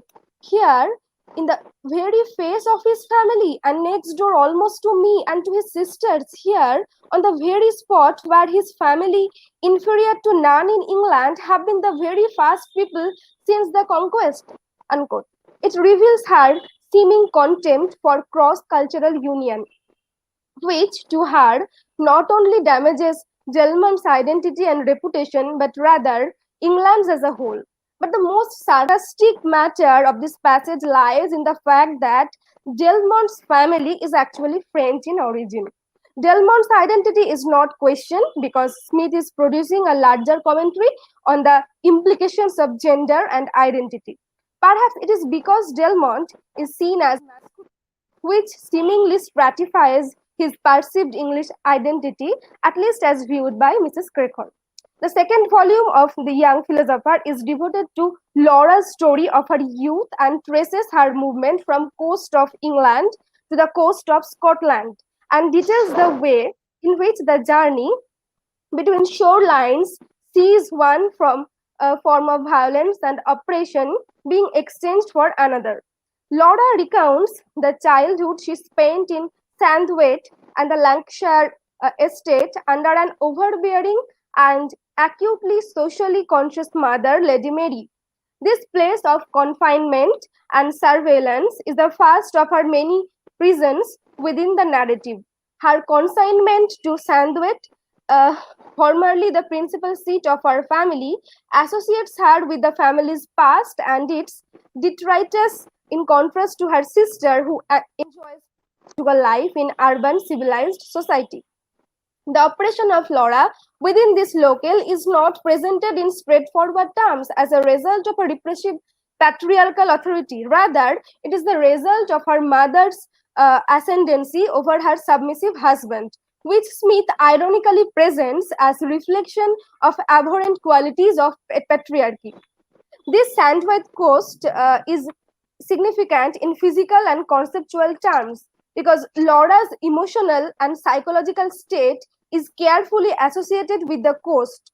Through Laura's relationship to the coastal landscape, Smith, in a way, explores the social and ideological questions concerning women's relationship to patriarchal authority. On the other side, she shows the healing and restorative presence of nature that offers respite in moments of emotional breakdown. It happens that one evening, when Laura's mother torments her with the news that Glenn Morris has ruined himself by gaming, Laura escapes in the garden and finds solace in nature. Here is an extract from the text. I quote, "It was a mild evening. The wind blowing from the sea brought with it the hollow murmur of the waves with the rising tide. They broke swallow and rippling on the broad bed of sand on which there was no dry on the surf as it whitened beyond, and trembling lustre of an early moon was reflected. The very circumstance of being alone and at liberty for a few moments was a species of enjoyment, and I soon recovered recollection enough to consider that what Lady Mary has said was probably unfounded." Unquote.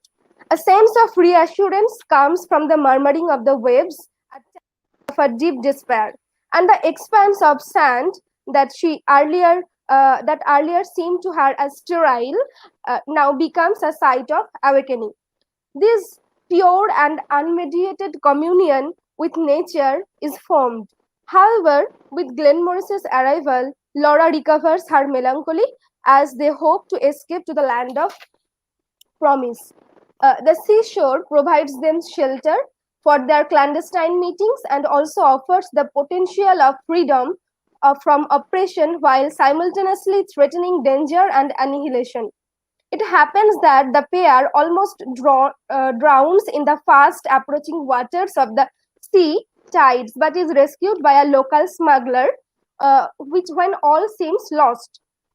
Laura's description of this incident is haunted by images of death, Yet, by narrating it through the perspective of Glenn Morris, she emphasizes his rather than her own, and foregrounds a form of male inaction that becomes characteristic of the men in this novel.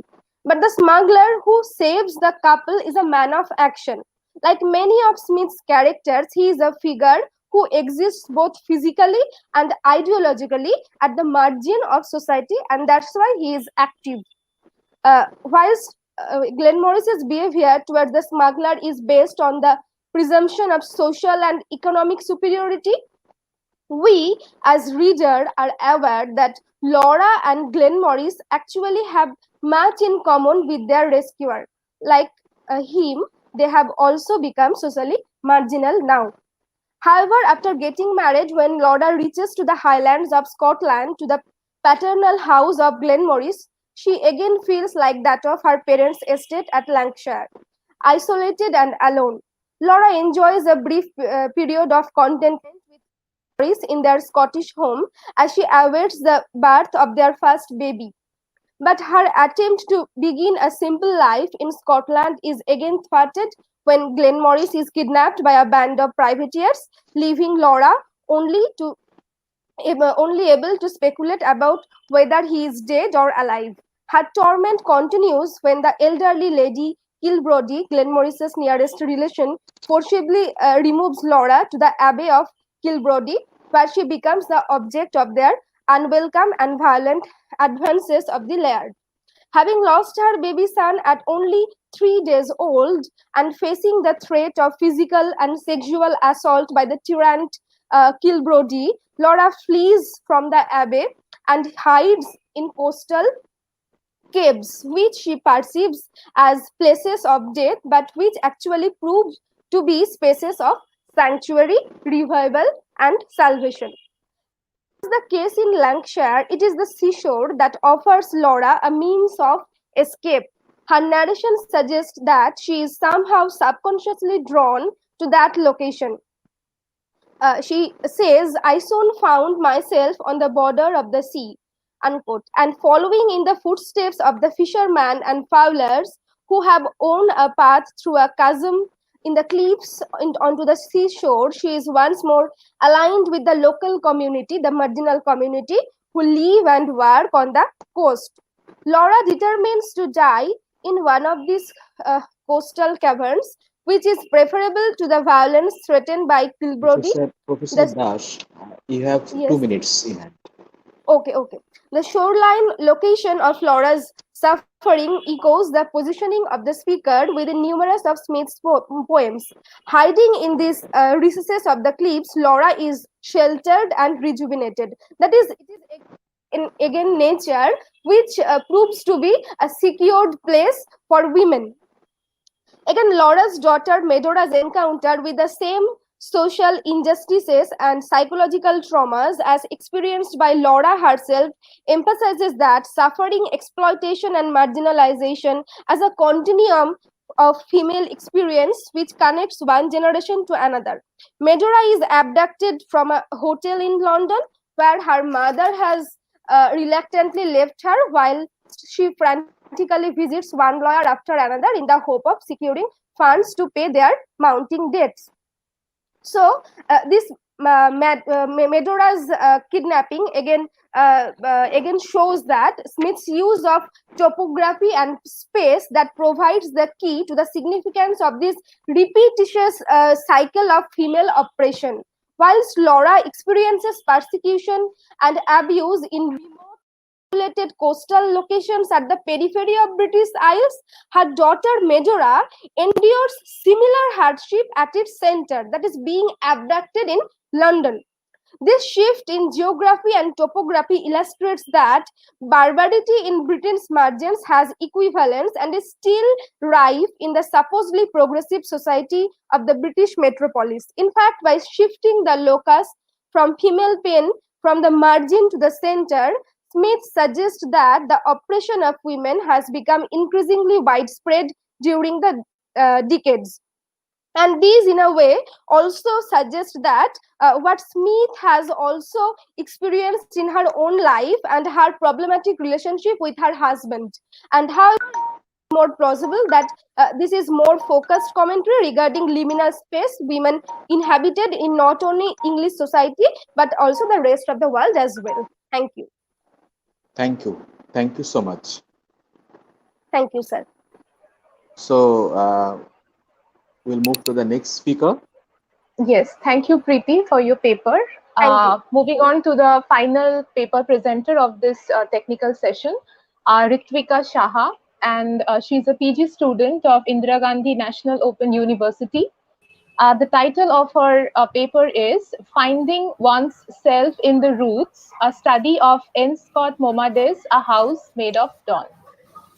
Thank you, Ritvika, for joining us. Over to you. Thank you, ma'am. Am I audible?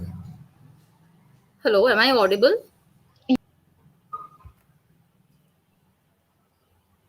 You're audible. Okay, all right. Yeah. A warm greeting to everyone present here. Thank you for giving me this opportunity to talk about my paper on this platform. It's an honor. So without further ado, I'll start my presentation. The topic of my paper is Finding One's Self in the Roots, a study of N. Scott Momade's A House Made of Dawn. Since the advent of the Puritans from England and some Europeans in the late 16th century and early 17th century in America, the natives, Indians, faced brutal blows from them. Their lands were taken illegally, butchered to death, and needlessly exploited their resources. The English considered them savages, but in turn, they proved to be as savages in their assaults. More than half the population of the Indians were erased by the English in their native land. All these incidents caused in them a deep sense of alienation and insecurity. The Indians have a rich cultural history. The oral tradition of the Native American literatures continues even to this day. It is modified and adapted to suit changing conditions. The growth of written literature in Indian cultures has impacted beneficially on oral literatures. Written creative work supplements, but it does not supplant the rich and resilient oral traditions of Indian literature. American Indian literature existed and flourished long before the Europeans colonized America. Their deep connection with the land and to the community is the main concern in their literature. The foundation for the growth and development of prose fiction, authored by Native American writers, was laid in the 19th century. It is believed that Elias Boudinot's Poor Sarah, or Religion Exemplified in the Life and Death of an Indian Woman, which was published in 1823, was the first book of fiction by a Native American. Perhaps Boudinot's book is not strictly a work of fiction because it was religious. It has religious tone, which is rather obtrusive. However, John Rollin Ridge's Life and Adventures of Joaquin Murrieta, 1854, may be taken as a novel meant for entertainment. Another work by Simon Pokagon's Queen of the Woods, 1899, is autobiographical and apocalyptic. There is also an undercurrent of irony in this tragic story. The 20th century produced Native American novelists with greater sophistication in the selection and handling of their themes. Writers like Hume Ishuma, John Milton Oskison, John Joseph Matthews, D.R.C. McNichol belong to this era. Among the contemporary Indian novelists, Leslie Marmon Silko occupies an honored space. Basically, these Native American novelists' primary concern is to articulate the trials and tribulations of their people who find it increasingly difficult to come to terms with the transformation of their life from a tribe and family-oriented small communities to alien, social, and religious systems which have encroached on them and are fast obliterating their culture and traditions. What we get to see in their works is the Indians being squeezed out, literally and metaphorically.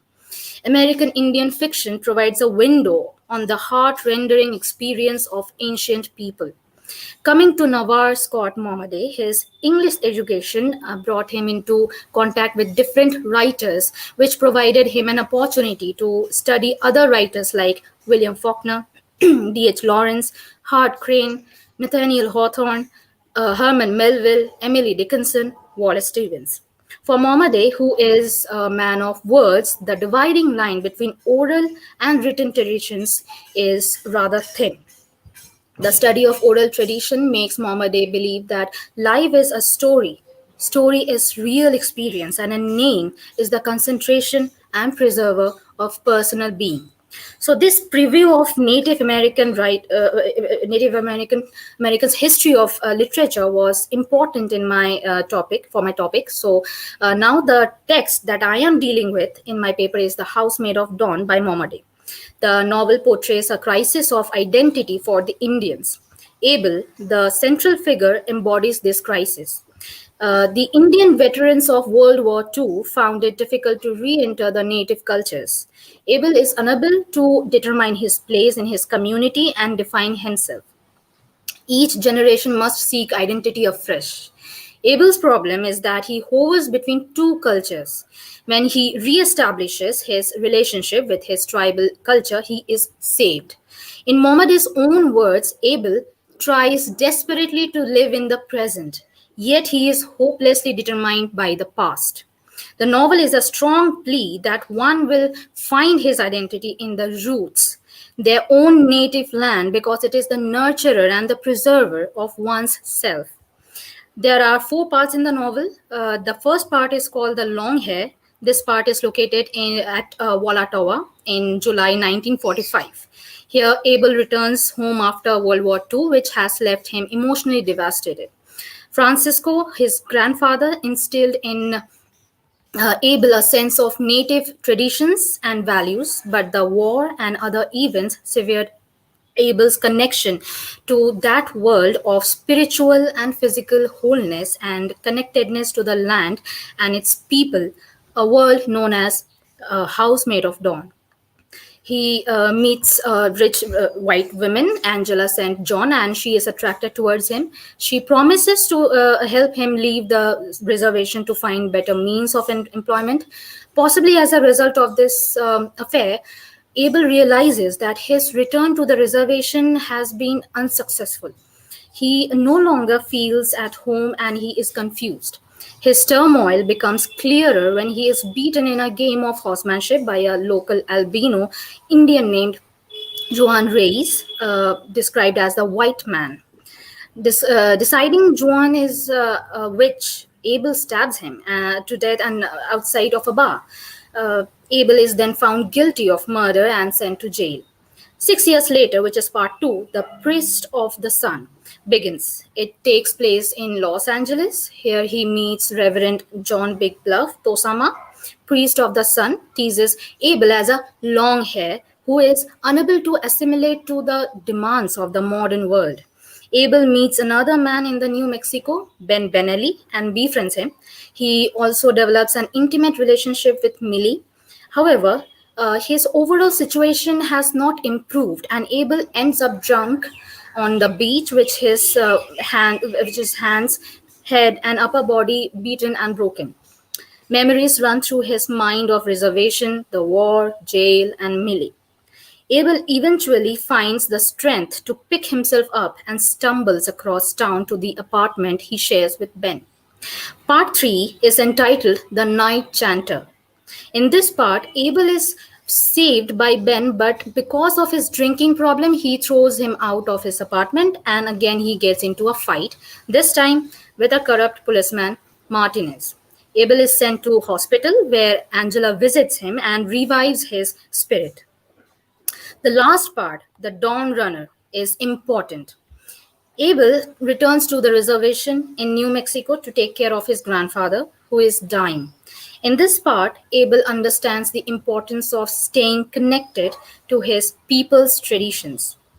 When the time comes, Abel dresses his grandfather for burial and smears his own body with ashes. As the dawn breaks, Abel begins to run. He is participating in a ritual his grandfather told him about, the race of the dead. As he runs, Abel begins to sing for himself and Francisco.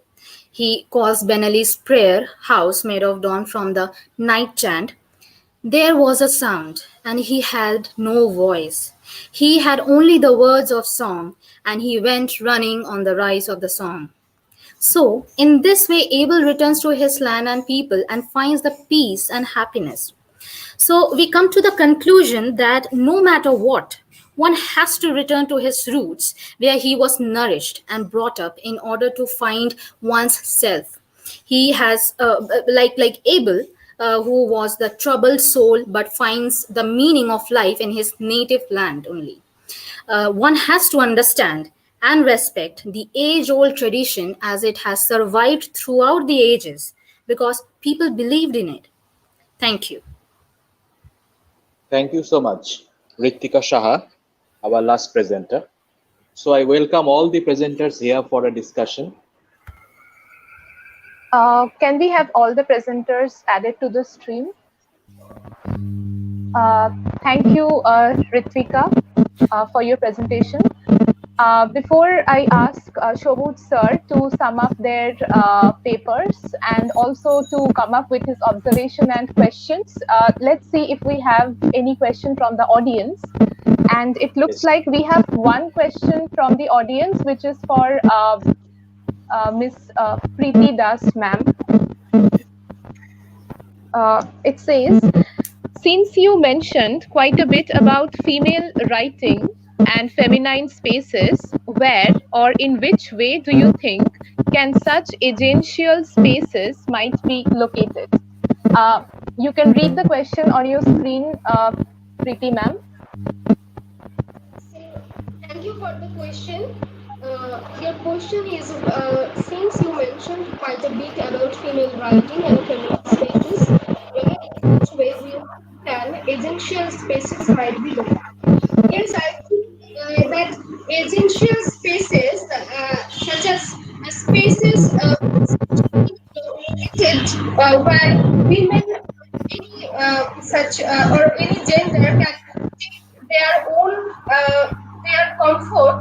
So comfort that they gain from that particular region is always based on their gender perspective. It is true. We all know that the female always became victim of patriarchal society, and that's why when a female feels comfortable in a particular place, it may also become a place of danger for her. So this agential space, I don't think there is such a place like agential space for feminine identity in this case of this, as I discussed in this novel. Okay, thank you, Ms. Preeti Das. Sir, now it's up to you. If you could just try to bring some observation or question. Okay, fine.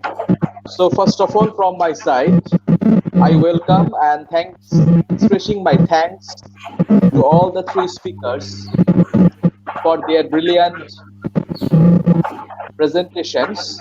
However, the time limit was 15 minutes each. Sir, sorry to interrupt once. We can just we are just hearing some noises. I think there is some technical glitch. Can all of you check if there is any other like phone or laptop or any other tab open which is creating this problem? Okay, I think it's now more clear. No, I think it's still there, but I guess we have to get along with it. TC ma'am, could you do something about it? TC ma'am? Yes. Can we do anything about this interruption that we are having? No, thank you. I will just request all of the participants to turn off your mics.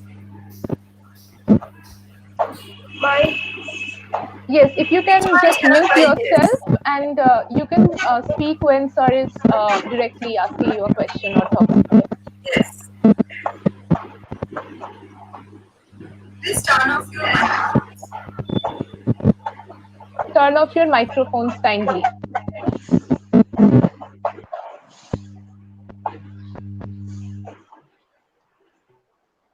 Yes, I think it's better now. Ananda ma'am, may I continue then? Yes, sir. Okay, fine. So my first observation on Professor Dr. Shiv Kumar's presentation, and it was really brilliant.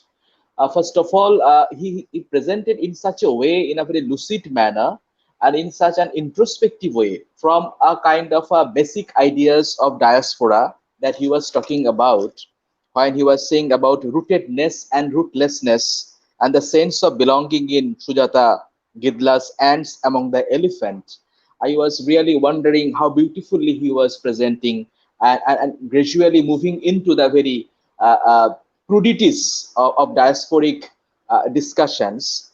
An interesting thing is that he was saying all about caste in India, and the character, the protagonist who was moving in India, and there the condition of casteism was not problematic in that way. Of course, skin, the color, black skin is a matter of issue over there, but the kind of sense of casteism no longer was a problematic issue for her. So my question to, my observation, not a question to Professor Shiv Kumar, is that we often found it in India also, in that time of schism of Chaitanya Dev and others. People, they move from those four dimensions of the casteism in India: Brahman, Kshatriya, Vaishya, and Shudra. And then we found people are moving into a particular religion called Buddhism, and they welcomed all. Almost like this, people are not having any kind of, in that sort of indecisions, in that type of hesitations that your character, that you find in the novel, the, ants among the elephant. Almost like this, we found how religion, that one of the major issues in India, and in some cases, for example, in Buddhism, I would like to mention over here, that they welcomed all group of people. Anyone can join in, and there, the kind of philosophy they had, they gave the kind of that very essence of security, at least mental peace and satisfaction. So, don't you think the protagonist of Ants Among the Elephant, if he changes the religion, would it be a kind of space for peace, even being in India? Do you think so? The position was not like that. Okay. It's a kind Can of you a hear me? Am I audible? Yes. Am I audible to you? Can you hear me? Hello? Can you hear me? Anyone can answer. Sorry. Can you hear me? We can hear you, sir. Yes, sir. We can hear you. Thank you. Okay. Thank you so much for asking such a question, because this was the doubt I still have. The doubt is that because it's very well, Dr. Sarkar, that when the text is written, when something is being presented, there is a particular perspective, and within that perspective, something is being presented. So obviously that, and the factor that is important in the text is obviously caste, that she's trying to present, that within the course of the caste that she's trying to present the entire narrative. But we also need to keep in mind that going to West and converting into Buddhism, just like she was already converted into Christianity, and despite Yes. being converted, she still faces the same kind of a discrimination which they faced even before they converted into Christianity. So they remained untouchable despite being converted into Christianity. So the same kind of the framework is very much applicable when we talk about to Buddhism. They can convert into Buddhism. There is no issue with that. The problem is with the social structure, the people outside that structure, how they are going to accept them. Are they going to be accepted if they are going to convert into Buddhism? That's the first thing. Second question, and these are my own doubts. Second question, and I've seen it actually, this discrimination does happen. The second question is that when we see people converting into Christianity, and despite converting into Christianity, they still face some kind of a caste discrimination within Christianity. So the question that needs to be explored is the same framework being implemented in Buddhism as well or not?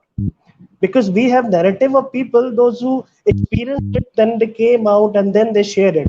We're yet to see someone who converted into Buddhism, then coming out and sharing any kind of experience.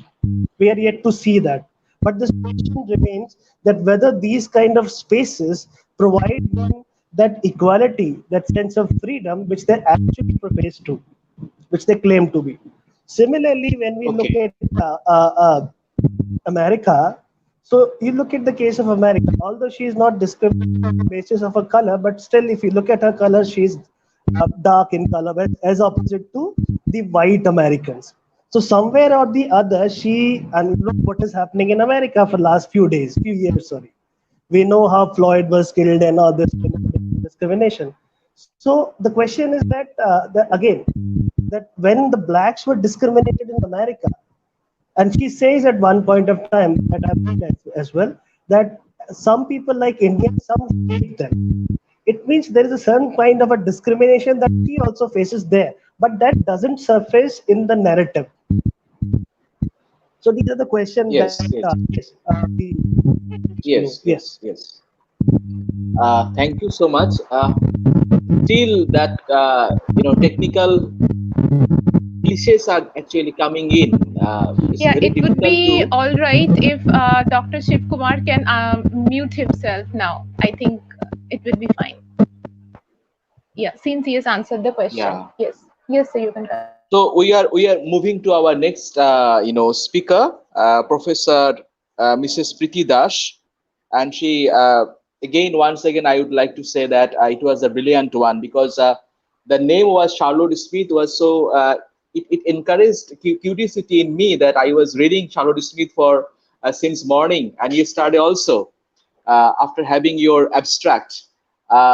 Charlotte Smith, I found that she was not so much known for a recent time, but gradually she's coming up as a subject of research, because she was so popular for a particular period of time. But gradually she was not in that type of focus, rather on researches were not took place on her. But now Charlotte Smith is a kind of a space, is a kind of a topic and subject, and her writings are brilliantly coming up with new dimensions. So I was listening minutely your presentation, and you were continuously saying about the coastline, and that the character and the coastline. Do you think that, it is my observation, not a question at all, would you like to say coastline itself is a kind of a yes, or a kind of a character? I would rather say the way it creates a kind of a parallel journey with the protagonist all the time throughout the text.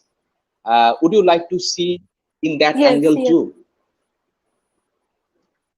Yes, Smith, not only in her novels, her poems like Beachy Head, very remarkable poem of Smith, and most popular poem of Smith's works. Yes. Beachy Head is almost centering on these coastline spaces, and here comes that Burkean terminology, that Burkean, that terminology. What can I say?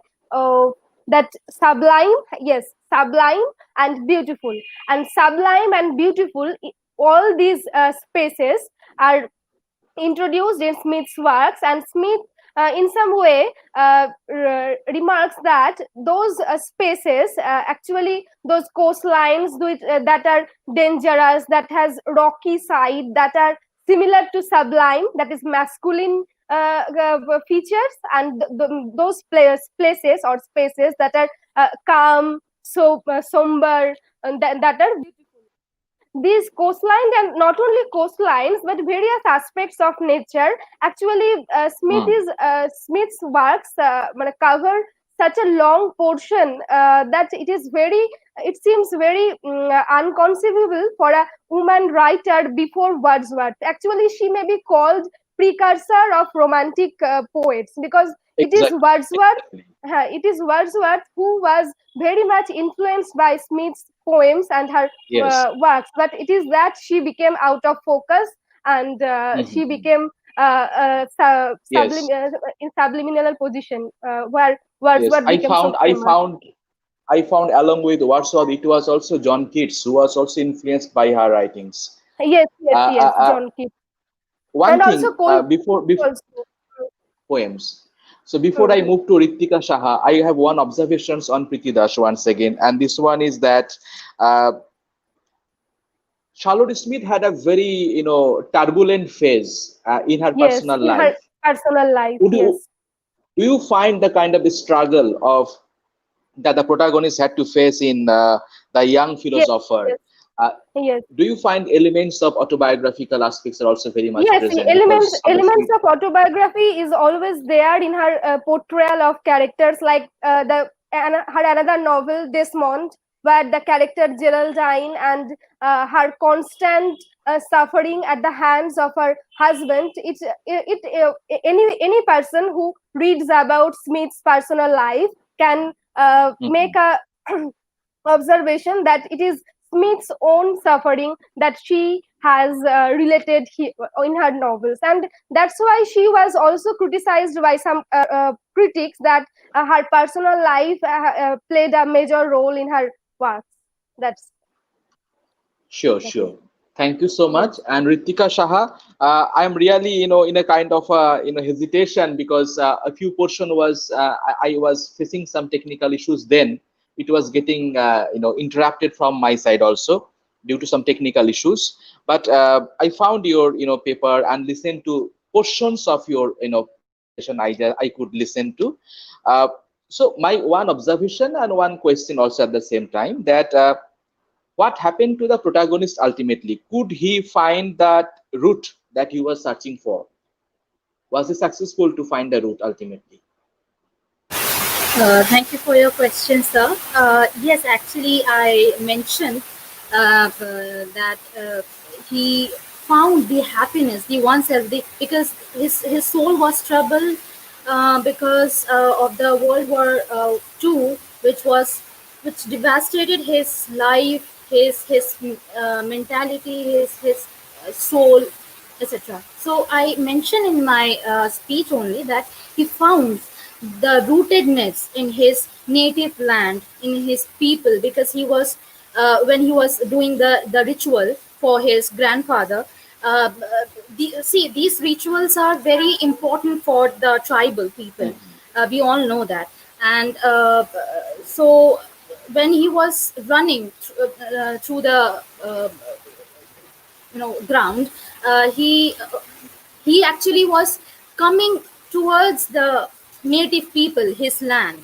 So we can see like this. So he definitely found himself in his own land, which he was struggling in, so One question actually that came up in my mind while listening to you, that while you were presenting on N. Scott Momadi, so it was James Hemingway, Cooper, and the Last of the Mohicans.